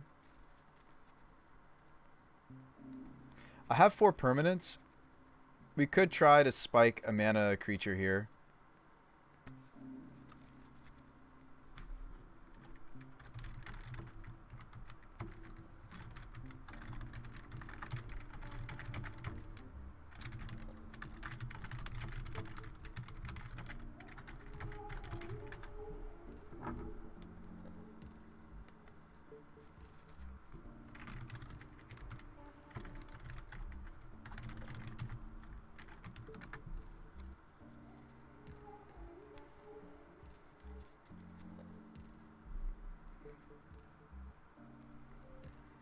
I could play Shardless and decide not to Cascade, just to have an extra permanent. That seems weird, though, to me. Do we just go for it because they could have another Vindicate? I think we play the Patient Man's game. I think we have 1 turn. Seems bad, I would just go for it.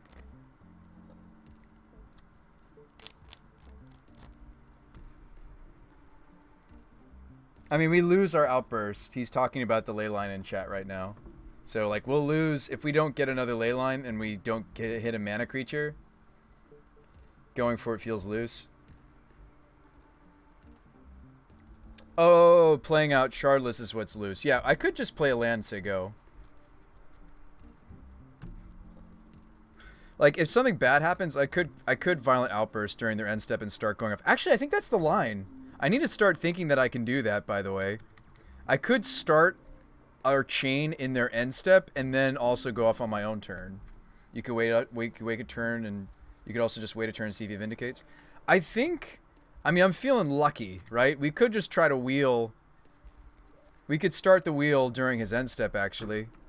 And then try to go off again. You aren't dead on board. More things on board. Yeah. I'm kind of tempted to end step the Outburst, and then whatever lands that I have end up with, try to go off with the Shardless on my own turn. I'm kind of tempted to just see what happens if I do that. It's probably wrong, though, but a little tempted. With only 4 permanents, it's maybe not the smartest thing to do.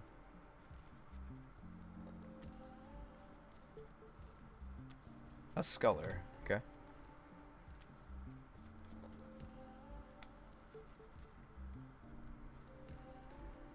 I'm going to dry it. Dry it. Wow. I'm going to try it. Experiment. Experiment. Experiment.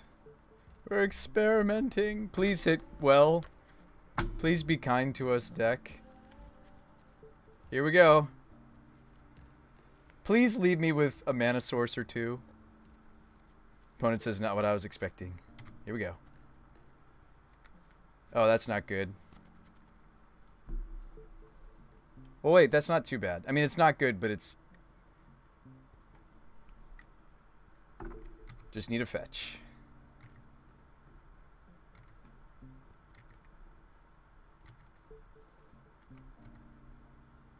Come on, fetch. Okay. It's not over. Just mostly over because of my greed. Well, we ended up with Leyline, though. Gained some life. This actually isn't as bad as it looks. I could crack a clue during their end step. Could also hit them with the Wave Sifter. Wave Sifter block here isn't really great. You have blockers now, too. Yeah, this actually... Why am I complaining? This was great. We kept the Leyline. Hang on. This is maybe good. Why don't we hit them for 3 in the air? Make it easier for us to finish them. Why crack? Just try again next turn.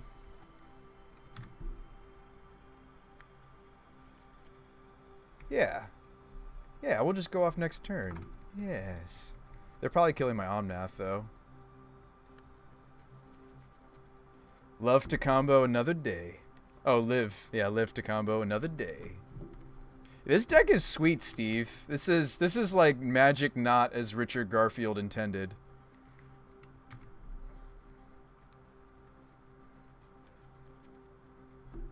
I'm just going to take it. It's hilarious that we ended up with Leyline again. There's only 3 in the deck, and yet the deck was like, you need this, don't you, Bruce By? I do feel like the ceiling on this deck is really high, and then the floor is, well, you know. Breaking the game's the most fun part. What is this, Solitude? Ah, Croxa. Sure. The Glimpse in my hand is the weakest card, right? It's the weakest link. We also want them in the graveyard anyway because of Dark Dweller. Okay, I'd actually rather have Gemstone Mine in my hand, and we'd rather shuffle the Mountain back into the deck, correct? So let's gain some life. Exactly. Our deck isn't designed with the haste kill anymore, so we should hit them with the Wave Sifter before I start going off. Hiya. You have so many permanents now. I have so many I know. Like, what happened? How did we end up with all these permanents? Oh, I need to tap blue there. Shoot. Here we go. Here we go. Here we go now. The last glimpse of my deck, though, right? No, there's one more. Goblin Dark Dwellers. Alright, let's click on the top one. Goblin Dark Dwellers. Pull the other glimpse out of my deck, please. Right? No. Use the other one that's in my graveyard. Because we still have Cascade spells to draw to. Hey, there's an Urza. I can show you guys how we make lots of mana for me. Alright. Treasure token, treasure token. You want to see a dragon kill? Working on it, bonkers. Okay, before those go off, I need to float. No, hang on. Urza. Tap the treasure, right? Yeah, we should tap the treasures instead of cracking them. Float.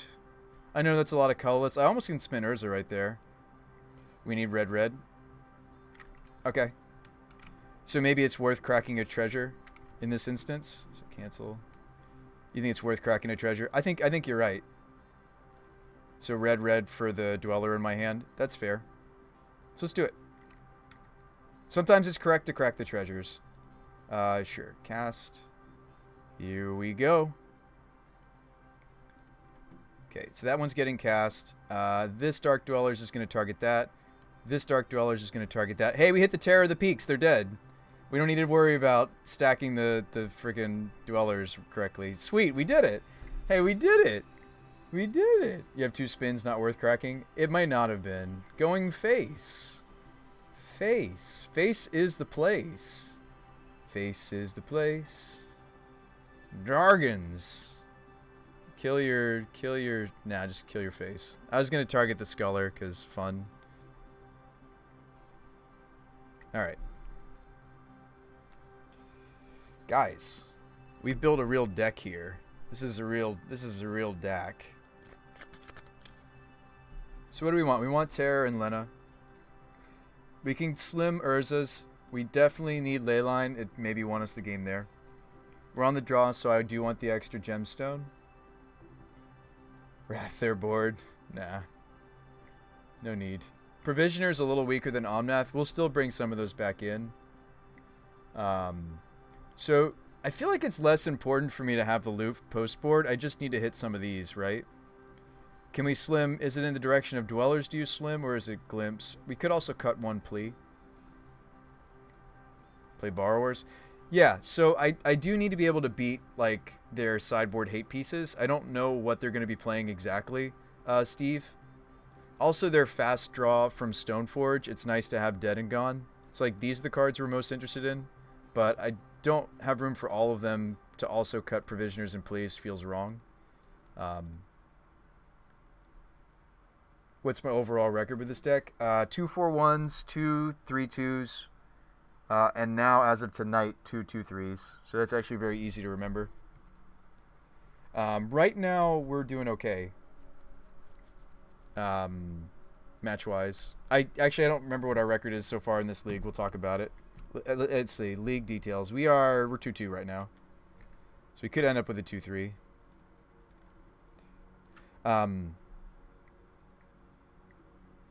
What's my backup plan for Leyline if I don't get it? Cry. It's Magic. Am I using spreadsheets? No, I'm not. I'm not spreadsheeting this progress. Yeah, we could go that deep. I mean, again, I'm not really a grinder. I'm more of a deck designer, but maybe those kind of go hand in hand. That's fair. 61 seconds. All right, so those two probably do go hand in hand. Triome. Why does your match record widget not work? It's program. You got to talk to the guy that programmed it. Dan Bopes. I'm not sure why it's not working. Let's maybe either cut a Glimpse or cut a Goblin. I don't think I need to. Well, I'd rather go off than loop. And if we're going off, I'd like to make the mana, but I don't think I have room for the Provisioners. All right. So we're just going for value glimpses this time. We're not trying to loop them.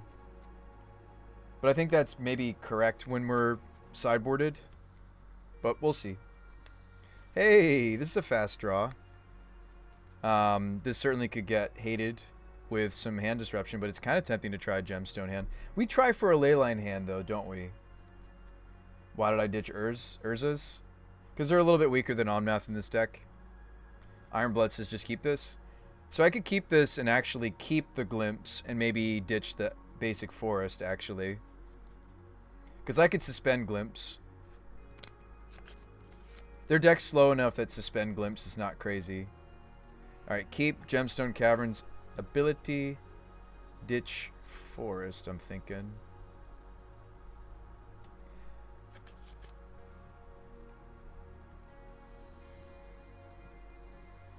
So we'll take something else.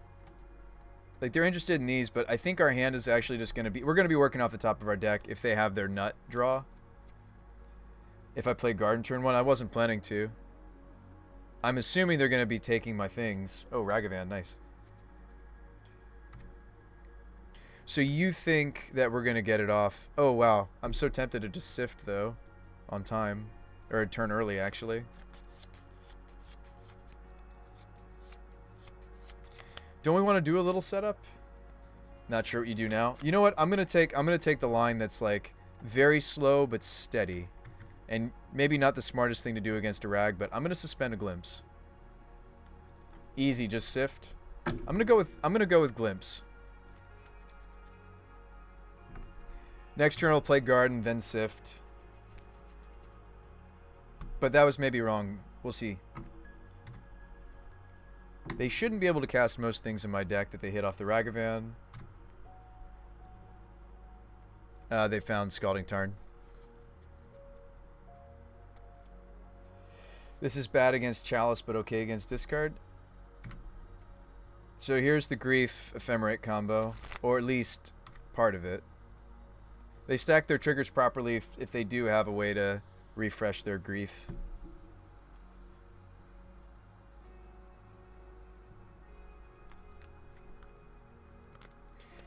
It's not Chalice that I expect. I expect Void Mirror, but I have seen some Chalice. Whatever void card of their choice, right? Both work against us. We have to beat them both.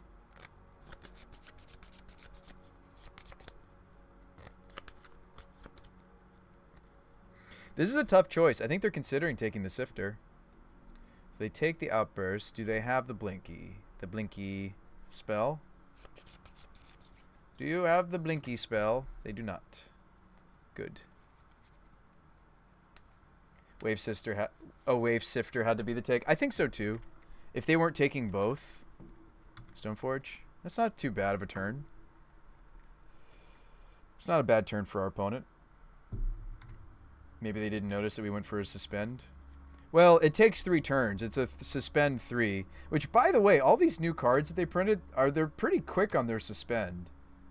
There's still two turns on that though. But that's still quicker than like the ones I'll remember from antiquity, from the beginning of time, of magical time. Hey, what's up, Snappy McSnap? How you doing, friend? How's it going?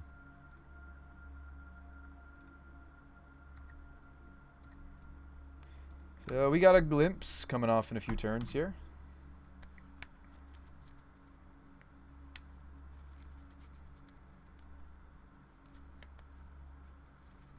Search for Tomorrow shuffles away. I'm so depressed.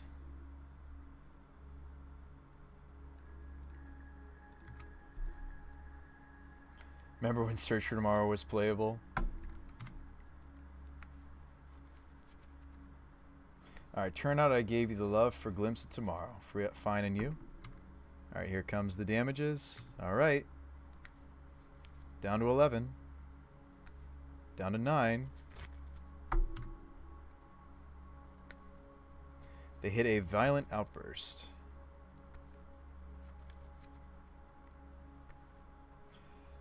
Oh yeah, I've seen that card actually fringe playable in modern Black Cloud decks, or whatever it's called. Death Cloud. What about Greater Gargadon?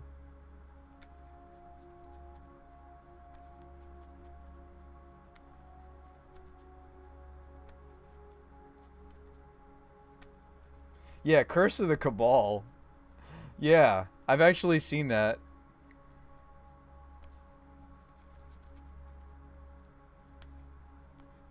You suspend it. You never hardcast it. You just suspend it.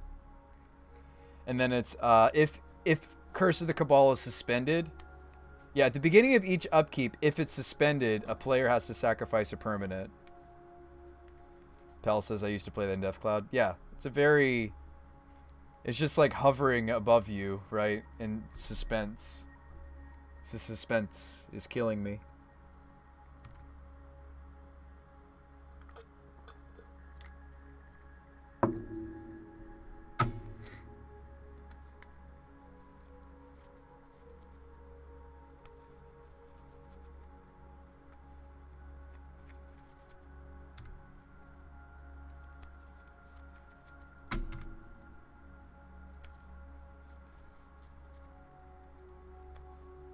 So I can't cast Ardent Plea, but they might still take it because I could draw the exact colors for it.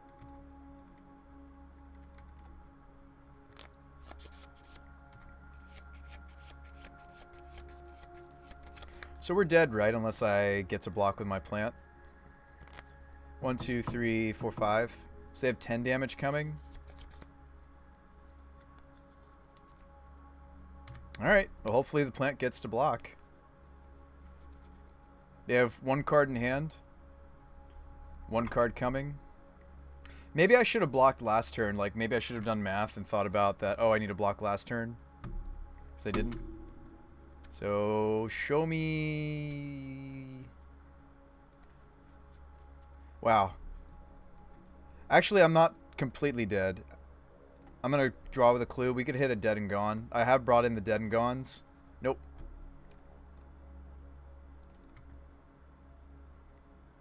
Just block Cauldra.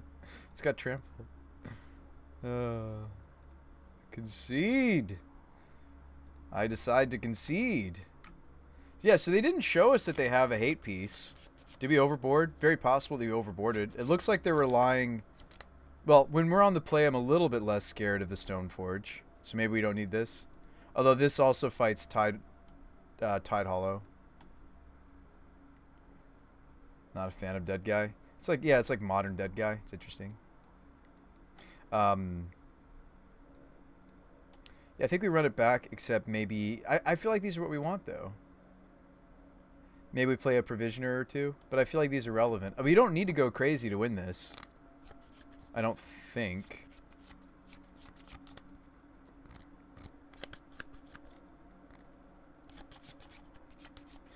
Yeah, I mean, their deck looks like Fury. Actually, they showed us Ragavan, too. Maybe we should be on the Fury plan. They showed us Ragavan as well.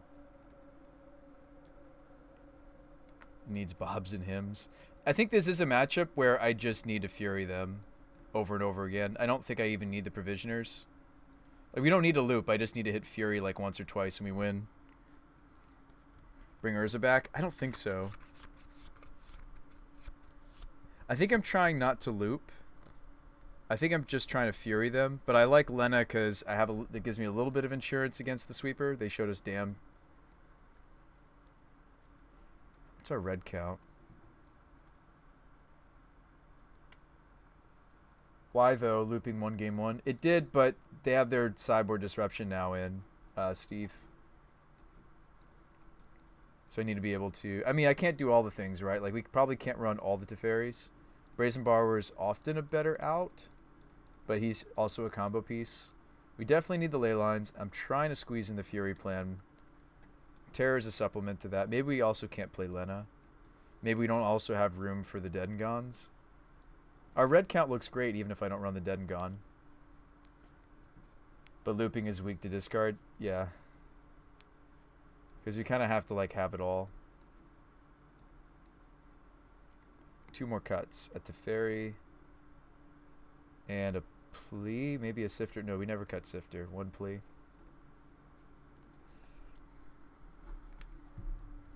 Oop. We should have enough red to pull off the Furies. This is a Fury hand, but not much else. But it is a Fury hand and it fights 8, but we're not doing anything. Let's look for a good 6. This is a pretty good 6. I don't think I can get it much better than this.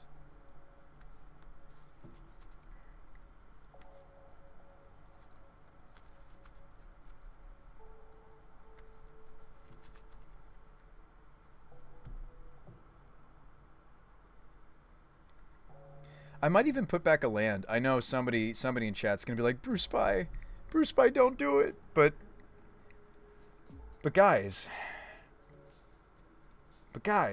like, we gotta keep cards. It's a discard matchup, and I didn't hit a ley line. We gotta keep cards. Yeah, but guys, value, guys. Don't Fury on the glimpse, please. Why not?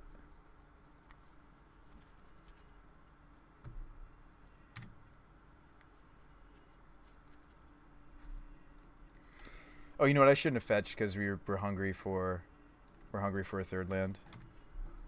There is the monkey, but I don't really want to Fury him. Oh, you sided one. Yeah, that's true. So, like, there's only 2 left in the deck. That's true.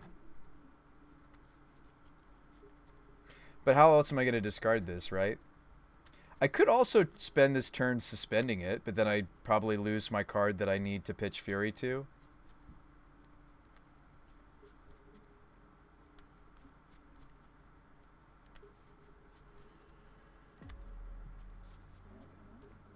It's very possible we won't have what the Fury needs to pitch if I don't use Glimpse. Snappy McSnap.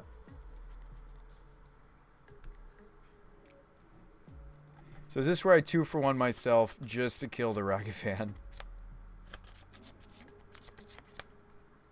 Nope, stand strong. Stand strong. It's just a mana dork. It's just a mana dork. It's the best mana dork they've ever made, but it's just a mana dork. Stay strong. Stay strong, Bruce Spy. Yeah, you think it's wrong too, pal? I know. We're staying strong, but it's like... Oh no, my Sifter.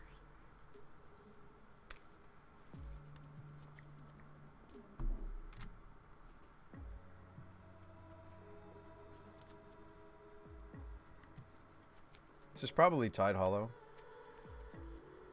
Oh, no, it's not. It's a Croxa.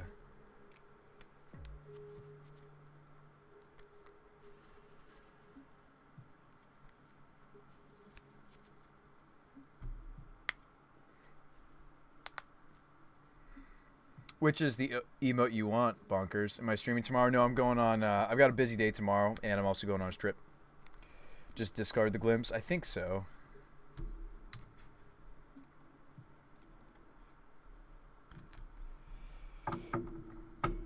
I agree with your assessment, Pell.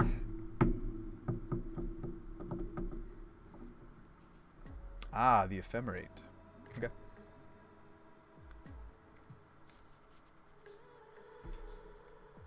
Well, I guess we're letting go of the Fury.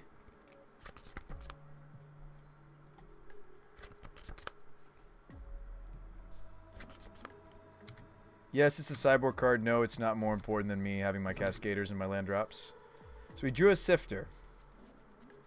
Is this where we let ourselves get got?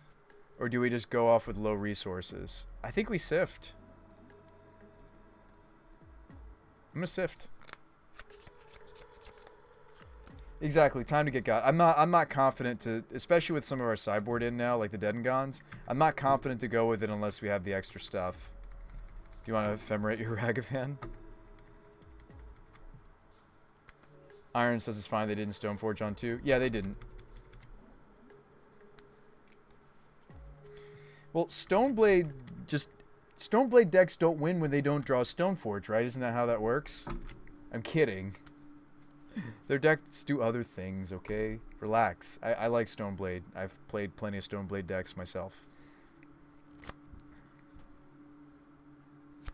Ooh, rip apart?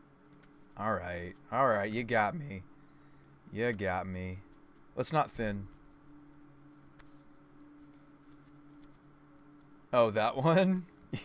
That's the emote of mine? That's the face of mine that you like? What did I name that one? Oh, the Bruce by what? This face? Yeah, it's the... What? I stepped away. Did we lose? No. No. In fact, we just drew a better card to go off with initially, right? Isn't Agent the better one to go off with? Maybe Ardent Plea, because they have a lot of removal in. Agent's usually more correct, though. Agent, like, blocks Ragavan. It's Agent, right? Yeah, because it blocks... Yeah, okay. Agent, it is. Secret Agent, man. I want to make sure I can cast all my spells. I can with Raugrin breeding, right? Yeah, just maybe get a red source, because red's relevant. Well, we're not keeping these lands anyway, unless they, like, have Black Force, which doesn't exist! We win! What could they do? Mindbreak Trap. I only have one more glimpse, by the way. I am aware of that. Nice. Omnath with 2 lands. Perfect. We get to keep going. We only get to go one more time, though. Hype Creep. Whoa, another Shardless? Isn't that just what we do? I mean, they play Dams, though. So it'd be nice to, like... I don't know. Our hand can't really play around Dam anymore. Yeah, I mean, do we do another? Or maybe this is the spot where I don't. I thought you boarded one out, though, says Pell. Yeah, I did. Hang on. Maybe we're out. Maybe we're out. Let's see. So I did board out the 4th. 2 have been spent. Is 1 exiled right now? No. There's 1 more in the deck. There's 1 more. You would just Shardless?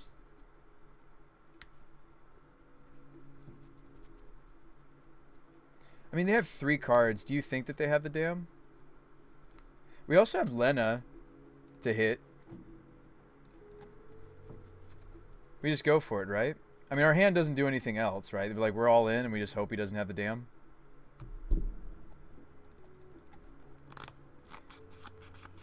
That is more of a reason to do it, you think? What, because my hand doesn't do anything else?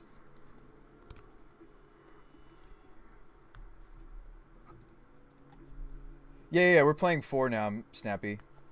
I'm playing a playset now, but yes, I mean, dude, the decks change. You gotta stay current. No, I'm just kidding. Just playing around with you, McSnap. But no, I do make lots of changes to my decks as I'm figuring out what the deck wants. And anyway, You've got 3 Glimpse, 3 Dwellers, a Terror. Yeah, I mean, there's a lot of things to do it so he doesn't draw the dam. Just YOLO. Let me let them know I'm thinking. I think we don't. Honestly, I'd draw any land in my deck, and we could go grab the other Glimpse, right? Tap Caverns, try to keep going off. Alright, well, I hope we draw more action. If they dam, we're dead anyways. Probably. No fear. No fear. That's what we were about to draw, so maybe it's for the best. Alright, we're going to go down an Omnath here.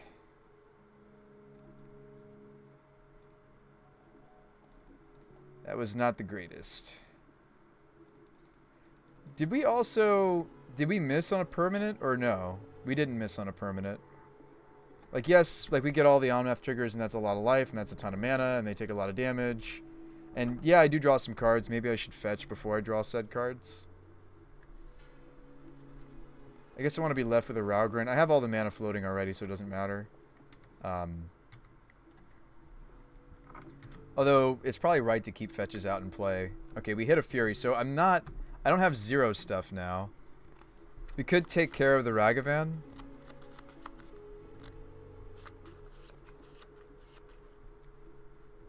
Yeah, I mean, I guess...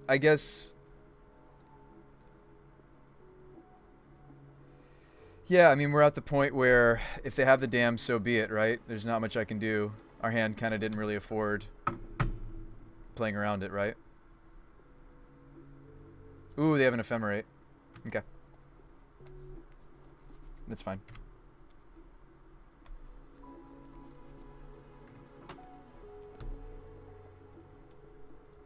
Not going to play out my land. They do have a Croxa in the bin. Simian Spirit Guy, keep going. I'm out of Glimpses. I need to hit Goblins now. Goblins are now our best draw. They would let us keep going. Dark Dwellers. I have 3 in the deck right now.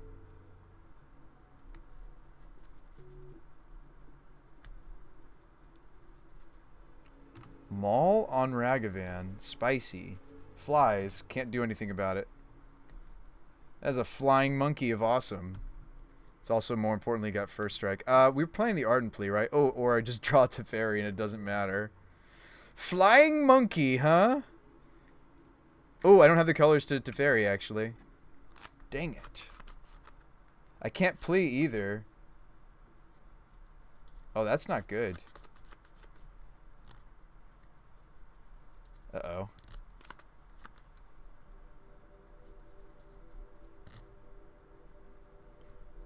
Huh. Well, do we just swing? I deal so much damage, even if they block. They're trading for Fury because it's double striking. Like, they want to go after my Omnath, but, like, if I have Violent Outburst, they just die, right? 1, 2, 3, 4, 5, 6, 7, 8, 9, 10, 11. They almost die. Yeah, I think we swing an Outburst. No, you swing first, then Outburst. So we're going to block Omnath. Me doing this now doesn't actually change the math in our favor. Oops, I tapped wrong.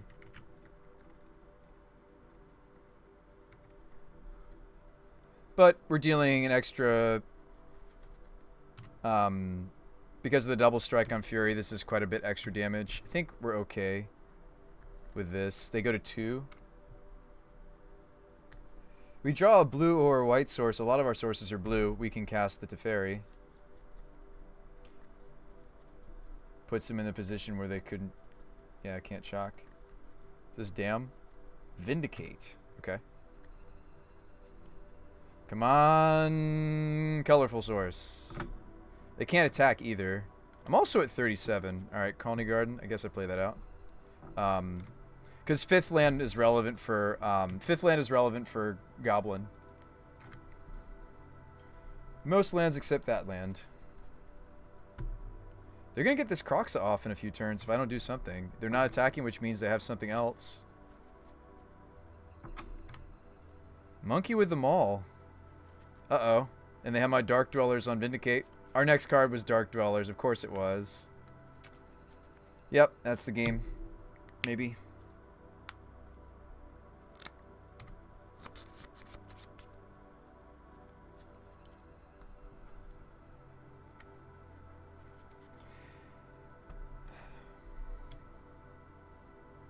They decide not to vindicate my triumph. They decide they want to kill my agent. I'm with you. Goblin Dark Dwellers is owned by me if I can just get it on the table. We're drawing all our white cards in the deck. It's fine.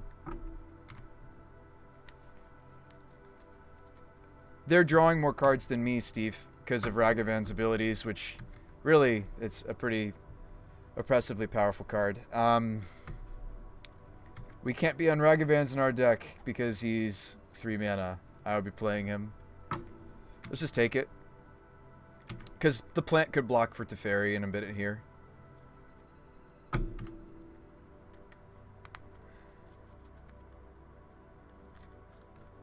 think they've got us, guys. That sucks. Ragavan's a very good card. Yeah, maybe we shouldn't have attacked. I think in retrospect, maybe we shouldn't have attacked because we might have been able to... Well, we never saw a fetch, though. We wouldn't have been able to make the colors we were missing for our white cards in our hand off of the Omnath. Can hardcast a Fury. Kill the Ragavan. Seems good.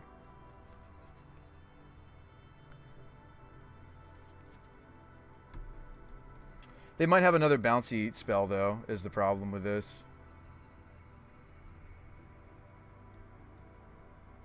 Let her rip. Do we want to play around anything? Hang on, undo. We'll play around like weird, random, gain a toughness instantly stuff.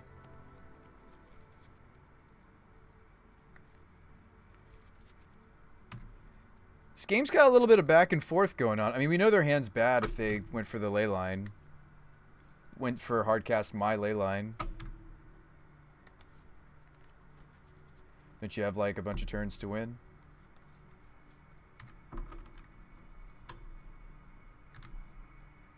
I mean, this is back and forth, and this is fascinating. They're at 1. They have Maul to put on Goblin Dark Dwellers. If nothing else. Grief, they take my Teferi. We're also just about to cast Lena, though. So maybe you have to consider the Lena. I don't know. Come on, Lava Dart. This is some real magic. This is like... It's not so much they're hanging on anymore. They have a relevant piece of equipment. They take my Teferi, but we might just Lena. Another Ragavan, of course. Alright, another Fury off the top. Kills the Grief and the Ragavan. Come on. Come on. Come on. Yeah, this has been a great game indeed. What a fun way to end this league, whether we win or lose. This has been really, really fun. Opponent's been a little fun in the chat, too. Okay, so we could block and kill the Dweller, but I'm thinking that's not, like, really where it's at.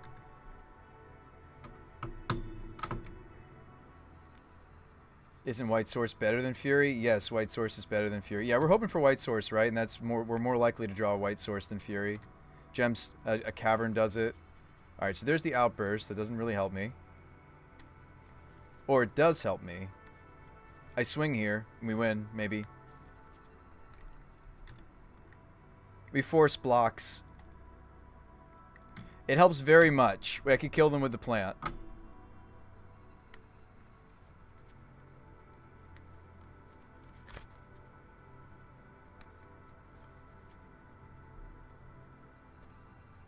We're fine with this. We get to kill the Ragavan for freebies.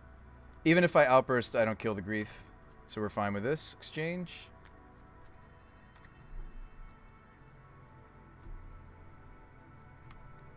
Four minutes left on my clock. Come on, deck. Give me the White Source. Is this Batterskull? This looks like a Batterskull to me. Ah, the Croxa. Okay.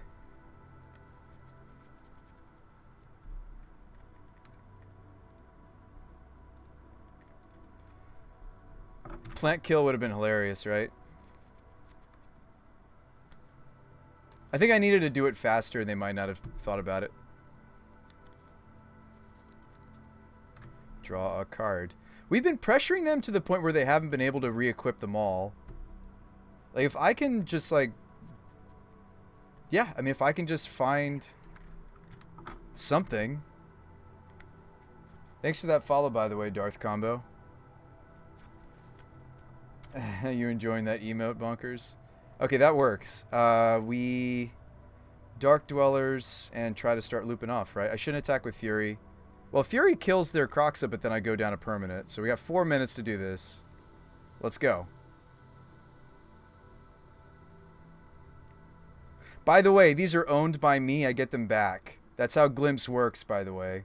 Glimpse is hilarious against Ragavan. Watch this. I'm going to get those permanents back. The ley line and yeah, they're mine. Sure, we can pay. I don't need to pay. They're dead, right? Yeah, they're dead. I took my ley line back. They're dead.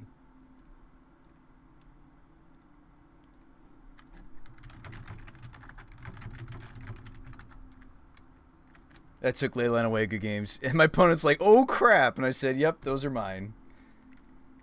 That's fun. We got there. Another 3-2. Game Dargan claims another victim. Wasn't the dragon your suggestion, Bonkers? We did it. We prized again. We did it. We did it, and we did it before midnight while my brain is still working. We did it. Thanks for all the support, guys. Alright, let's start planning out version 1.6. Open a chest. You want me to open a chest, Steve?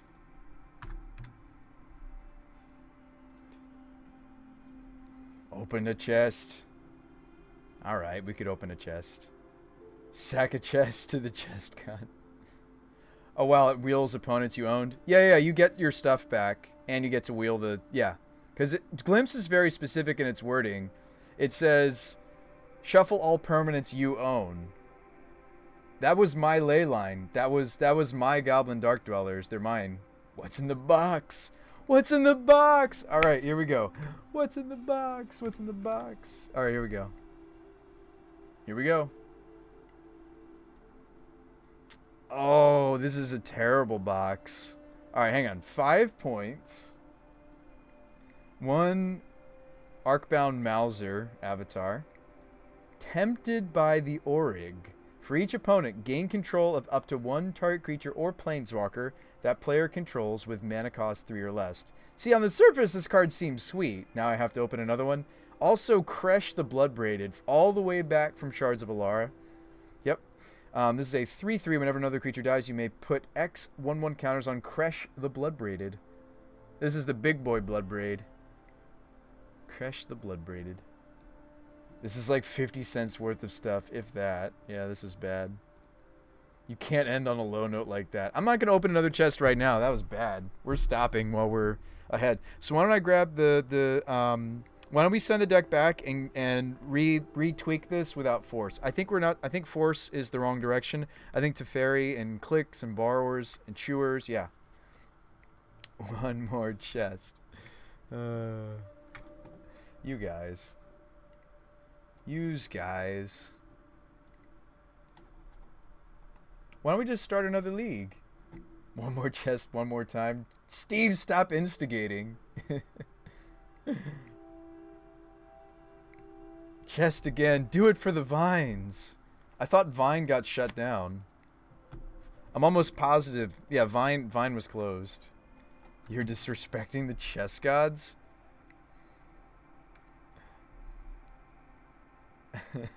Well, now, if I've disrespected them, then surely the next chest is going to be garbage, right? Surely it's not just variants.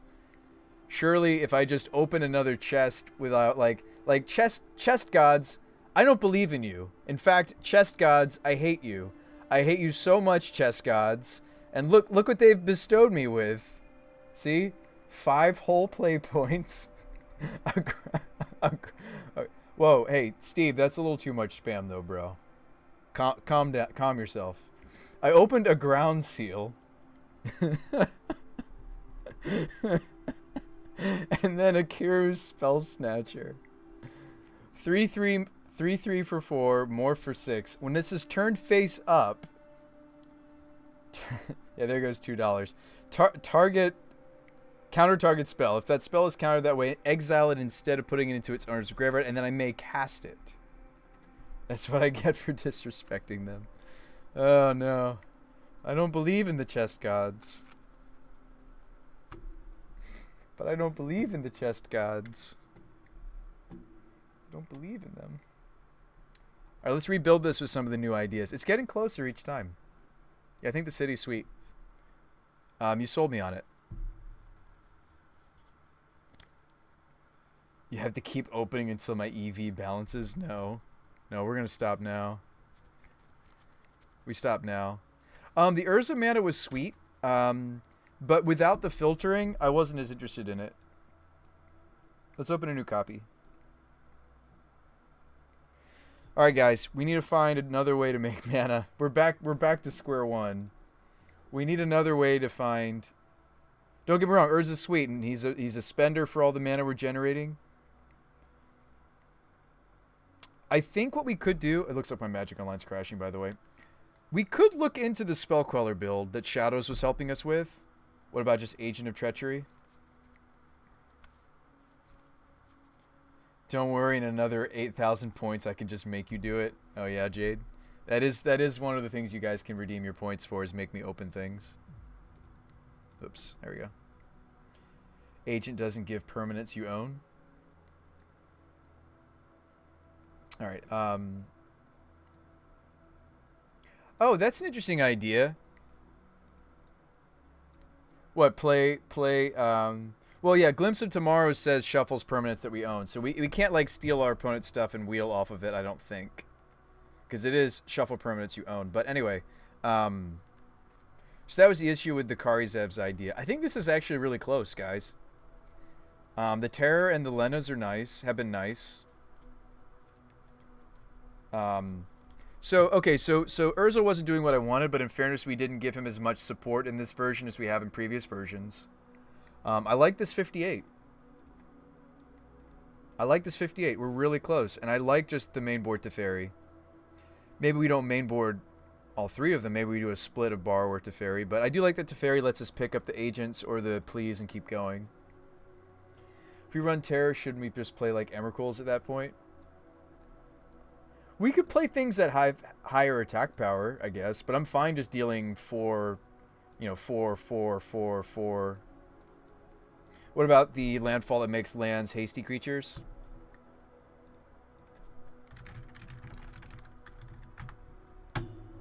Just play some bolts. Bolts are going to interrupt the combo, though. Why don't you just play Emmy or Grizzy? I don't know if I want to do an Omni build. Yeah, where is there a landfall that does that? Oh, this one, Embodiment. That's fun. I feel like this is better in the Risen Reef build, though. Scampering Scorcher gives the Elementals haste. We also could just play Kenrith and give our whole team haste. Is that what we're trying to do? I thought we were just trying to loop. I thought we were trying to do the loop-de-loop.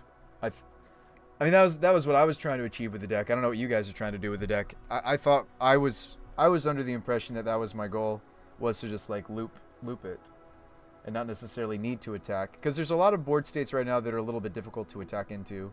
There's some very efficient creatures going on. There's like Asmo board states too, where you just don't get to keep the creatures even. So like stuff like ETB kills are really nice right now.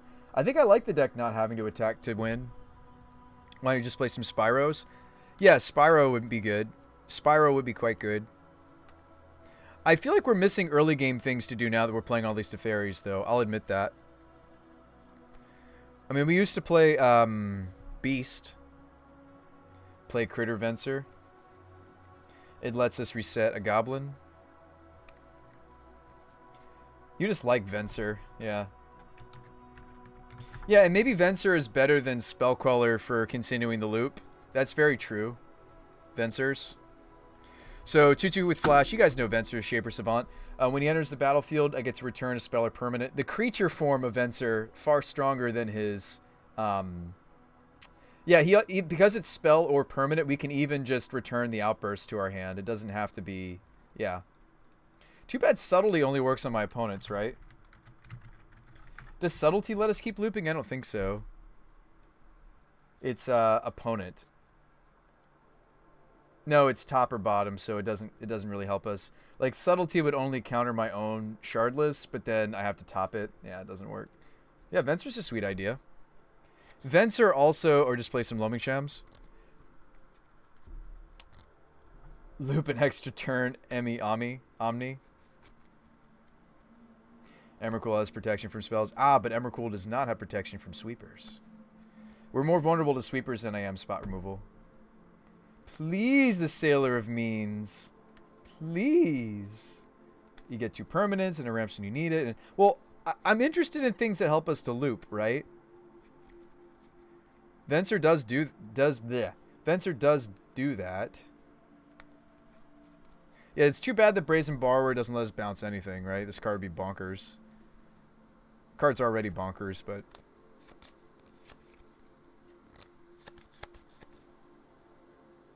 Maybe we only want a fun of Venser because he's legendary anyway. The Teferis, like, the times that we've hit multiple Teferis don't feel that great. Like, if I hit multiple Omnaths, I don't care. But, like, the times that we're hitting multiple Teferis feel pretty bad. Maybe we shouldn't have all of them in the main. Because, like, we go down a permanent when I do that. Wait, what about Baron? Venser can do some silly stuff for more permanents. Even resets our garden. Black Iron Barkus is really selling me on this card. It's also blue-blue, which is not the worst for our mana base. Just play some Barons.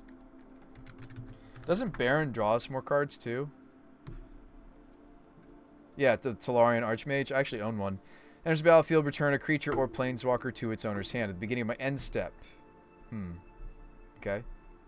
So if we wanted a split of that effect... Like if I didn't want to have 2 Vensers, if I just wanted another flicker effect. Just looks worse than Teferi. Yeah. Why do I like this mana base over like a Pillar of Params? We were playing Gemstone Mines. Gemstone Mines. They betrayed me. They betrayed me for the last time. No, I mean, I think Gemstone Mines is maybe fine, but this deck also sometimes has to kind of do a bit of a grind. We do a very bad grind impression. I mean, like, that's really what we want to improve, isn't it, guys? Hold up. And that's what Urza was helping with, but maybe that's not the way we're supposed to grind. Just hold the phone. What if we just spent our last few card slots just being grindy? Which, again, is cards like Spyro, but I wish there were just earlier plays. We looked into those spells that's like... Oh, let me show you guys like a really weird Bizarro idea. I'm sure somebody already mentioned this in my chat, and then it just didn't click in my mind. Watch this. Remember these spells? Remember these things? Watch this. It doesn't work in the deck archetype because it's just too many we're adding too many to our non-permanents pile. But I was thinking of something weird like things like Creative Outburst or Magma Opus for the blue-red hybrid discard make a treasure token. Blue-red hybrid make a treasure token. And I wanted to pick instants because I was actually thinking something weird like this. What about this? Just play Panharmonicon? I was thinking of like playing a few of these and then like playing a Gear Hulk. I know, it's crazy talk, right? Just a single Gear Hulk, just to spike these. Whatever we decide to play. Because Gear Hulk says cast an instant without paying its mana cost. Now, if I don't have that in the bin, I mean, we gain life with Omnath. Bonkers says that's so damn cute. I know. And this doesn't really win the game. We'd have to play like an instant that can discard itself that actually wins the game. But anyway, just Bruce by thoughts. Just Bruce by thoughts. I really just want to make these last 2 cards just like grindy, but also good for the archetype. Which, yes, it's Spyro, and I also already added a Firelit Thicket. It's Young Pyromancer, right? It's red for Fury. It's Steve's suggestion from earlier. I probably should just play 2 Spyros, not Young Pyro. Sorry, Seasoned. Like we probably should just play some Pyromancers, and it's fine. The deck usually plays 2 copies. I haven't been happy with the mana production of anybody else besides Omnath and Provisioner, and like I think that's where it just has to stay. Lena protects the tokens that Spyro makes. Yeah, Spyro seems good. Yeah, I think so. Helps our red count. Makes me, like, again, with playing Spyro and Lena, it makes me wish we were brave enough to play some Beasts. Beast also is a 5/5 for Terror of the Peaks triggers, but I just wish we had more early game things to be doing, you know? Every time we consider like things like Spyro or Lena, like I start thinking about this card because it's another thing for me to do turn 1. This deck like wants just like 1 or 2 more things to be doing in the early game. And I know they're tokens, they're just as vulnerable as the Chancellor tokens, but at least like I can hardcast them in their 5/5s. It's still missing something and I don't know what it is. Yeah. We've main decked the Borrowers before. I mean, we could just try to be more interactive. Like, I get the philosophy that Shadows and some of the other deck builders on this concept have had. I'm fine just being more more interactive and growing off like Spyro speaks to me. Okay, we're taking our time with our setup. We're like bouncing that, kill that with like a stomp. We're kind of just taking our time to set up, just like we're kind of a value deck. Don't worry, opponent, and then boom, combo. What about second Dargon over Lena? I like the split because we get got by sweepers pretty hard.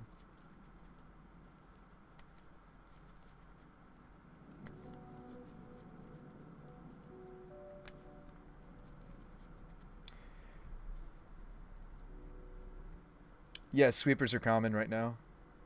Why wouldn't they be? Everybody's jamming like Asmo Ragavan decks.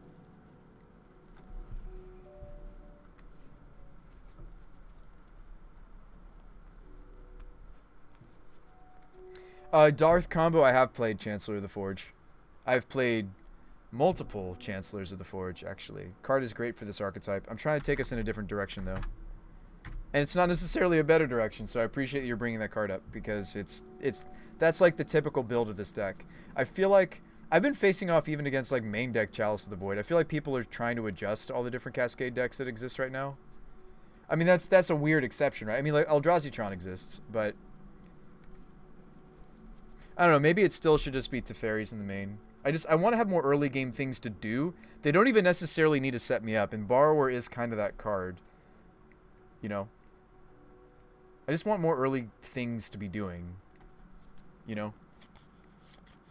Why don't you just run Whisperwood? Yeah, that's a spicy one. Do you think that we like Whisper better than Lena? Whisper would protect more of our threats than Lena does. That's true. Lena's nice because she generates a bunch of tokens, so she's good like combo fodder for Glimpse. But I do like that Whisperwood like actually actively protects me from a sweeper, doesn't it? Yeah, sacrifices to Lena turn and a turn all face up non-token creatures I control gain when this dies manifest. This seems like sweet. Maybe in like Lena could be main deckable because she generates a bunch of tokens that help the glimpses be better. But then maybe this is better out of the board. And we don't like Colony Garden. I'm playing a playset. What about a Singleton Wargate? Yeah.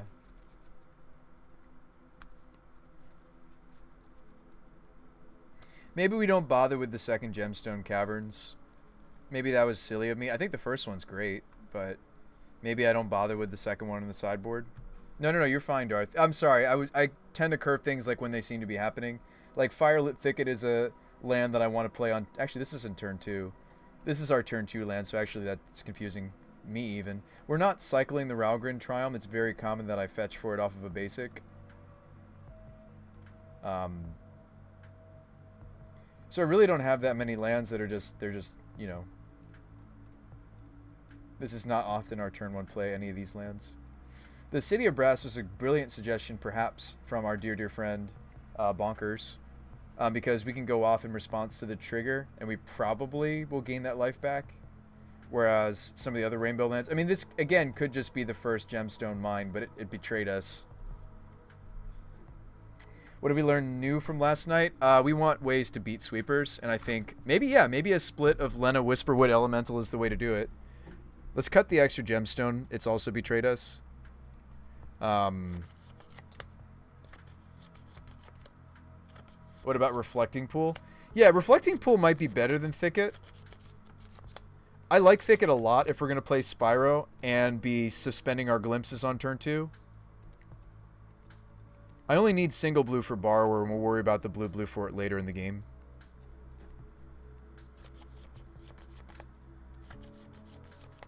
No. I was watching late last night, and now we're back at it, but it's changing. Yeah, I'm moving away from Urza. We need to change our stream title. I think we're just trying to just be like value, like Terror of the Peaks. Reflecting Pool seems like such gas for the Triumphs, though. Yeah, Reflecting Pool might be it. I wouldn't play more than one pool. Maybe this deck could support the first pool. The problem with pool is pool doesn't get me into new colors, right? And neither does Firelit Thicket. Well, no, Firelit Thicket does get us into new colors. Yeah, I mean, maybe it is Reflecting Pool. You know? An issue with it is it doesn't get us into new colors. Like, Firelit lets me go from Colony into red. But, yeah, maybe the first Reflecting Pool is better than some of our other card choices. Maybe we don't even bother with Gemstone, right? Like, it's been really hurting us sometimes. It's great with Rainbow Lands, too. It's very good with Cavern of Souls, which I'm off and on, I'm wondering about Cavern in this deck, because it's really nice to make sure that the Omnaths are resolving. But we have so many different creature types, it just seems like weird to play a Singleton Caverns. But yes, Caverns does turn on Reflecting Pool for all colors, but it's like you don't care about these resolving, but you do want the Spyros to resolve. You do want this to resolve. We do need this to resolve as well for it to do the thing. Alright, are you finding you're losing more to the combo fizzle, or not getting the chance? Not getting the chance to combo, or I do combo and then I get swept. We might just be getting bad beats though. I mean, we've got some form of prize back. I should change that a little bit, right? We have earned tickets every time I've played the deck. That doesn't mean it wasn't a 2-3, right? So we had 2-2-3s, we had 2-4-1s. Sorry, 3-4-1s now. We just 4-1'd again, right? No. That was a 3-2. Sorry, I've had 3 3-2s, 2 4-1s, and 2 2-3s. There we go. But like that's not bad for Moto standards. Like as long as you don't go 1-4 or worse, you still get some of your prize back. But yeah, I don't think the deck's fizzling as much as it is. If we want to fizzle less, instead of like the mainboard Borrowers, perhaps we should just mainboard Teferi. Second Terror could also fix the sweeper problem. I do think the Terror is actually pretty good right now because you can just eat people's... We don't have to do like a full glimpse. You just glimpse a little bit and you eat their board. I mean, I do think that the Terrors are sweet.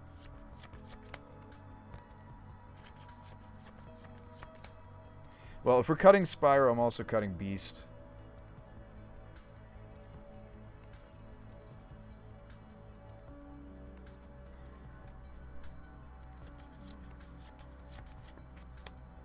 I mean, Terror also lets us kill the Ensnaring Bridge decks in the format.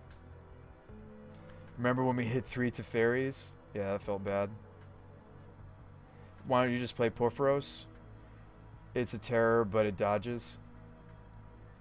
Well, no. Terror hits my opponent's creatures too, though, which we do want to sometimes be able to do. Maybe we don't play City. Maybe we just play the second Triome. I've considered the second Triome in the past. What about Bone Crusher? We could play Crushers. I prefer Borrower first in this deck. Like, I would almost just play a playset of Borrower. I think it's actually very good right now to be able to just... Because, like, Stomp doesn't kill a reasonable amount of the format right now. Oh, use Deceiver X Arches to... you got a Kiki in there somewhere? Yeah, you got a Kiki in there too, Snappy. Nice.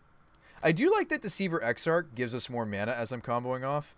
I will admit that like parts of the Kiki combo do potentially generate us mana as we're going off. Has anyone tried a Planeswalker heavy build? The problem is if you're using Dark Dwellers, you go off, and it's the issue with even my Teferis, is you're going off, like your triggers on the stack, and so you actually don't get to benefit from the walker unless it's a Planeswalker that has like an enter the battlefield trigger, which is very rare. I can't think of many off the top of my head, or any. Yeah. So you probably wouldn't be a Dark Dwellers build. You'd probably be a Spellqueller build, and you would be tucking the Cascader under your Spellquellers, and then you'd do stuff with your Planeswalkers, and then you'd pop... I mean, like, you could do that. Let me show you what that would maybe look like. So that would be like Spellqueller, And so as you combo off, you get a spell queller trigger on the stack, and you tuck the agent, the outburst, or the plea under the spell queller, and then you do stuff with your planeswalkers, and then you kill your own spell queller or bounce your own spell queller or something, or just somehow do another glimpse. Yeah, I mean, you could do it that way. Bone Crusher feels real good, though. Does it, though? Doesn't kill Asmore. Does it? Does Bone Crusher feel... I think you look at Ponza, they're all favoring Bolt. They play both. But does it? There's so much Asmo. Not that Brazen helps me anymore. It's the same issue I have even with my sideboard Dead and Gones. Yeah, we tried to do that last night. Have I found chaining Glimpse be better than just try to hit a value? I prefer the chain builds versus the oops, I hit something in one maybe builds. I don't know if they're more powerful or worse. I haven't played them. This is just my preference. They're out there. You know, there's Emrakul, Grizzlebrand, whatever you want, Iona kind of builds floating. Those cards I can never hardcast. I could actually hardcast some of these things, but Bone Crusher kills Rags though. I mean, I could see us do an adventure build. I mean, like we could take. So check this out. Do you want to see another Cascade deck that is doing all right? Like if we take a, and I've thought about this with this deck before, by the way. Like I don't necessarily need to be doing anything other than making my land drops. There's really nothing else that's like Sifter. There really isn't. That like for those early stages of the game. So I have thought about. Sorry, Living End is it's Crashing Footfalls that I actually wanted to model after a little bit. So if Crashing Footfalls was to do a little bit of modeling for us, 4 Bone Crushes, right?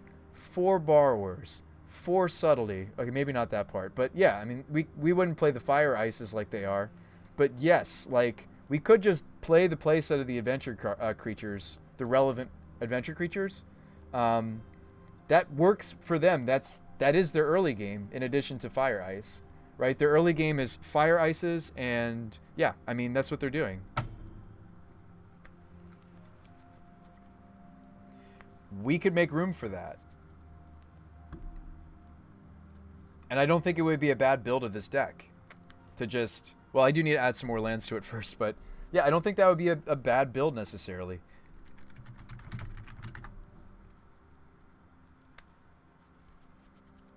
I've also thought about like a forest build of the mana base. I think that'd be bad, but a forest build could also play the Gingerbread House, maybe. I just want to see Terror Chancellor.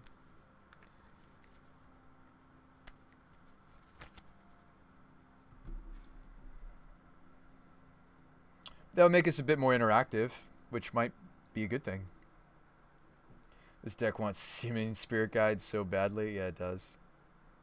I know you betrayed me, but I'm going to give you another chance, Gemstone. We'll play a Reflecting, a Gem, and a Firelit. So this is 23 lands. We play the 24th land, right? Or do we just stick with 23?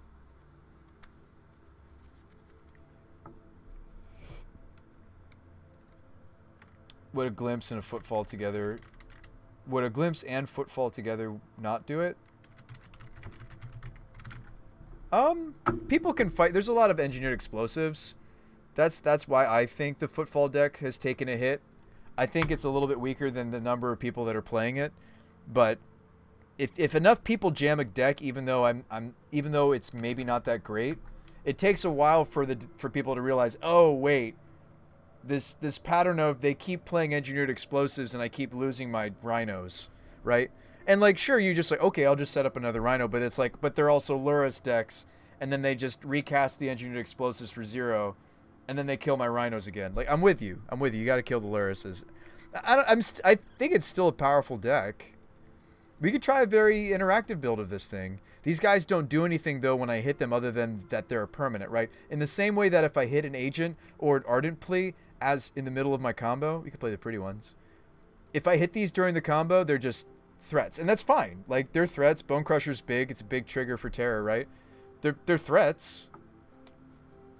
What about a card just like As Foretold? The first As Foretold is okay, because if I have a Glimpse in my hand, it gives me the ability to do something. What about Street Wraiths?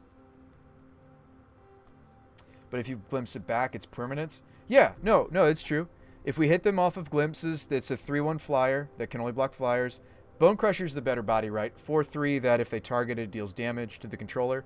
No, I think this build could be fine. I've wanted to maybe do an adventure build, so don't sit there like, oh, okay, we're making Bruce By do something he doesn't want to do. But like now I don't have room for the loop, right? And then like the deck just breaks apart. But anyway, I still lean on the side of Borrower over Giant, but just because it naturally helps us fight hate pieces. I've gone up against a lot of hate pieces today, which you guys may not have seen those games. Main deck Chalice. People playing Void Mirror. Like, I have been coming up against quite a bit of hate, which is cool to see. And, like, I get it. Like, there's a lot of people jamming Cascade decks right now. Look, we're not the only ones. Look, the meta has shifted. Fascinating, right? Living End's very popular. Crashing Football is right behind. Hell's Kitchen.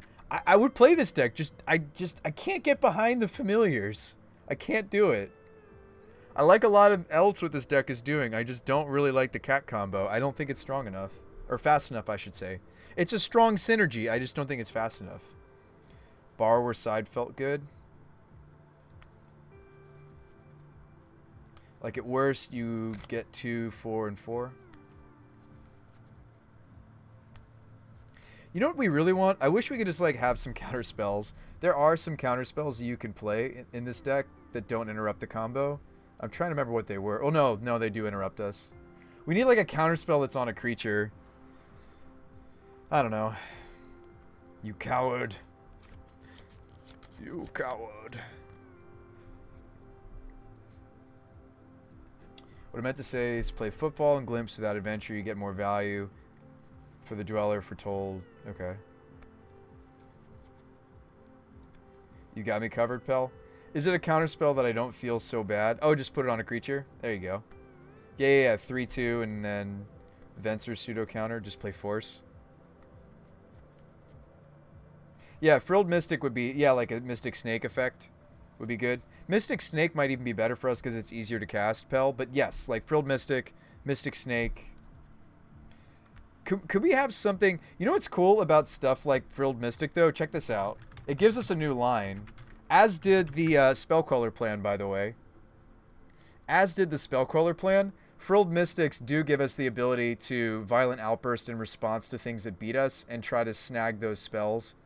Counter them with this, or I did like the Spellcaller build. We just didn't find a way to pop them. Terror was the only way we were popping them, right? Whenever another creature enters, deals damage. So you had to we had to stack the terrors on the... So you stack goblins on the very bottom of the stack. Then you stack terrors. Then you stack a spell queller, grab the Cascader enabler, and then you pop the spell queller with a terror trigger later on in the stack, right? I'm just trying to visualize what the stack looked like. I did like the spell queller build. It gave me something kind of early-ish to be doing. That was interactive when we were interacting with my opponent's deck, but it's also something that's helpful in the combo. It's a very not specific spell. Quellers work very well in Teferi decks. But Venser fits that bill. I like that Spellcaller is both a combo piece for us and also interactive. It happens to turn earlier than Venser does.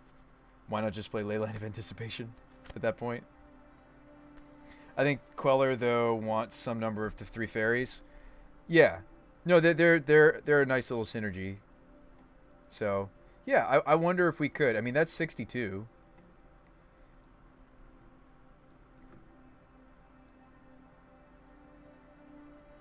There's a version of this that could do Possibility Storm. There you go.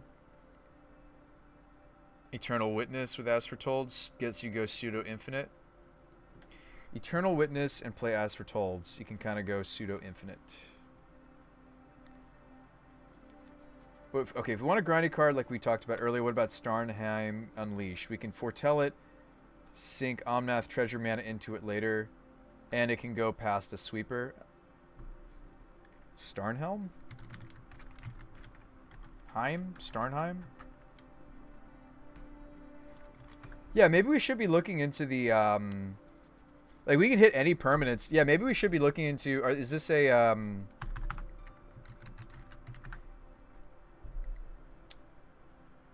like, we could play, like, what is it? We could play that one that's, like, blow up all lands and play. I mean, we can do all sorts of weird stuff. It didn't like that when I searched for that word. Oh no. What am I trying to say? Sagas. We could try like a saga thing, maybe. I don't know. There might be some relevant sagas. I think my moto is crashing. Quantity 0. Starnheim. Alright, Unleashed. I can foretell it and then sink mana into it. Oh, yeah, the foretell cards.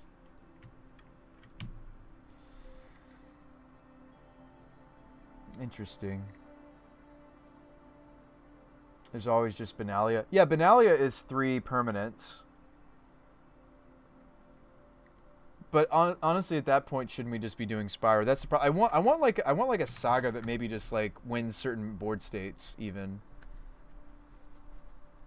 Like, I think that's the only Armageddon we could possibly glimpse into. And then at that point, okay, Bruce Spy, why don't you just play the typical, what is it, restore balance kind of style? But they're not really any restore balance decks right now. It'd be fascinating to hit Fall of Thran. What about Mirari's Conjecture?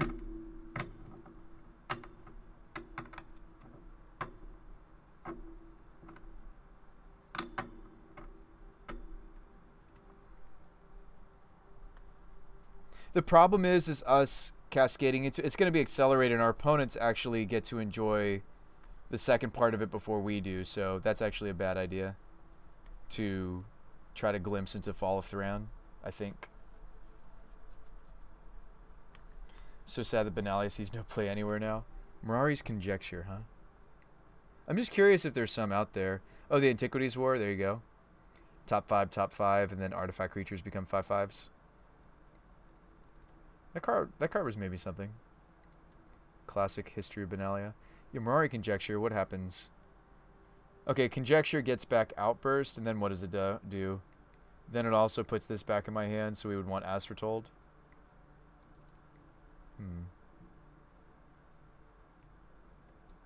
Like, Eldest Reborn is powerful. Comes in, they lose something, then they discard them. It takes too long. A lot of these just take too long, don't they? Like, this doesn't sweep immediately. Not that we want it to. What about just like Goblin Rabblemaster or Legion Warboss? Yeah, that seems good. This has a return all lands from your graveyard to the battlefield. That could have some implications. I don't know. I don't think any of these sagas really cut it. I think they're a little bit all a little bit too fair, except for like the Fall of Thran idea. I mean, I do think that the Fall of Thran idea could work if we built the deck very specifically and very much about generating mana. What about Saheeli Rai and Felidar Guardian Glimpse build? Oh, that's a spicy combo. I like that that's not vulnerable to removal. Just literally play cat combo inside of the deck. That's a funny way to do this too. I hadn't thought about that. But the Felidar would have to do other things. He would have to like blink the Spellcrawlers or something. Be fun to just like put cat combo in this. Whoops, we win. I like where your mind is at, Snappy McSnap, because it's a 7 mana combo, but we could have it only off of 3 mana. We just keep looping till we see both a Saheeli and a Felidar Guardian. And then I wouldn't necessarily need to worry about being swept or anything. Felidar blinks Omnath, blinks Wavesifter. Yeah, actually, that seems broken. Why has nobody tried that yet? Wow, you know, I stream this deck for like weeks and weeks and weeks, and then somebody comes up in here and is just like, Bruce Pie, just put like the best possible combo for this archetype into the deck. This is Collected Company. Guys, Glimpse of Tomorrow is Collected Company for Saheeli Rai Felidar Guardian. Guys. It's Collected Company for Win the Game, guys. I mean, sure, they could have a Fatal Push or a Dismember or whatever, but come on, guys. Come on. Come on, guys. Snappy McSnap is putting the team on his back right now. We're all brewers. You guys got to contribute. I'm just kidding. I'm joking. Some of you guys don't know me that well. That's my joking voice. Forgive me. Yeah, the Whisperwood Elemental from, what was that, Stasis Guy? That was a great suggestion. That escalated very quickly. You're welcome. Thank you, Snappy. Thank you, Snappy. All right, let's make this deck work and let's saddle up for another league. I don't promise to finish it tonight though, because I'm tired, but this seems sweet. This is what we wanted to be doing all along, right? Saheeli Rai gives us some deck manipulation that the deck is hungry for as well. Steve says, Sean, don't play another league. Yeah, it is pretty late, actually. 2-card combos seem okay. With Oblivion Ring to save permanence as some kind of interaction. No bad cards, Glimpse. Flashcaster says I came in at the right time.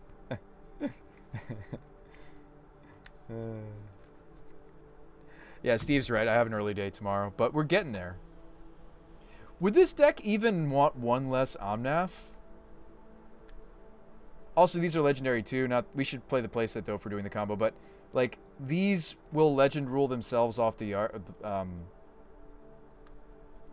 people on the West Coast are ready to see Coco Cat combo. How dare you? No, I have a big day. I really do have a big day tomorrow, bonkers. You guys are welcome to build this yourself and fire it up. I'll see you guys next stream with it, right? We could play like a practice game. I don't have to play it in a league for us to like see if it's doing what we want. But seriously, what's my cut? I think that's my sideboard. We'll still play 2 borrowers. Do you even want Omnath anymore? Oh yeah, we still want Omnath. We could cut a Provisioner. Omnath is still the better mana production creature. We could go with just a 7 of the mana production. Maybe cut Lena. I already cut her, didn't I? Yeah, she already did make the cut. We cut Terror and we cut Lena because we're trying to do this now. Why don't we cut a Provisioner? Provisioner's the weaker mana producer.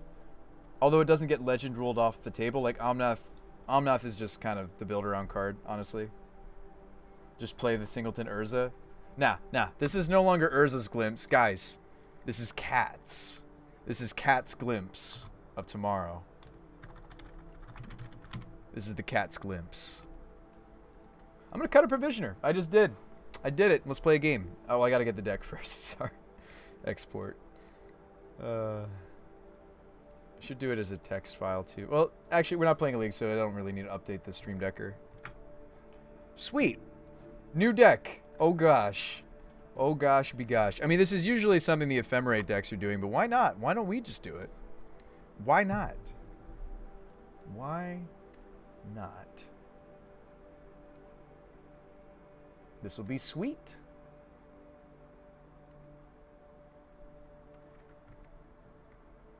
Or not sweet. We're Cat Jam. Coco Cat combo. Go Coco Cat combo. Go Coco Cat combo. No Dargans anymore. No cats, Steve. Cats. This is an infinite combo. So Saheeli Rai says, create a token that's a copy of target artifact or creature you control, except that it's a blah blah blah blah blah. That token gains haste. Exile at the beginning of the next end step. Whatever. Felidar Guardian says, enters the battlefield, you may exile another target permanent you control. It says permanent, not creature. Then you return that card to the battlefield under its owner's control. So Saheeli minuses on Guardian. Guardian comes in. I choose Saheeli. Saheeli comes back as a new Saheeli. I activate Saheeli. Target Guardian. Guardian comes in. The new Guardian, that is, targets Saheeli. Saheeli gets blinked, comes back. It's a new Saheeli. -2 the Saheeli. You see the combo? And then you just hit them with a bunch of 1/4s and they're dead. They're dead. They die.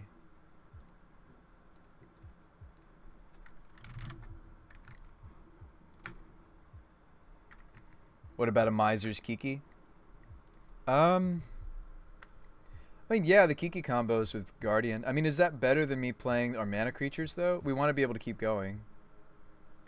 I like that this isn't vulnerable to Bolt. Would we benefit from the 5th effect? Maybe we would, actually. Maybe we would benefit from an extra thing to go off with Guardian. Ooh, they made new Kiki. That's pretty. It's kind of pretty, isn't it? The old border. Play a practice game and go to bed. Go to bed, Sean. Yeah. I mean, we would still probably slim on Provisioner before I would slim on most anything else, right? Well, actually, we don't need a loop anymore as much, right? Do I finally not need the 4th glimpse? I'm going to unplug the internet. right, we'll play a practice game. I'm gonna just spam some emotes. Yeah, Soul and Power might be heads up with the Miser's Kiki. Do I like the dogs? I do like dogs. Do we want a Miser's Kiki Chiki? I could see us cutting a glimpse. We're very red now, aren't we? Like one of our engines is red now. I think our red count for Fury is great. That's another reason to maybe try this combo. Just for the sake of testing. Is now our red count is like perfect for Fury. Look at that, 20 main deck red. So I don't have to put in Ingature and Dead and Gone when I just want Fury. That's a good sign. How long will a practice game take? 30 minutes or so. Cute thing is if we hit Kiki but not Guardian, we could always copy Goblin Dark Dweller, keep going. Well, see, that makes me think we do need the playset of Glimpse then. I don't know. I don't know where I'm able to slim. Do we just slim another Provisioner? Like I can't cut all of the mana mana generation. I can't cut them all though. But yeah, maybe the Miser's Kiki is better than the third Provisioner. I don't know. We felt like for a while the deck had to start with 6 of this generation, but now that I could just maybe hit the combo, maybe we don't need to worry about it. And maybe I just end step to see if we set up the combo, right? Just play the 61 card special. Now we'll make it a 60. I'll cut another Provisioner. This deck's exciting. Isn't this deck exciting, guys? This has been a lot of fun. All right, definitely hit the follow if you haven't already, because I'm not sure when the next stream is precisely, because I'm going on vacation. It may not be until after the vacation. I might be bringing my laptop with me, but I'm going to be on the other side of the world. No, I'm kidding. On the other side of the states, the northern side of the states. Why do I need 4? What, Provisioners? We want to make sure as we're comboing that we generate... Oh, 4 glimpses? We might be able to get away with 3. Why did we add the 4th one? Oh, we added the 4th one because our win con for the previous iteration was the loop itself. But now if we have other... That's true. If we have other ways to win, we maybe don't need the 4th glimpse. 4th Omnath is easier to cut than extra Provisioner. Yeah, see, I've wondered that for a while, by the way. Because we've been playing this deck for, since Friday, right? I have wondered, and call me crazy, I think our red count is healthy enough for Fury. Omnath legends himself off the board, as does the Saheelis, as do the Teferis. Oh, that's what's missing from my sideboard. I'm wondering what got moved around. Dang it. All of my Teferis got moved. We can't have that. We still need some Teferis. The first Teferi is probably better than the random Vendilion Click.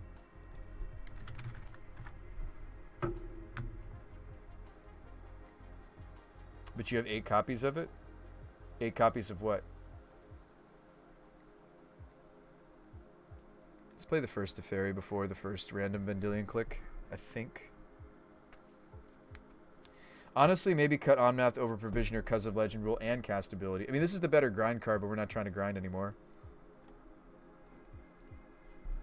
And maybe we don't have room for the Miser's Kiki, but I do see a lot of synergy for it. Not just the kill.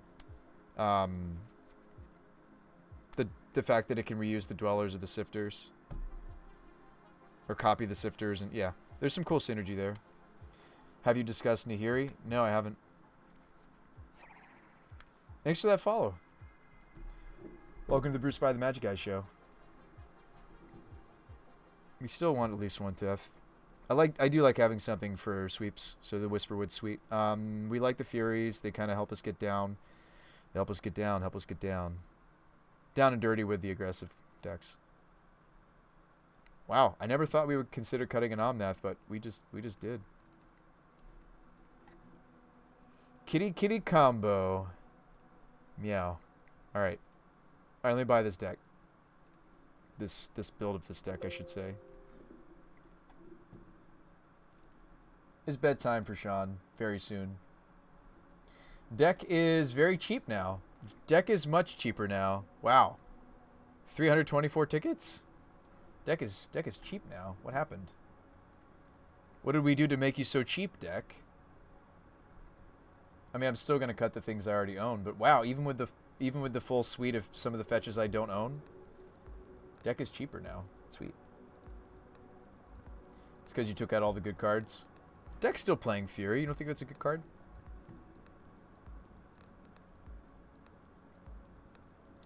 It is, Ashlam. I'm just trying to take the deck in a different direction. It's the typical go-to for this archetype. So don't you worry. People do play it. Don't be sad.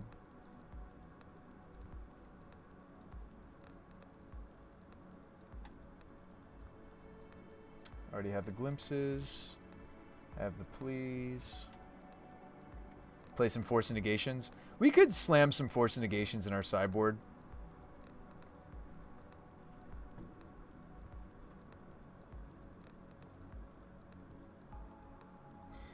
You shouldn't say it like that. We took all the expensive cards out of our deck, right? We're only playing maybe one Tef now. Just because the deck's not expensive doesn't mean it's not good, potentially. Like, that's exciting. Look, this is only costing me 275 tickets. And that's, like, the thing is, like, for a deck to, like, latch on. Like, if this becomes the most inexpensive of the Cascade decks... Like, this build is actually cheaper maybe than the Chancellor build. We may be onto something. We could be starting a revolution, which is terrifying to me. I actually kind of hope this doesn't work, because I don't want this deck to be everywhere. I want to be the one playing this deck. I don't necessarily want other people playing it against me. But isn't that typical of combo decks? You want to be the one giving people the business. Blue count's kind of low now for Force. Yeah, we're trying to make red count for Fury. I'm more interested in making sure that I Fury away all the Ragavans and the Asmores and the... Oh, wait, it says I can't get something? Oh, okay, that's what's what. Cool. Check out. Cool. I'm all for the deck not maxing out our account so that we can be creative and, like, add cards as we go. Pell says, all bad cards glimpse. Oh yeah. Yeah, Glimpse does feel a little bit awkward with when you have multiples of the same walker. It does. Like, we'll legend rule down some permanents here and there. No, I was trying to say that the lack of Force Negation was the reason the deck is cheaper. Don't forget us little people when you're a big and powerful streamer. No, I am very fortunate. I am. Like, the sponsorship from Card Hoarder, being able to borrow 500 tickets worth of cards is huge. You guys can do something like that too. There's Card Hoarder, there's Mana Traders. You guys can do what I'm doing. I'm renting cards from a card rental service. It's really not as expensive as you might think. Granted, this is a very generous privilege that Card Hoarder has given me to do that for me for free.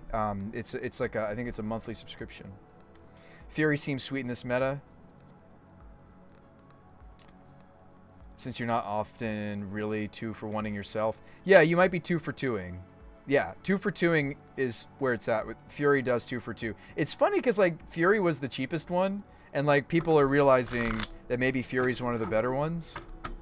Fury also, like, wombos with in the Obosh decks. Love to give you guys a sneak preview at while we're waiting for cards. Some of the other decks I'm working on. This is not the only deck I'm innovating on. I'm working on some weird builds of Devil's Food Cake, aka Hell's Kitchen, but that's not really the spice. This is the spice. These are all a bunch of fun ups because I'm trying to figure out what pieces this deck needs, but I'm trying to do some sort of Lava Dart Titania deck. It's kind of like a Panza combo. So you're trying to and I need more Titanias than just the fun of, but anyway. So this is like an Obosh Titania. I think this deck also wanted Fury. Oh, no, I am playing Furies, yeah. So you're playing like Fury, you're playing Titania, you're playing Darts. I was just trying to, like, go off and not necessarily need to be a Zern or build. This was Shark Tank we were working on a while ago. So it's basically Blue-White Miracles that won by using Resurgent Belief to reanimate Shark Typhoon and return all your sagas. This deck was gross. I think the Kahira plan was stupid. We should have maybe just been playing, like, Vendilion Clicks or something. I don't know. That deck was sweet, though. These are some way earlier builds if you wanted to see. I did do some Chancellor builds. If you guys want to join the Discord, you guys... Oh, yeah, we tried a Valakut kill with this deck, too, with Dryad. It didn't quite work. But, yeah, you could do that. Valakut, the Molten Pinnacle, Dryad. This is an earlier iteration of Shark Tank. Yeah, I got all sorts of weird ideas. If you guys want to join that. Wait, Zuranor build of what? Titania. You use Titania. Titania. Titania plus Zuran Orb. Sack all your lands, make a bunch of dudes, gain a bunch of life. Seems pretty good. But I was trying to do Titania without needing... You didn't have time. Stop the sub. You'll be signing up again. Gotcha. Larry Legend says, I was on Mana Traders. It was sweet. By the end of the year, I paid only $52 a month. I could rent up to 920 tickets. Do they like save your account? Gosh, I can't believe I'm saying this, but I think Provisioner's better in this deck than the Omnath, maybe. I mean, I believe it. Like, it generates so many permanents or mana. Yeah, I was thinking it was going to be a Ponza colored deck, because it is... Ponza's actually not that bad right now of a deck to be doing. Do we queue it or... No. Practice room. Practice room. It's always bad EV. Don't do it. Don't do it. Don't do it to yourself. They don't. You can pause it, but only for 15 days. Oh, that sucks, Larry. All right, hey, good luck and have fun. This is a one-lander. This says lands. This does not have a Cascader, but it has the combo. Honestly, I should maybe keep Glimpse to suspend it over just keeping a random Provisioner. And we should maybe not lead the Garden. I'm okay if we don't slam the Saheeli on... Well, let's lead Forest and then see what our opponent's doing, and we'll decide whether or not we should suspend this. Great hand, easy keep. Play Panharmonicon, double the Felidar triggers. I don't know if I need to go that deep yet, Snappy. I know they're playing Control. We definitely want to suspend the Glimpse. Polluted Delta do nothing is probably some form of Control.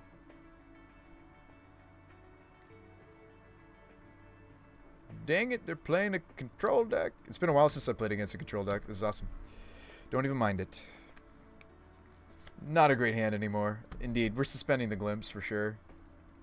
I'm okay if we go more slowly. Right? Right. I don't know. I'm not 100% convinced they're Control, right? But they're probably Control. But, alright. I won't take a million there to do this.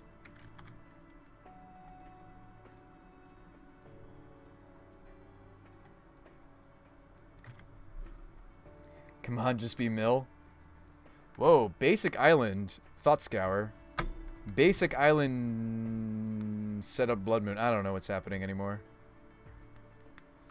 Polluted Delta, fetch for basic on end step. Steam Vents, tap. Okay. Slam Saheeli Rai. She's a permanent. She's a permanent. We gotta play our... Oh, that's a terrible draw. We're only playing 3 Glimpses deck. Didn't you get the memo? I just cut one. I probably should actually get the Forest, right? Although then I can't cast Omnaths if I draw them. That seems like not smart. Yeah, I guess Island here.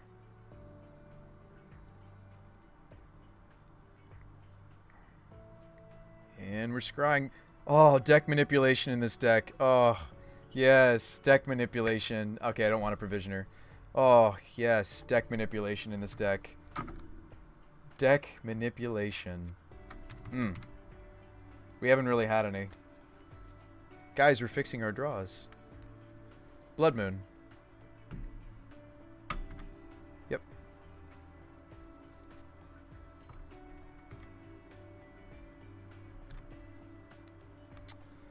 Okay, well, if I play Garden, it doesn't really do anything.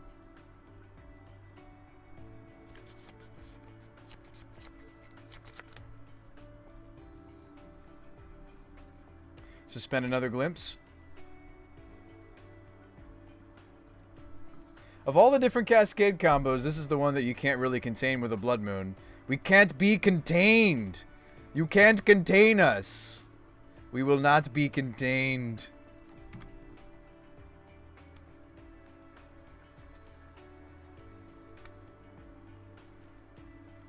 That's a cryptic command. Alright, well.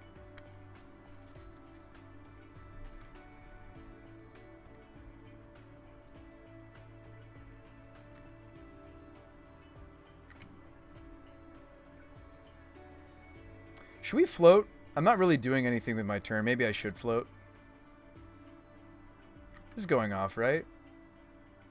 Right? It's totally going off. It's not going off. It's not going off. Right?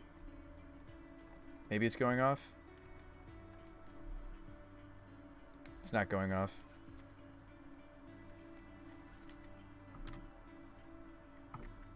Doubtful. Doubtful. Indeed, it was doubtful. It was probably silly of me to think that it was. I wish that when you suspend spells, I wish that like we had more control. Bottom. I wish we had more control over like not like when it comes to counter magic specifically. I wish that I didn't have to float whether or not we knew it was getting countered yet. I guess we do. I guess I could wait. Like if I really am expecting the counter, I can just wait. And then we do miss out on the mana. But if I had other plays in my hand, then I'm missing out on those plays. We don't have a basic planes to draw to. Time to get breach. Nope, it's a Jace. They're going for the slow knife. The super slow knife. The I don't have time for this matchup. Super slow because I have to get to bed soon knife. Saheeli Rai can hit the Jace, but it doesn't matter. Also, this grab 3 different artifacts. Like her ultimate doesn't matter in our deck. I mean, often when you play... Oh, wow, we drew a Kiki. I can kill their Jace right here. Can't I redirect that to the Jace? I'm going to bottom this. Oh, it doesn't let me redirect that damage to the Jace. Dang it, I thought you could redirect it to the Jace. Don't have a bolt. They have a bolt, probably. Don't have a bolt, though. Don't have an opponent. Don't have the bolt.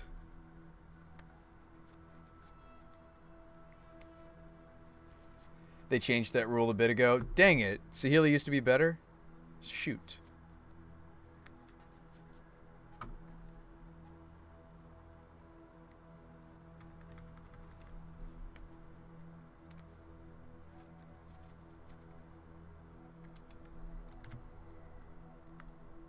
She used to be able to shoot walkers. That stinks that they changed how she works. Like, really, actively. There's plenty of planeswalkers being played in Modern. That actively stinks. You breaching us yet? Do you have the combo? I would assume they're a breach build of Moon. It's Chandra's fault. Yeah. 4 mana Chandra, yeah. Chandra had so many modes. I mean, she still does. She has so many modes.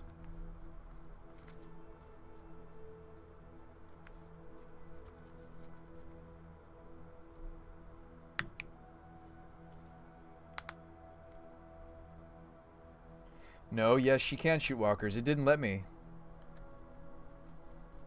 Are you sure, Bonkers? There was no... I mean, unless it's programmed improperly on Moto, there was no moment for me to... I'm assuming this isn't resolving either.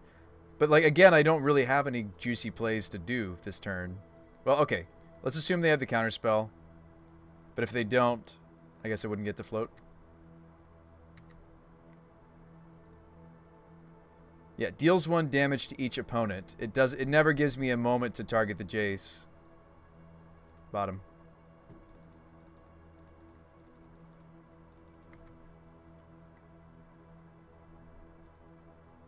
Is that just not programmed properly?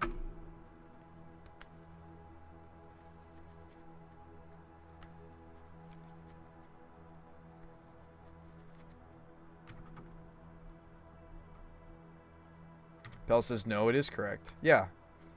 Alright. They're blocking my Kiki.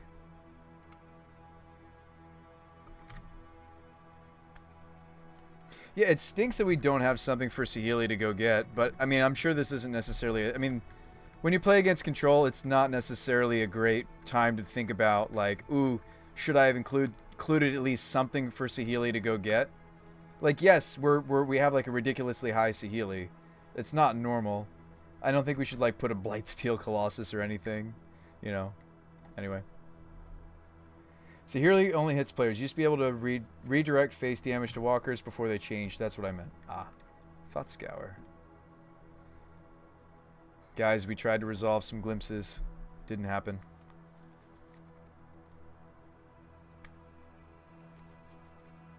I also would have fetched a little differently if we'd known what was happening, but like my draw didn't end up having any of the my draw didn't end up having any of our green required cascaders.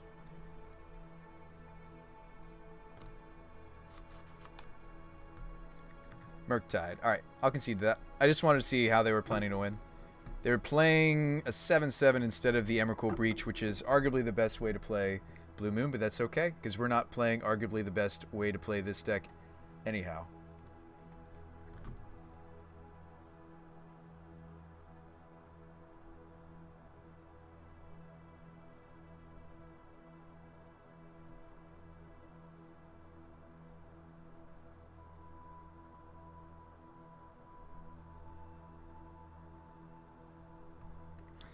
So how do we want to proceed? Teferi, if we loop into him, he can bounce. I mean, he's just good in the matchup. Do we want to fight Anger the Gods? Do we want to fight hate pieces they might have in? Probably the lightest boarding we should do is Borrower Teferi. So we can cut the Miser Kiki because they play Lightning Bolts. This guy will probably come out a lot, but that's okay. Helps us with the combo game 1, in theory. You think Twin is the main way we win this match, though? No, I'm with you on that. I'm just saying, I'm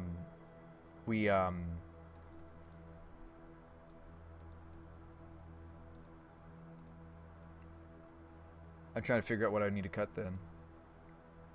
Play Chewers for Chalice. I don't know if they'll be on Chalice. I don't know what they're going to be on is the thing, and so like Brazens and Teferi are a bit more flexible in what they're trying to go after. Yeah, our sideboard's changed a lot since last deck. All right, hold on. We could slim on Provisioners a little bit.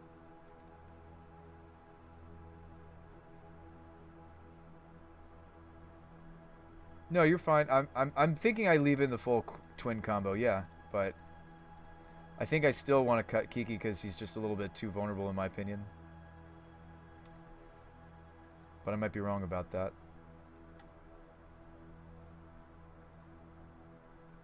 Wish we had some shared creature types and I could think about like Cavern for matchups like this. Cavern of Souls. Oh, let's GM.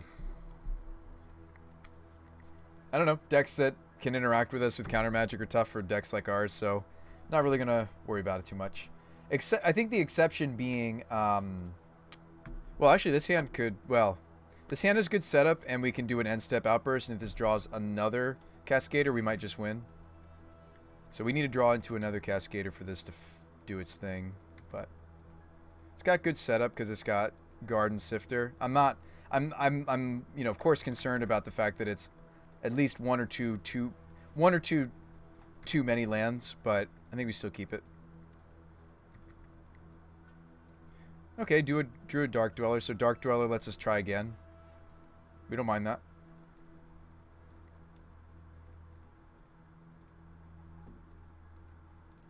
So we do need to time this right, though. Like, I need to do a turn 4 Outburst and then turn 5 Dwellers. Find Outburst so good in this matchup. Yeah, it's a very important piece.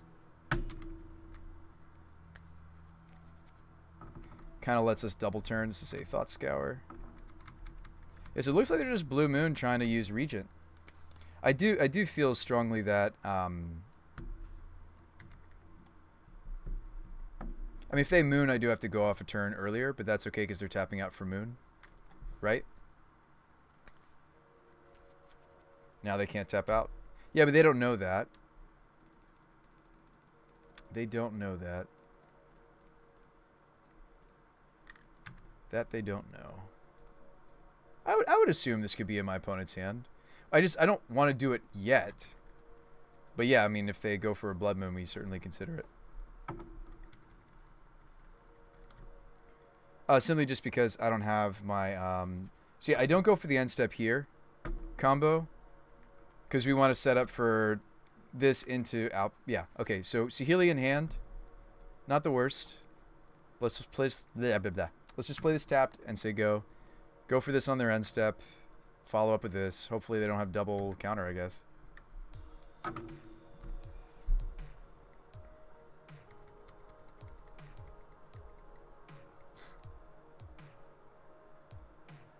Sure.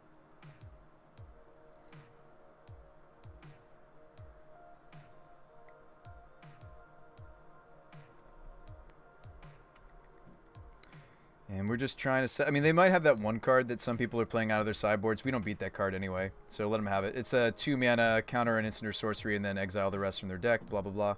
If they have it, they have it. It's not what I expect. I expect Archmage's Charm here. Looks like it's Counterspell instead. We hope it's that and not the card I was just talking about. Good, good. Don't have Force. Test of Talents, yeah. Oh, another Dark Dwellers. All right, here we go. Does this one resolve? We have another one. Well, I mean, this is resolving, but we actually want to pull more. Well, do I want to play around Dispel? Oh, it doesn't matter. Like, it's gonna go on the stack. We want to pull more glimpses out of the deck, so we actually hit this. Cast the card. Don't have Surgical. Don't do that. Cascade. Sweet. Cast this. Does it resolve?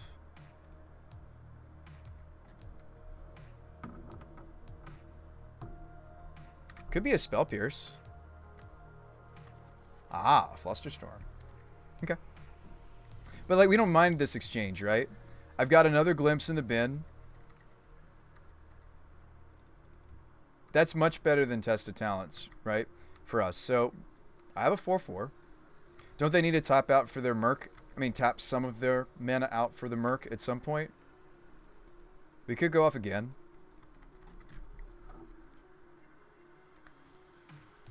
Exactly. I'd rather be flustered. We'd rather get flustered than tested. Sure. Long hair, don't care. You need a Force, my friend. I have another Dark Dweller in hand. Let's go to combat first. This deck's actually a little bit more resilient to Blood Moon than I thought it was going to be for a 4-color deck. We are. Look at us just doing our thing. Long hair, don't care. Walker could copy the Dank Dwellers. We could have done it that way. Would that have been better? We win. Sweet. Oh, come on, opponent. I let you test your deck. You didn't want to see what we're doing. You didn't want to let me get... You didn't even want to see if I got a bad spin. I could have hit all lands. It's possible. It's not likely, but it's feasible that I hit mono lands. Yeah, we're really not that vulnerable to Moon. Yeah, that's why you got to go into a league or a queue. You force your opponent to play against you. I actually did have some people scoop to us, so they didn't want to play it out. This hand is a turn 2 Sift with the cat combo rolled up.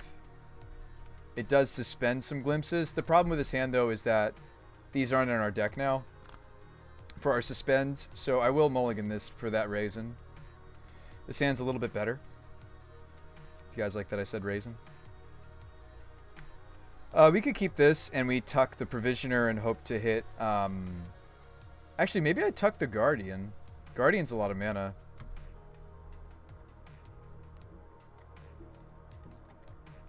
So we won game 2. They didn't want to make us have it. This hand certainly does need to draw some fetches or we might just get mooned this time. Guardian's a better... Yeah, I think there are better in deck. Agreed. Maybe I'm just getting mooned in a bit here, and we don't have our basic island. Still lets us do like the Saheeli Rise and the Dark Dwellers like last game. Basic Forest lets us still Outburst and Provisioner. Although I've cut some, right? Didn't I cut some Provisioners? Yeah, I did. I think they're a little weak in this matchup because of burn spells. All right, well, show me the moon. Maybe this will be a very short matchup, right? I couldn't even hold up Borrower. We didn't see a different land than this. I mean, could this be a different rainbow land? I mean, it's not a rainbow land. It's a filter land. Could it be something dealt? Oh, nice. They don't have the moon. Sweet. We get to play Magic. We get to play some Magic.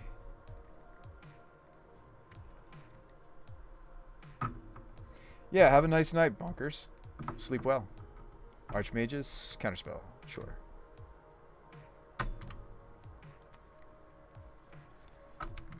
Sand's going to need a blue source. We have quite a few of them. If they do just slam Blood Moon, the answer is the same. Still just need to Well, at that point, I'd need to draw a basic green source. Oh. I get it, deck. I get it. I see what you did there, deck. I see what you did there. Another one?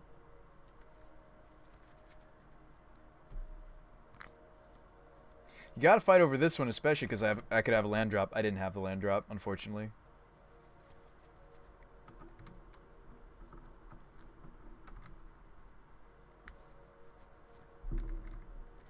Love to draw one of our non-mountain basics. Or a fetch to get to one of them. We really would.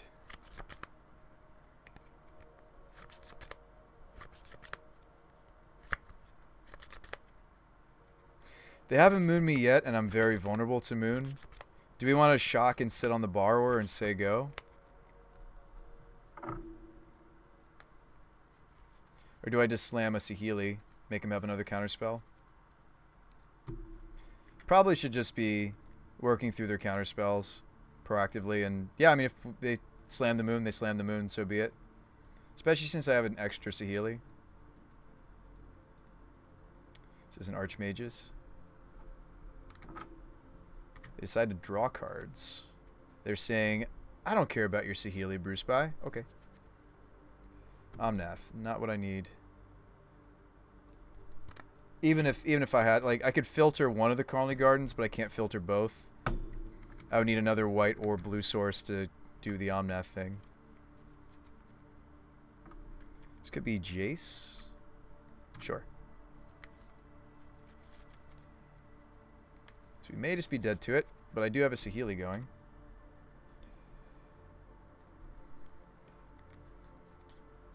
So there's the fetch, but too late. Yep.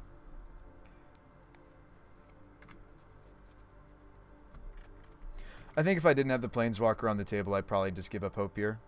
I mean, we are a 4-color deck, so Blood Moon should punish us. I'm glad that it is punishing us. I'd be a little concerned if we were just... I mean, last game, we were naturally resilient to the Blood Moon because of the cards that I drew. Like, we got off a Cascade, even though they countered it. We had Dark Dwellers. They didn't have, like, a surgical effect. So that was cool to see.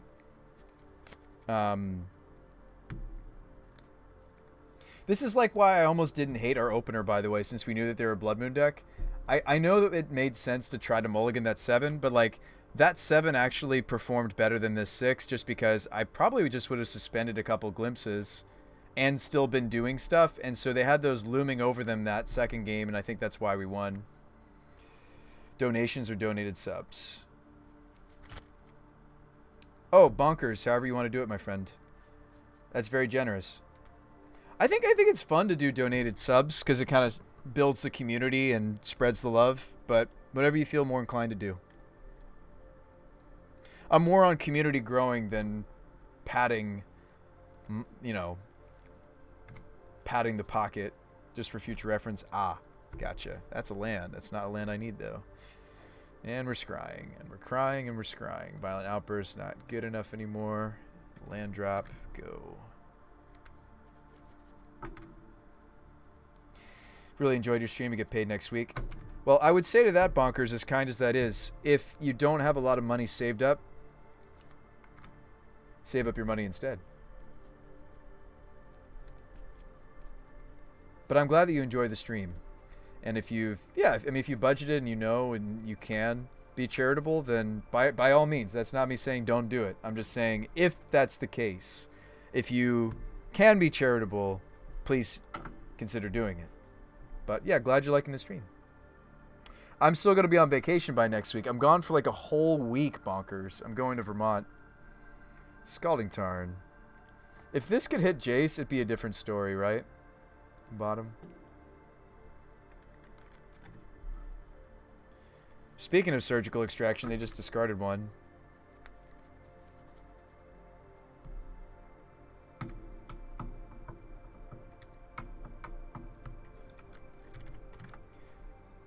We'll scoop here and I'll see how long it was going to take for us to scry to what we needed. Nope. So we could suspend this. Nope. Yes. This turns on the shardlesses. Okay. Maybe that would have been more of a game, but I'm not staying up for it. It's going to take too long to resolve. I think we lost that game, though. Most likely, most definitely. Unless they had some really bad Jace brainstorms, I guess. All right, folks. Thank you so much for coming. Why don't we rate us? Why don't I rate us over? Like, yeah, the thicket looked bad there. I don't know. We'll figure out the mana base at some point. I think the kitty combo is actually really cool to roll up in this thing.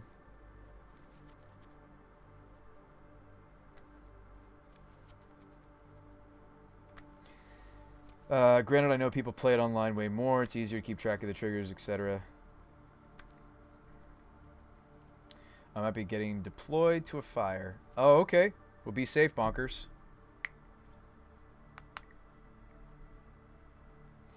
Yeah, why don't I rate us over to another stream? There's a lot of great Magic content out here. I know you guys hear me say this maybe often or too often. So, yeah. I mean, I'm glad that you guys like my content, but there are also many other great content creators here for Magic on twitch.tv. I'm sure you guys know some of them. Let's see. Mana Symbol's playing some Naya Recruiter. That looks spicy. Oh, he's not anymore now. He's playing Infect. Okay. AJ's playing Blitz. Zan's playing Blitz. Modern Death and Taxes. Whoa! Song of Creation combo. Hello. Did you guys see that? Oh, we got a host over to here, right? Oh, come on. This seems sweet. This is where we're going, right? Well, that's an ad, but that's where we're going.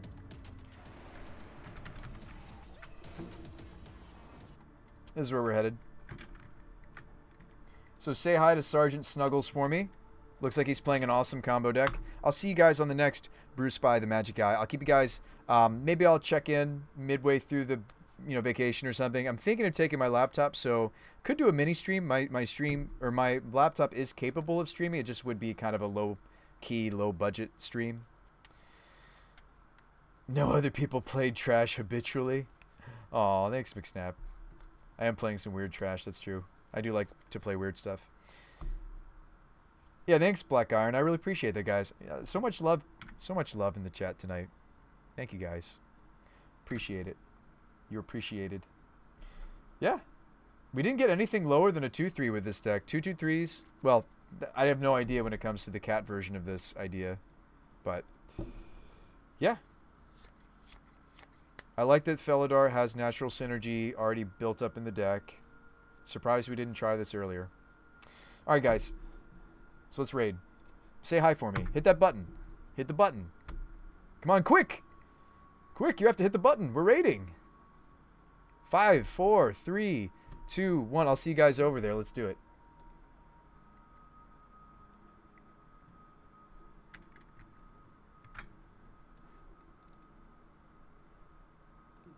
Get behind that. Bruce by the Magic Guy, thank you for the raid. Hope your stream went well. Yeah, this is spicy. Look at this. I'm Sergeant Snuggles. We're playing. Look how spicy this deck is.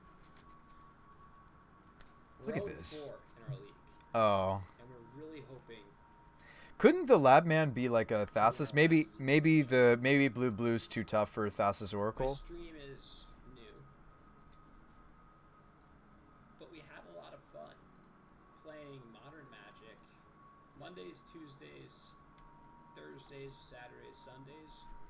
Later in the day, Pacific. This deck seems sweet. All right, guys, enjoy. I'll see you later.